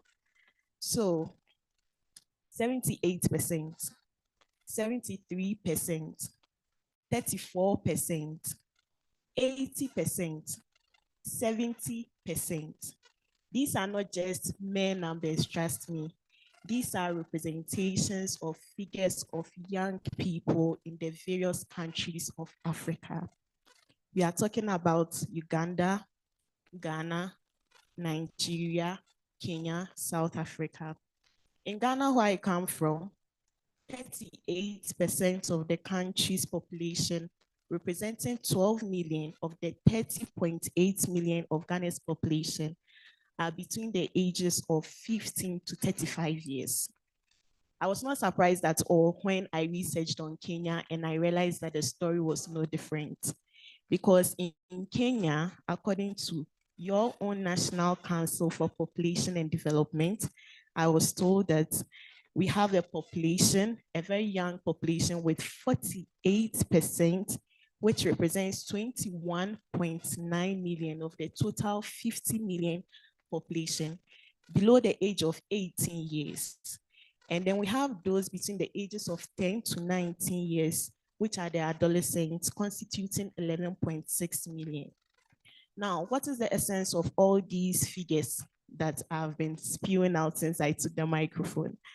The story I want to tell is quite simple. The agenda to set Africa on a path to sustainable development begins with you. Yes, you seated in this chair watching me right now. Africa's development depends on every single one of us seated here watching me. We must, as a joint stakeholder of our vision, TheALILF's vision, to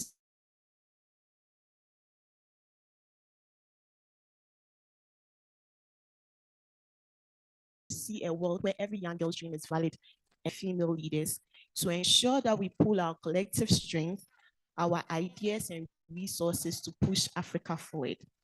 By all means, we must achieve an Africa where every young girl's potential is fulfilled, leaving no one behind. And in these 2 days, trust me, we've heard it all. We've heard about challenging the opportunities that come our way, says Dr. Ann Kamau, believing that we belong in every room we step into, either as a decision maker or as a contributor, says Miss Mary Zobo. Don't wait for anyone to give you permission to shine, because don't wait for anyone's permission to shine because your dreams are valid. We all have stood or stand on the shoulders of giants and our ancestors to rise. And so do not be afraid to seek mentorship. In fact, it is a necessity to success, says our US Ambassador, Her Excellency Stephanie Sullivan. The power of quiet diplomacy was emphasized by Ms. Chelsea. And you don't always have to wait on others to invest in you. You can make a decision to invest in yourself, says Ms. Anita. It is normal to face imposter syndrome, especially in spaces which are not designed for us. And I speak about that very proudly as a lady in a male-dominated construction industry. We say again that I come in peace, but I mean good, says our Vice Chancellor, our Honorable Professor Hutchison. And then to sum this all up halfway, I know some of us have indeed heard everything that has been said here, and we have this fire burning in us to want to pursue greatness. And we have vowed that we are not going to fail dearly, and we are not going to fail Africa, we are not going to fail ourselves. But then again, we have fear looming in our minds, because there is that question, actually, who am I? Who am I that my dreams are valid? Who am I that I can go ahead and start that thing I've always been thinking and dreaming about?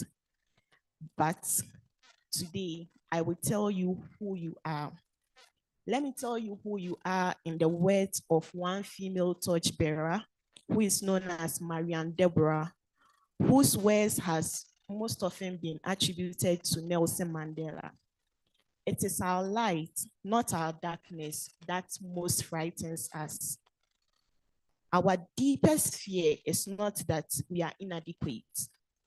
Our deepest fear is that we are powerful and powerful beyond measure. It is our light, not our darkness, that most frightens us. We ask ourselves, who am I to be brilliant? Who am I to be gorgeous? Who am I to be talented and fabulous? Actually, who are you not to be? You are a child of God. Your playing small does not save anyone. It does not even save yourself. There is nothing enlightening about shrinking so that others don't feel insecure. We're born to make manifest the glory of God that is within us. And the good thing actually is not that this greatness is not just in some of us, it's in all of us.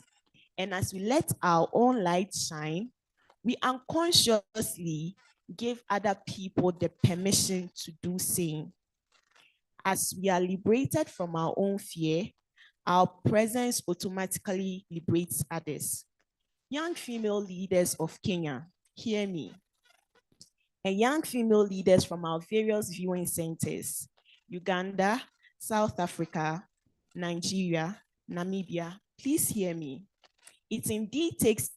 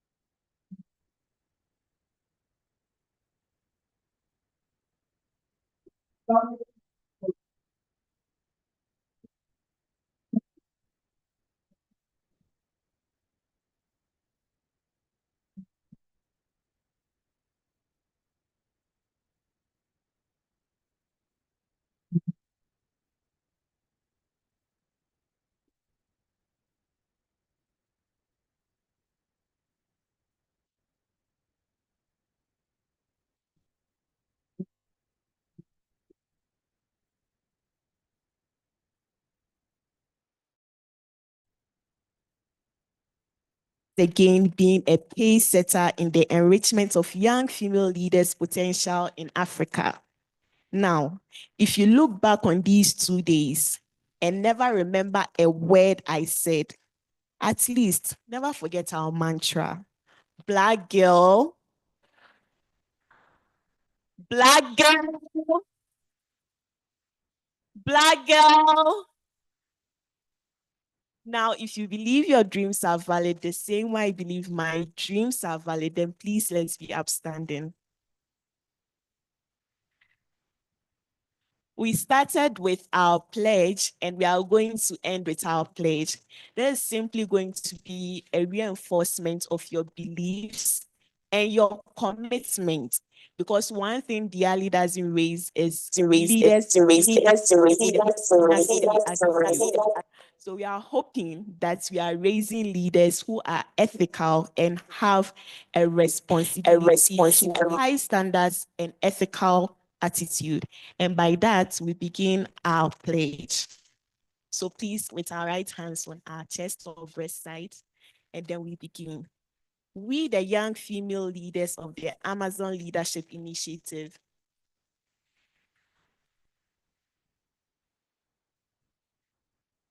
pledge to do our best to champion gender equality as a fundamental human right and as a catalyst for societal progress. Empower women and girls through education, mentorship, and sharing opportunities.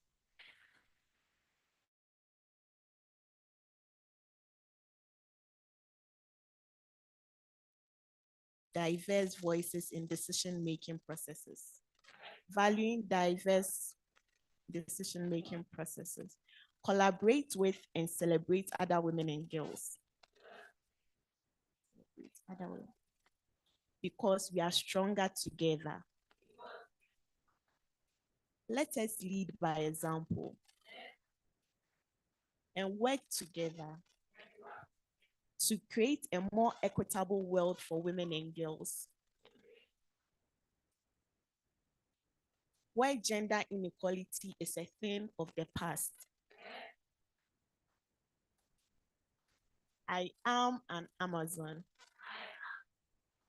I am confident in myself and my unique abilities. I will never despise my worth, talents, and potential. I am a leader, an impactful voice, and a positive role model.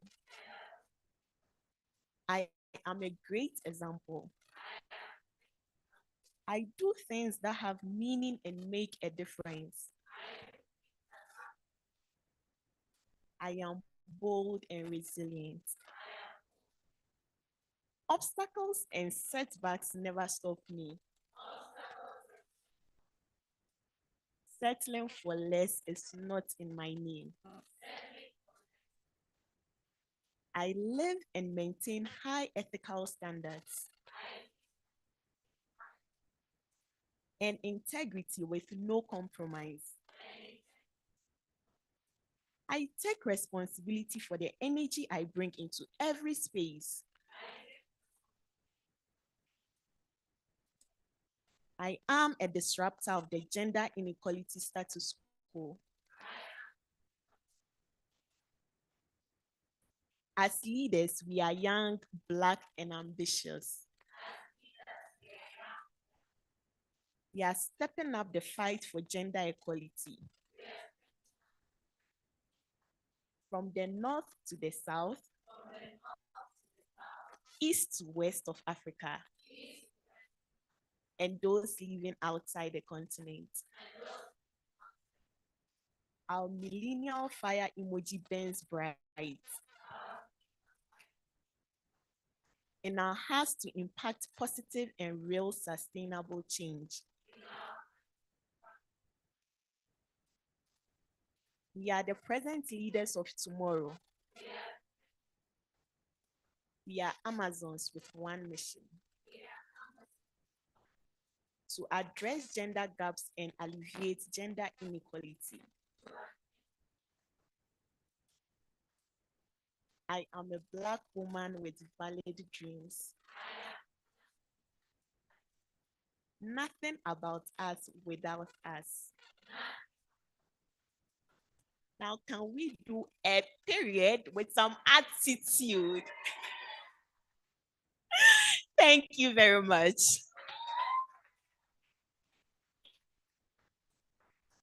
Please, you may be seated. All right, ladies.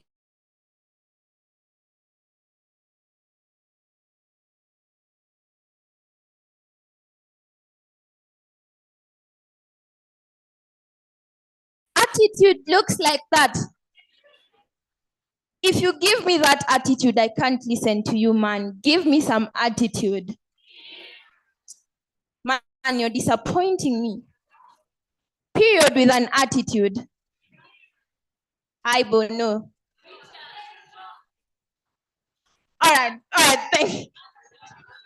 All right, ladies. So we have an amazing lady to speak to us, but period.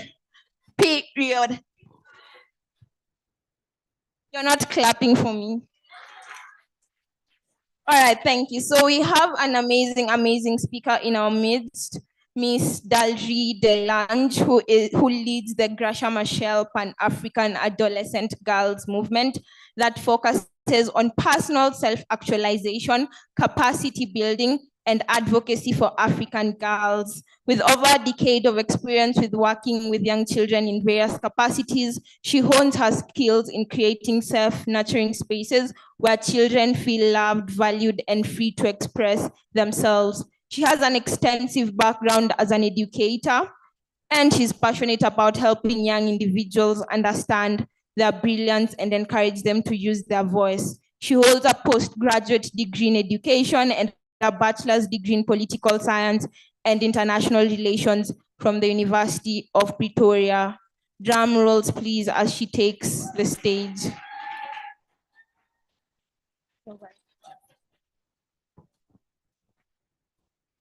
Thank you. Ooh. Hey, ladies. Hey.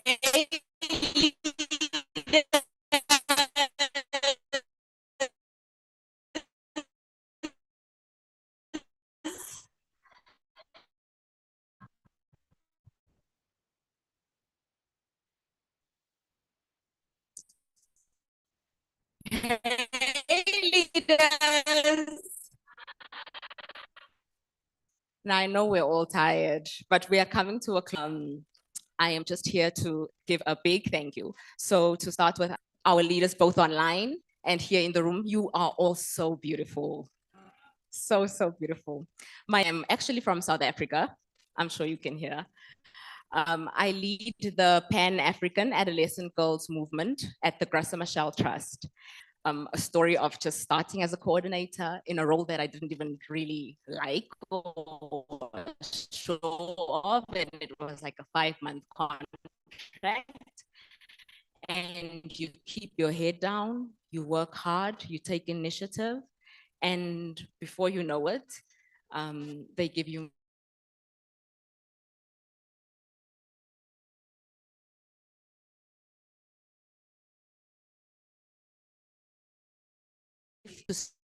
all of you, each and every one of you, but also the ladies who have been working tirelessly behind the scenes to put this together. So I want us to just take a moment to stand up and really, really give them a big applause and shout. Come on.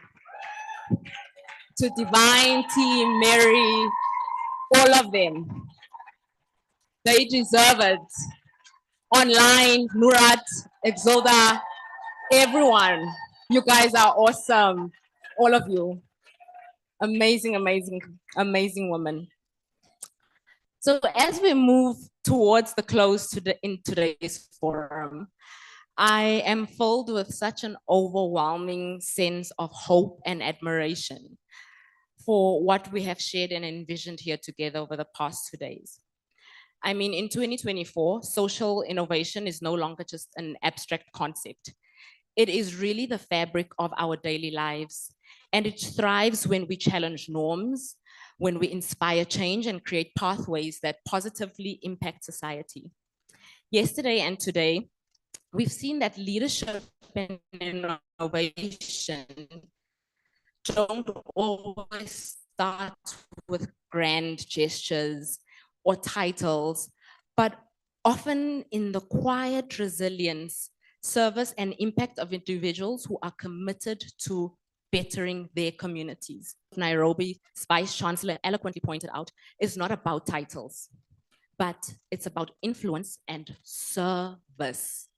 True leadership is inclusive. It requires teamwork, feedback, and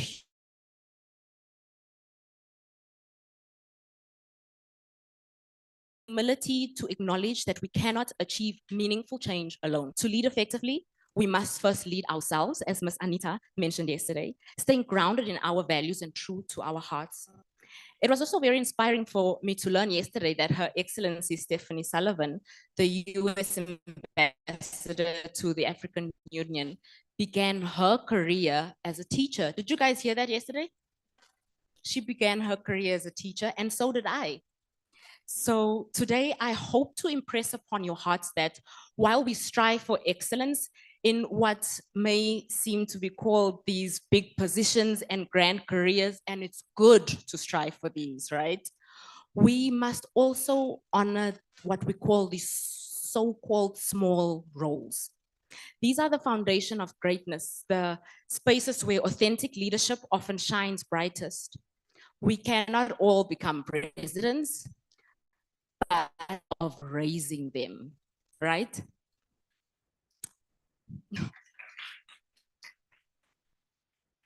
Police women, civil servants, and teachers all play a massive role in leading our continent.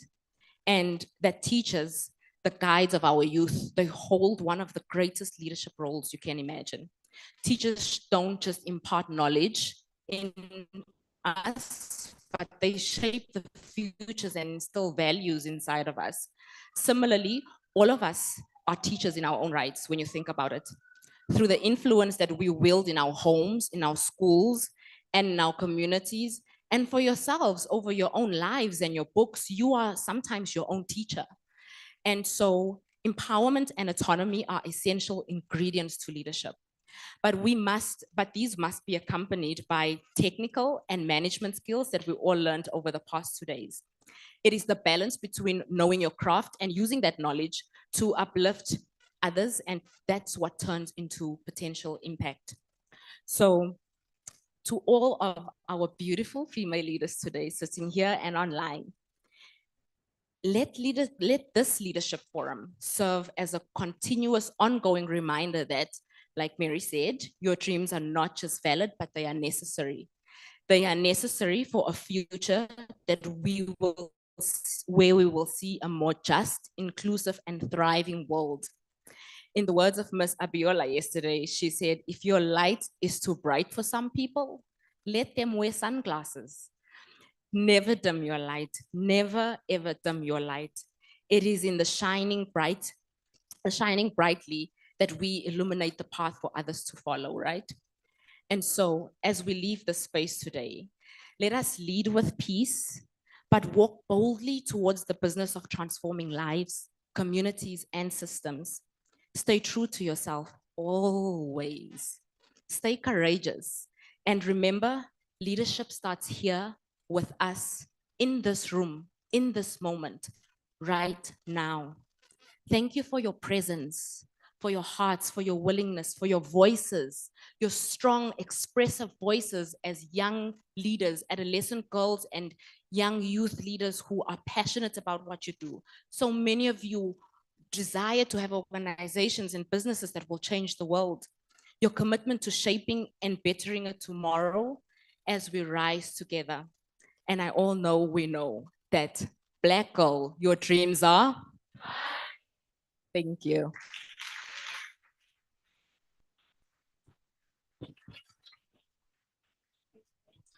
Nothing to add to that. I like to add my voice to people's voices, but today nothing to add to that. We have another speaker, Miss Frey Siyum Tades, who I'd like for you to drum roll as she takes the stage. But first, hi, boy, you guys are not good at taking instructions.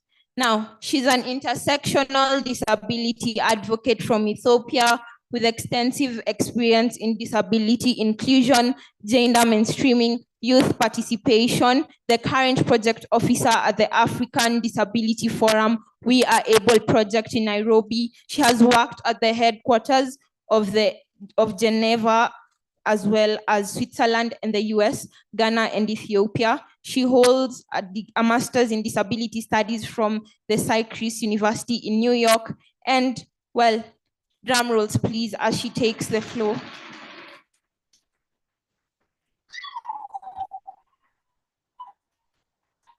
Thank you.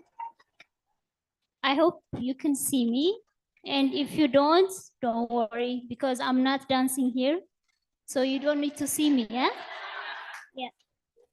So I'm not going to introduce myself because they have already done, but the only thing that I would like to mention is now I'm not working for African Disability Forum. So I am working for GIZ African Union Office as Gender and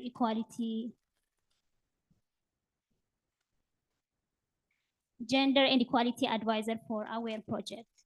So, I mean, these past 2 days, it's been incredible to listen to amazing stories of young women. And it really helps me to also reflect my own stories. Sorry. So my stories as a girl, my stories as a young woman, my stories as a silence breaker and also justice seeker, my stories as a leader, not the leader of the future, but the leader of the present, actually the leader of today. So from the stories that I have heard, I learned that we have so many things that we share. That means we all are in the same boat in so many ways. But I also learned that we all are in the same boat. We are in different storms. So to briefly share my own stories, my story as a girl, I grew up in spaces where I didn't see a woman that looked like me, that I could take as a role model, a woman with disability. So imagination really helped me to dream big enough that I could be a role model for future girls with disabilities. Well, dreaming big wasn't also enough, but I have to reach out to other people because of barriers that I face, stereotypes, social misconception about persons with disabilities, physical accessibilities, infrastructures in schools, public transports, and also systemic barriers really hindered me to thrive and survive. So I had to also be creative and resilient and also reach out to getting community support like families, friends, neighbors, and teachers to help me survive and thrive. So moving fast forward, joining the youth chapter, I didn't know that my passion is until I graduated and joined the workforce. It was the time that I joined an organization in Ethiopia that focuses on inclusion of persons with disability. That also helped me to realize who I am as a woman with disability, as a young person with disability. So I became curious to learn more about disability inclusion, disability rights, and also be curious to know what happened in other parts of the world, what policies and legal frameworks and practices happened in other countries. So I got a scholarship from Open Society Foundation to do my master's in disability studies, where I had the opportunity to really engage with diverse international communities that are working on disability inclusion from intersectional approach. That really helps me to shape my career, but also my personal lived experiences.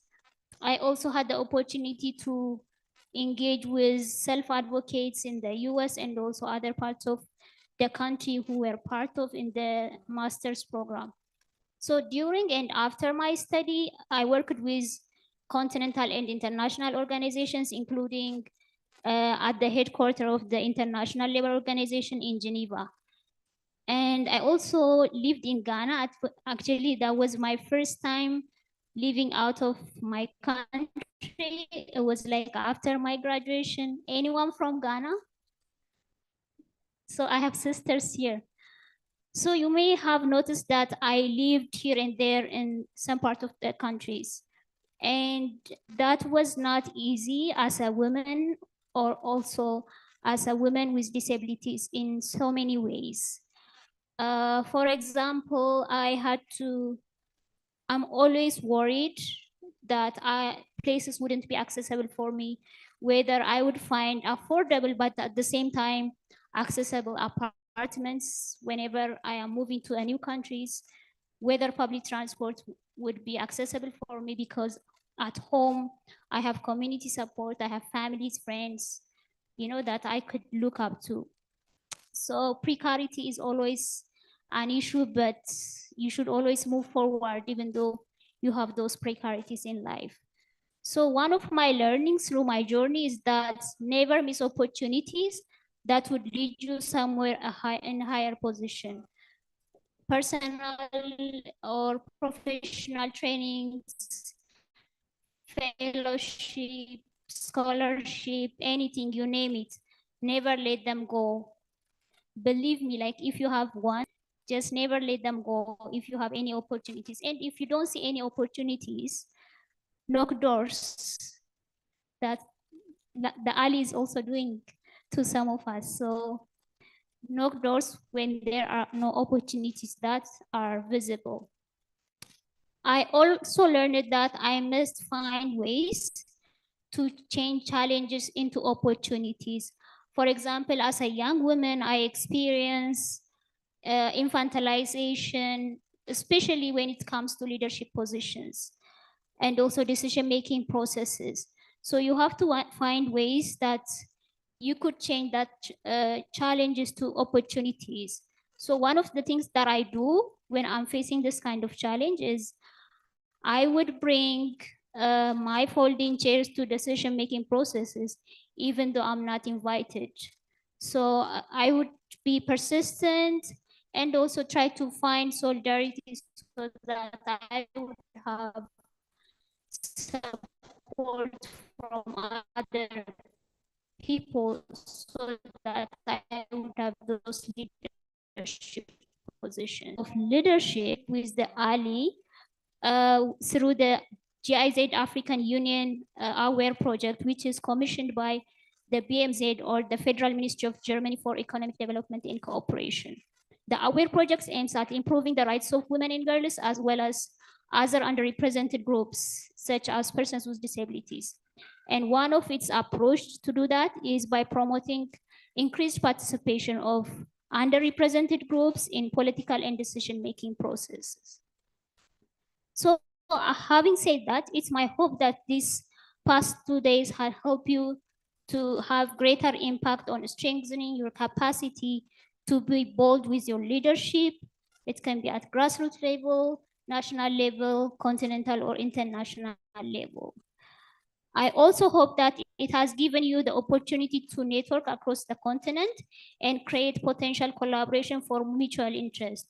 Not only that, but I do also hope that it has been an opportunity to be courageous, to bring your folding chairs to decision-making processes and leaderships, even though you're not invited to those spaces. Thank you also for inspiring me and also for feeding me with so much wisdom and knowledge. I would like to also acknowledge those of you who were courage to share difficult stories and also sharing your challenge that you have faced. So I would like to say thank you to you all and also to the organizers, and over to our host.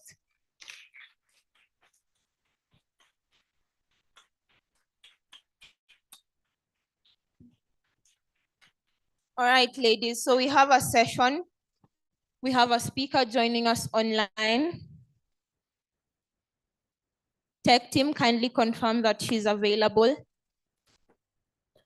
All right, so Miss Crystal Kibazu joined Defenders and Africa Defenders as a fellow in October 2022. And following her fellowship, she was retained and currently serves as a programs assistant, where she supports with project implementation and assists in the implementation of the Ubuntu Hub Cities initiatives, which provide protection support to at-risk human rights defenders across Africa. Miss Christabel, if you can hear me, the floor is yours. Thank you so much. It's a pleasure to be with you all. I'm not sure if you can hear me. Yes, please, we can hear you. Okay, thank you. Dear friends and colleagues, before I start my remarks, please repeat after me. And I know I've been tuned in here and there. I know you're a room full of energy, and I mean, you're young females. So please repeat after me. Together we rise, together we stand, together we defend.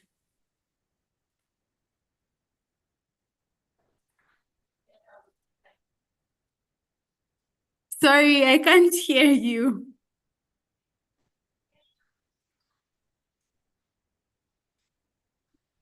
Together we rise. Together we stand. Together we defend. You're not even doing that together, guys. Wait, 1, 2, 3, go.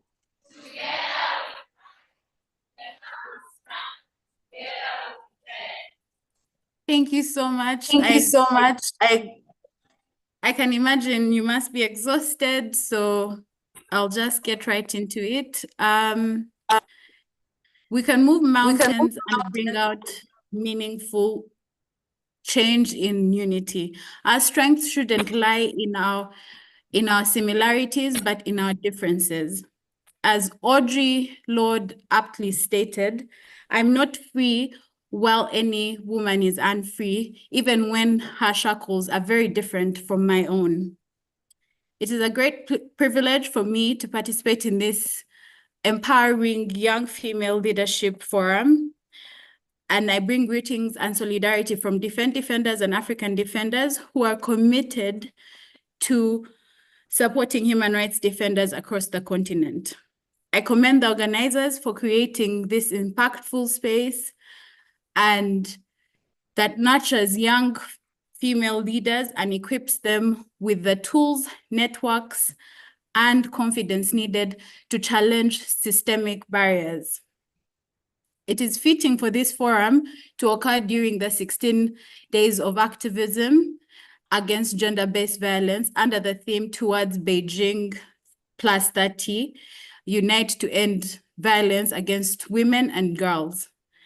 As we approach the 30th anniversary of the Beijing Declaration, we take time to reflect on the progress made and the ongoing challenges related to the violence against women and girls.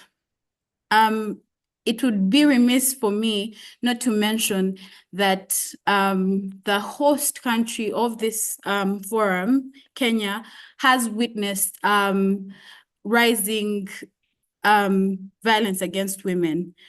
However, this year has been marked by strong resistance, characterized by numerous protests and marches, which will be culminated on the 10th of December with the hashtag #EndFemicideKE. I hope that whoever is able to attend and participate in that can participate and add their voice to such a deserving cause.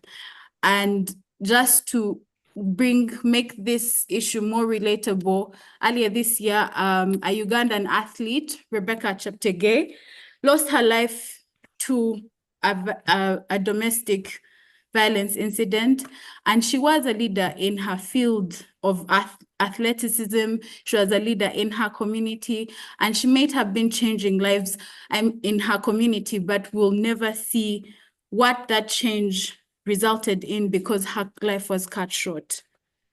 At Defend Defenders and African Defenders, we acknowledge the unique challenges faced by women human rights defenders and who often encounter disproportionate risks compared to their male counterparts. I'd like to share some of the initiatives our organization has developed to address these challenges. One, the Safe Sisters Fellowship Program, a program that's designed to equip women human rights defenders with essential digital security skills to navigate and respond to online threats they encounter. In a digital age where women, especially women human rights defenders and journalists, face gendered cyber harassment and online violence, Safe Sisters empowers them to stay safe, advocate effectively, and continue their crucial work. This initiative addresses the gendered aspect of digital threats, ensuring women human rights defenders can engage online without fear of harassment or violence. Secondly, we collaborate with the UN Women's Peace and Humanitarian Fund, in which we provide comprehensive protection support to women human rights defenders across the continent. This partnership ensures holistic assistance for human rights defenders, women human rights defenders who face heightened risks as a result of their human rights work or the advocacy efforts that they engage in. In addition to this collaboration, Defend Defenders and African Defenders also offers tailored support to women human rights defenders, including interventions that combat online gender-based violence, psychosocial care, and family support where necessary. This is something that we've seen in our field of work, which is supporting human rights defenders, that not many other mechanisms do consider that women human rights defenders are matriarchs and leaders of their families, and often the support that they receive only extends to the women human rights defenders and not her beneficiaries or her dependents. Thirdly, we believe and are deeply committed to supporting and enhancing networks for women human rights defenders. Where such networks exist, we provide technical support to enhance their capacity and their impact. For instance, we support the East African Women Human Rights Defenders Network, a crucial collective of women human rights defenders in the sub-region. Defend Defenders hosted the network secretariat for 3 years and continues to support its initiative. Additionally, we played a key role in establishing the African Initiative for Women Human Rights Defenders, uniting essential stakeholders across the continent. As we speak, African Defenders Coordinator is attending the 2024 African Women Human Rights Defenders Convention taking place in Ghana, in Accra, Ghana. What can we take away from the discussions that we've had today? There's been so much empowerment and so many lessons that have been given by all the wonderful speakers that came. And some of the lessons that we as African defenders have noted is that there is a potential for a strategic collaboration between Defenders, African Defenders, and this forum to strengthen regional networks of female leaders and human rights defenders. As we conclude this event, I invite you to reflect on the following questions. How can this initiative, the ALI, drive change in response to the emerging trends and challenges that young female leaders face? Specifically, how can you address issues such as shrinking civic space, online harassment, socio-economic inequalities, and cultural barriers that limit women's leadership? Second, what strategies can you implement to address these challenges and turn them into opportunities for growth and impact? Finally, where do you see opportunities for collaboration with like-minded regional and global networks? I'd like to conclude by emphasizing that initiatives such as these, focused on mentorship, education, and capacity development, are creating a new generation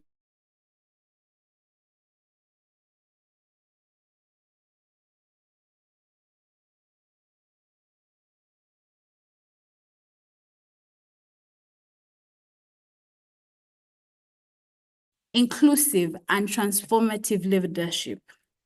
Your collective voices, ideas, and actions will pave the way for an Africa where women lead fearlessly and human rights are upheld and gender equality is the norm. On behalf of Defenders and African Defenders, we are honored to have partnered with all of you on this crucial initiative, and we look forward to seeing the growth and impact of this program on women and girls throughout the continent. Remember, I've picked up this wonderful, amazing phrase. Remember that Black child, your dreams are valid. Thank you, and may you continue to inspire with courage and vision. Thank you.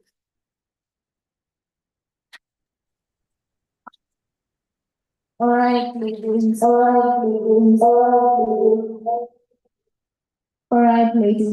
right. So we have a representative from the University of Nairobi and one whom you met yesterday, Miss Pascaline Bassett. Please, the floor is yours.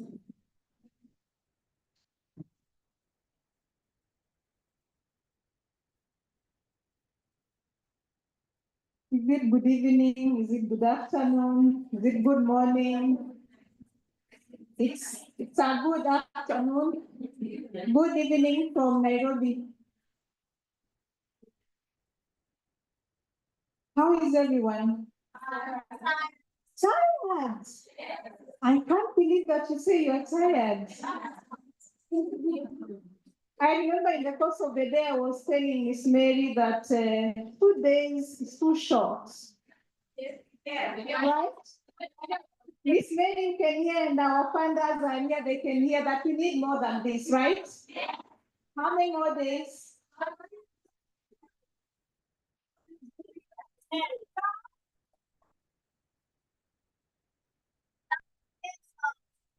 Okay, can hear all sorts of things, accommodation, so many transport, they are hearing.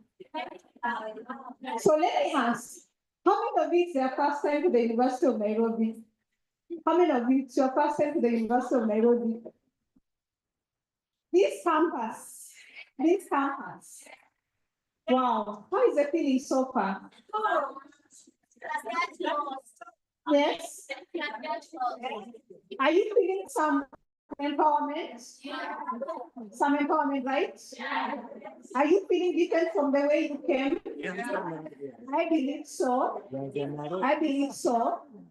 Of late, we say that education is the key to success, right?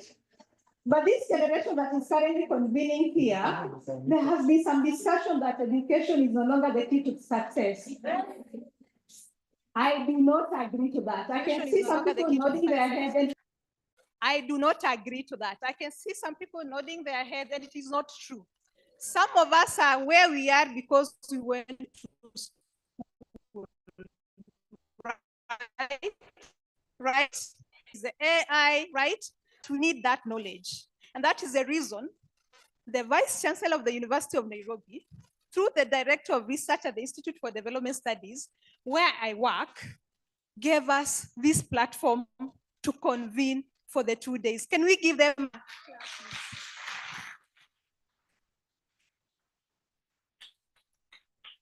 So just to begin, I'll try to be very brief. So my name is Pascaline Basil, and we've been co-hosting the 2-day convening with the ALI.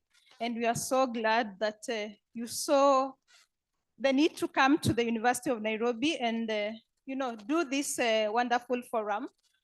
I feel there's a lot of energy, I see a lot of potential, in the room. And you are welcome to come and do this again another time. And my job is so simple. I'll share something small and then just do a recap of what the past speakers have said. My personal journey have been said to be a pusher, a go-getter, over-ambitious. Have you heard those words? And how do you take them? Positively, right? So that is what has made me who I am today, because I turn them to be positive. I turn them to be positive. When they say I'm a pusher, I say I'm a go-getter. It's not just about pushing.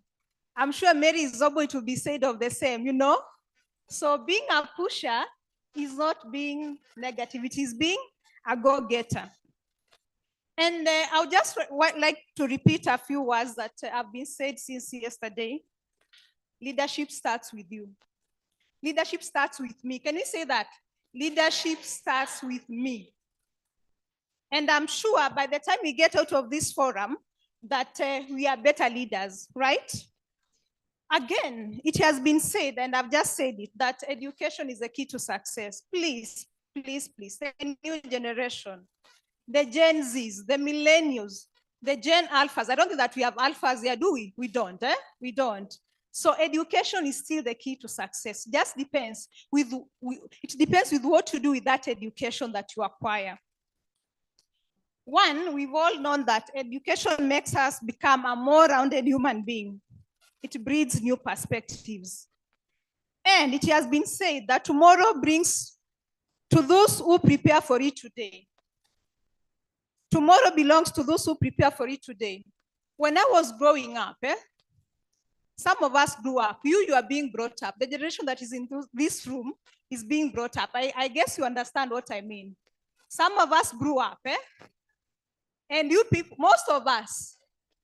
But the current generation seems to be, we are bringing you up, We are bringing you up. Those who get what I mean understand what I mean. But in this case, we are told to be prepared. And I was saying, when I was growing up, I grew up as a girl guide, What is the motto? I don't know how many girl guides we have in this. What is the motto of the Scouts Association? Always be ready, be prepared. Is that true? So that already tells you that you need to be prepared all the time. Even the Bible tells us to be ready to do God's work at all times, whether it's convenient or not. And yesterday, the speakers who spoke yesterday said, do it anyway. And remember, you are very unique, and everyone has his or her own path. My path is very unique, right? My path is very different from your own path. Those of us who are doing research in the transport sector, there's a very common saying that we say, Zusha. Those who come from Kenya, Zusha.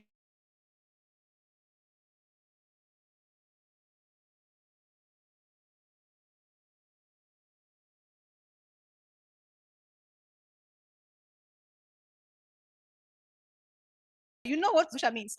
What is it in English? If you do not come out, people will not know your potential. Will we know your potential? We may not know your potential when you do not speak up. Zusha will not know who you are. And I'm happy I've been interacting. I felt like taking a book, to put a few points down so that I can also connect with you after this. So speak up, knock the door. Even the Bible says, knock the door and it shall be opened. Keep dreaming, keep going. be open-minded. I interact quite a lot with young people, and even from my own nieces, my nephews, this is what they tell me. They want my money, but not my life. They want my money, but not my life. You know what I mean? You know what I mean? You want my money, but not my life. You go think about it. And there is power of networking. Someone mentioned, our good facilitator said that there is power of networking. We need to be self-driven. I use this word quite a lot. Kujituma in Swahili. What is kujituma in Swahili?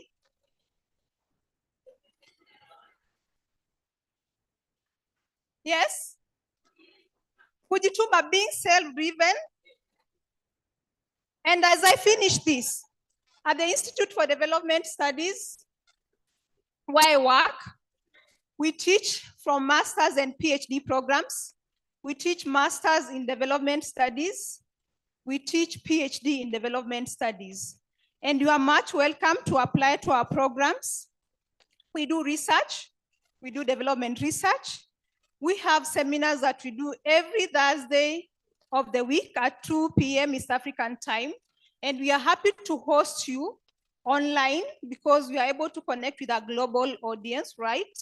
So write to us at ids@unbi.ac.ke. We also link students with, universities out there in the UK, in Europe, you can call it. We also working closely with the graduate guidance group that connects students with universities out there. We also have a very unique young professional program that we call it the AMID. AMID is the Advanced Masters in International Development. It's a one-year master's young professional program for young people. And I'm happy when, was it Nancy was speaking? We have been working closely with them. Their students are coming to us because it is an online international program and you can all benefit. But this is specifically for the people in the development space. And just to finish, the University of Nairobi is on social media pages, X, LinkedIn, Facebook, TikTok, Instagram, call them. But specifically the Institute for Development Studies on X is on LinkedIn and is on Facebook. So if you want to connect to us, look for, on X, we are at IDS_UNBI. On LinkedIn, we are the Institute for Development Studies, University of Nairobi, and on Facebook, we are the Institute for Development Studies, University of Nairobi. And as I finish this, a big thank you to our director, Professor Paul Kamau. I must say this is the reason why we are here, and our Professor Margaret Hutchinson for giving us a platform to be here. And we are so honored. We welcome you once again. And again, I am a Black child. My dreams are valid. Thank you.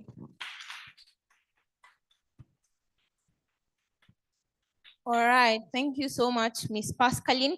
Now we have a representative, and not only a representative, but our founder and executive director, Ms. Mary Izobo. Drum rolls for her, please.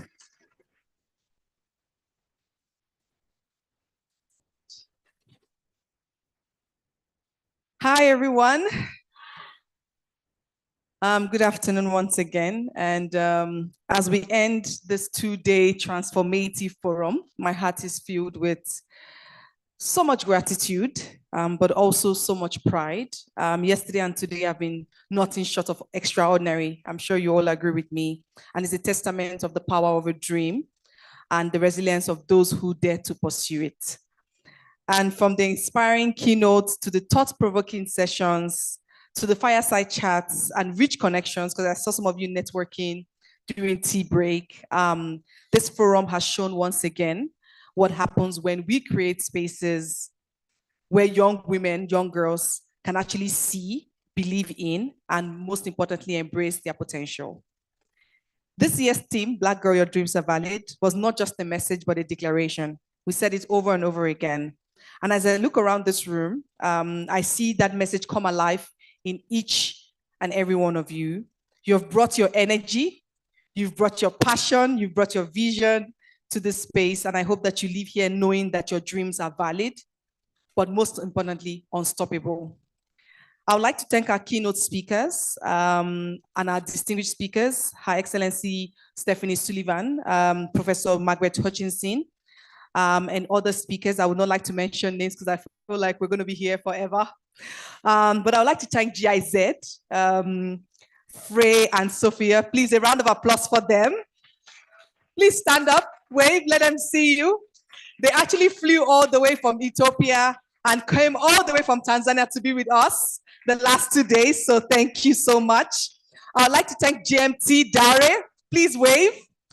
Who flew all the way from South Africa to actually be with us. I'd also like to thank African Defenders, Isabella, IMF, he was here yesterday, and as well as Akili Dada, but I'll also most importantly like to thank Anita, who's one of our guest speakers, who's been here the last 2 days, sitting and listening to us. So please wave, let them see you.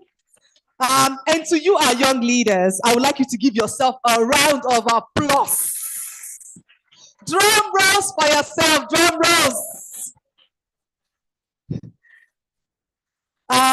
You're why we gather here year after year. This is our 4th forum. You're the reason why we gather year after year. You are the raison d'etre. You're the heartbeat of this forum, and you're the future of leadership. And because of you, Africa is brighter.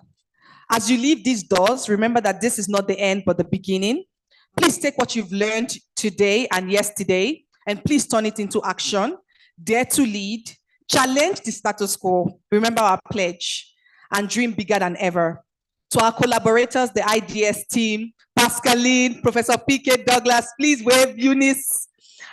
We just want to thank you for hosting us, for partnering with us, and for making this forum a reality. I would like you a round of applause for the drone guys, the photography, the oral media, the Zoom guys. They've been amazing. I'm sure they've taken you so much pictures, done all the video, as you can see ourselves on the screen, the Zoom team. They've been working tirelessly the past 2 days, ensuring that everything is a success. I'd like to thank our board members, Crystal, wave please, our board chairperson. She flew all the way also to be here the past 2 days. But I would like to thank the associates, and this is different. To the associates, I'd like to call them to join me on the stage, because without them, this forum would not exist. So I'd like to call them in no particular order.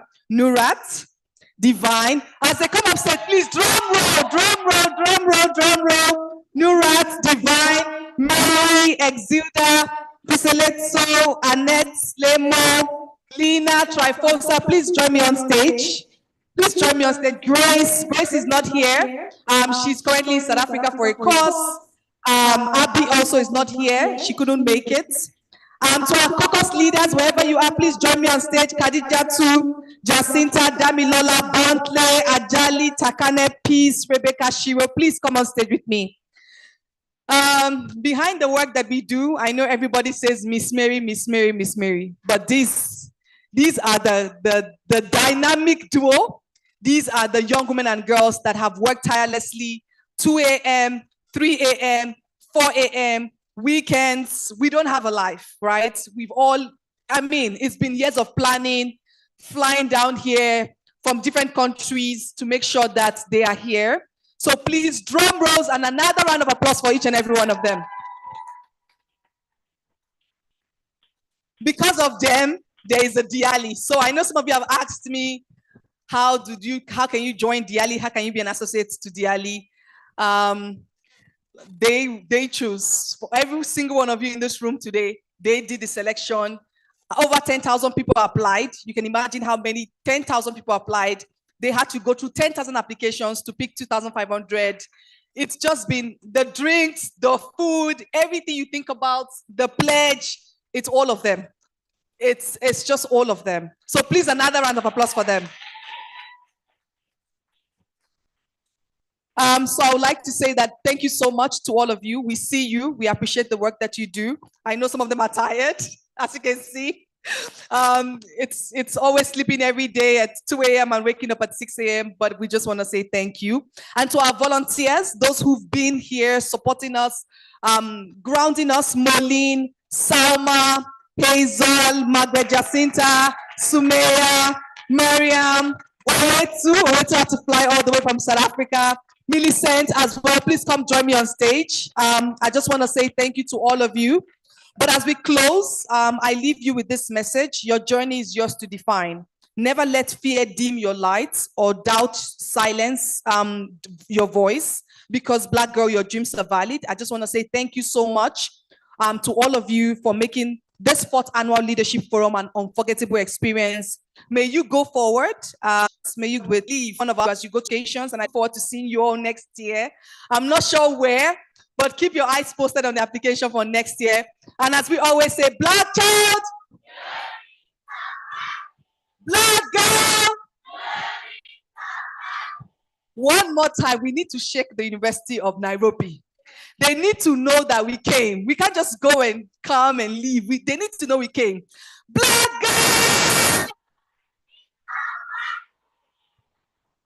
And this is where I say, I don't want to say Obama out, but I'll say DeAli out.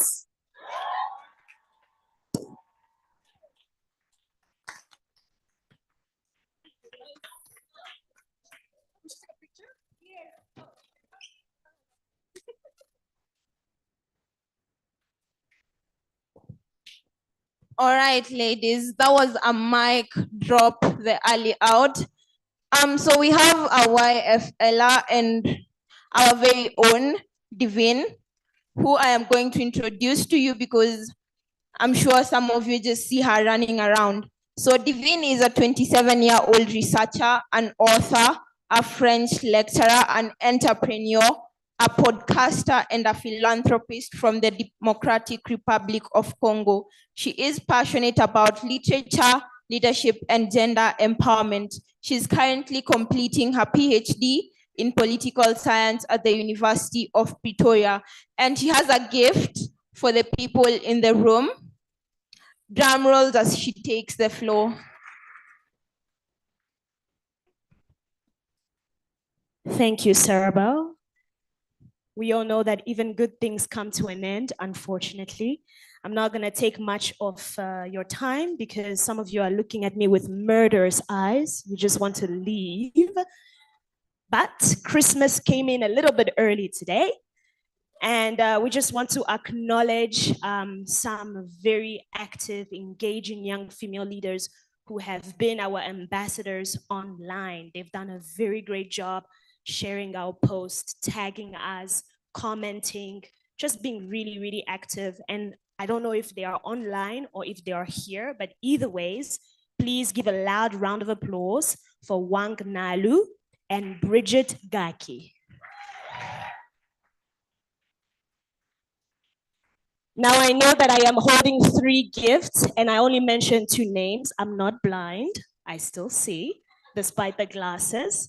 So this 3rd gift actually will go to the person who can quote one of the outstanding things that our speakers have said today.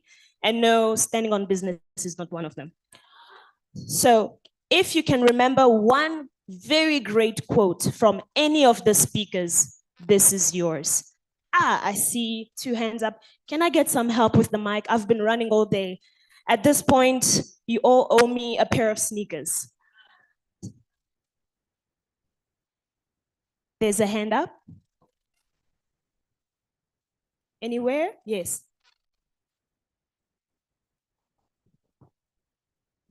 Hello. Hi. My name is Jemima Gaki, and one of the quotes that I can remember is from the VCs. That is, I come in peace, but I mean business. You see, I said that was an exemption. We need another one. Can we give a chance to the people at the back? We always seem to leave them behind. One person at the back. Yes, please.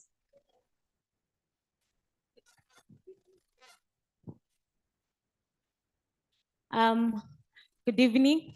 So for me, what stood out was the speaker from one of the ladies who said, have the confidence of a mediocre white man. You know, I was about to stand here and say, I have the fatigue of a retired white man. But That is correct. So please come and get your gifts.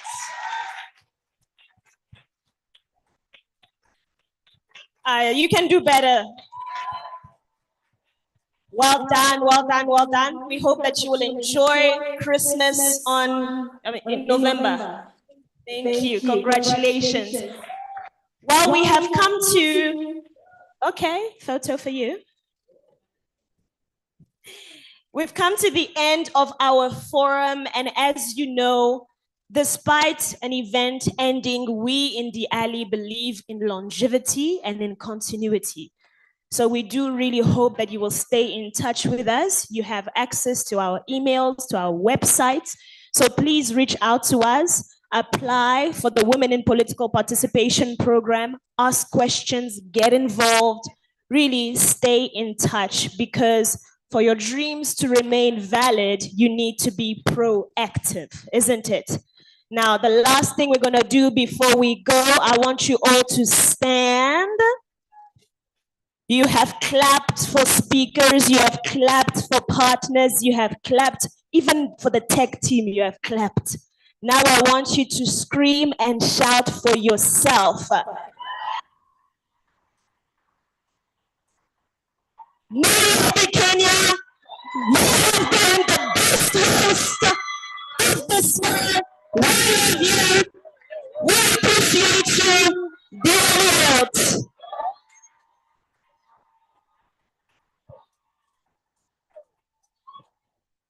DJ, this is where you put music.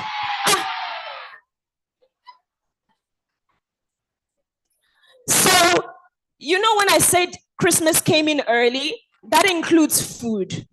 So we've got some snacks for you and drinks outside as you leave. Remember us, don't forget us after eating.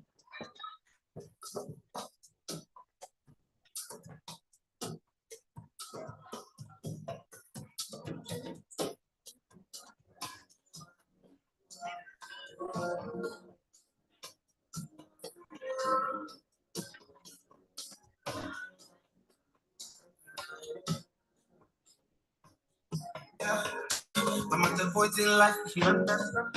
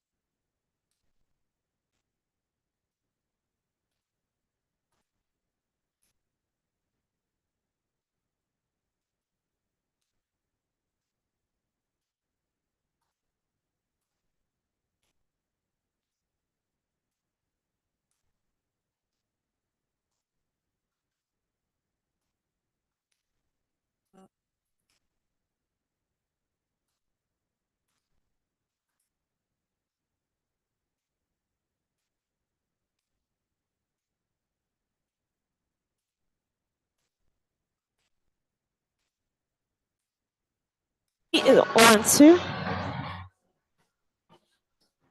Ladies, if you have seen a white iPhone cable, please bring it to the front.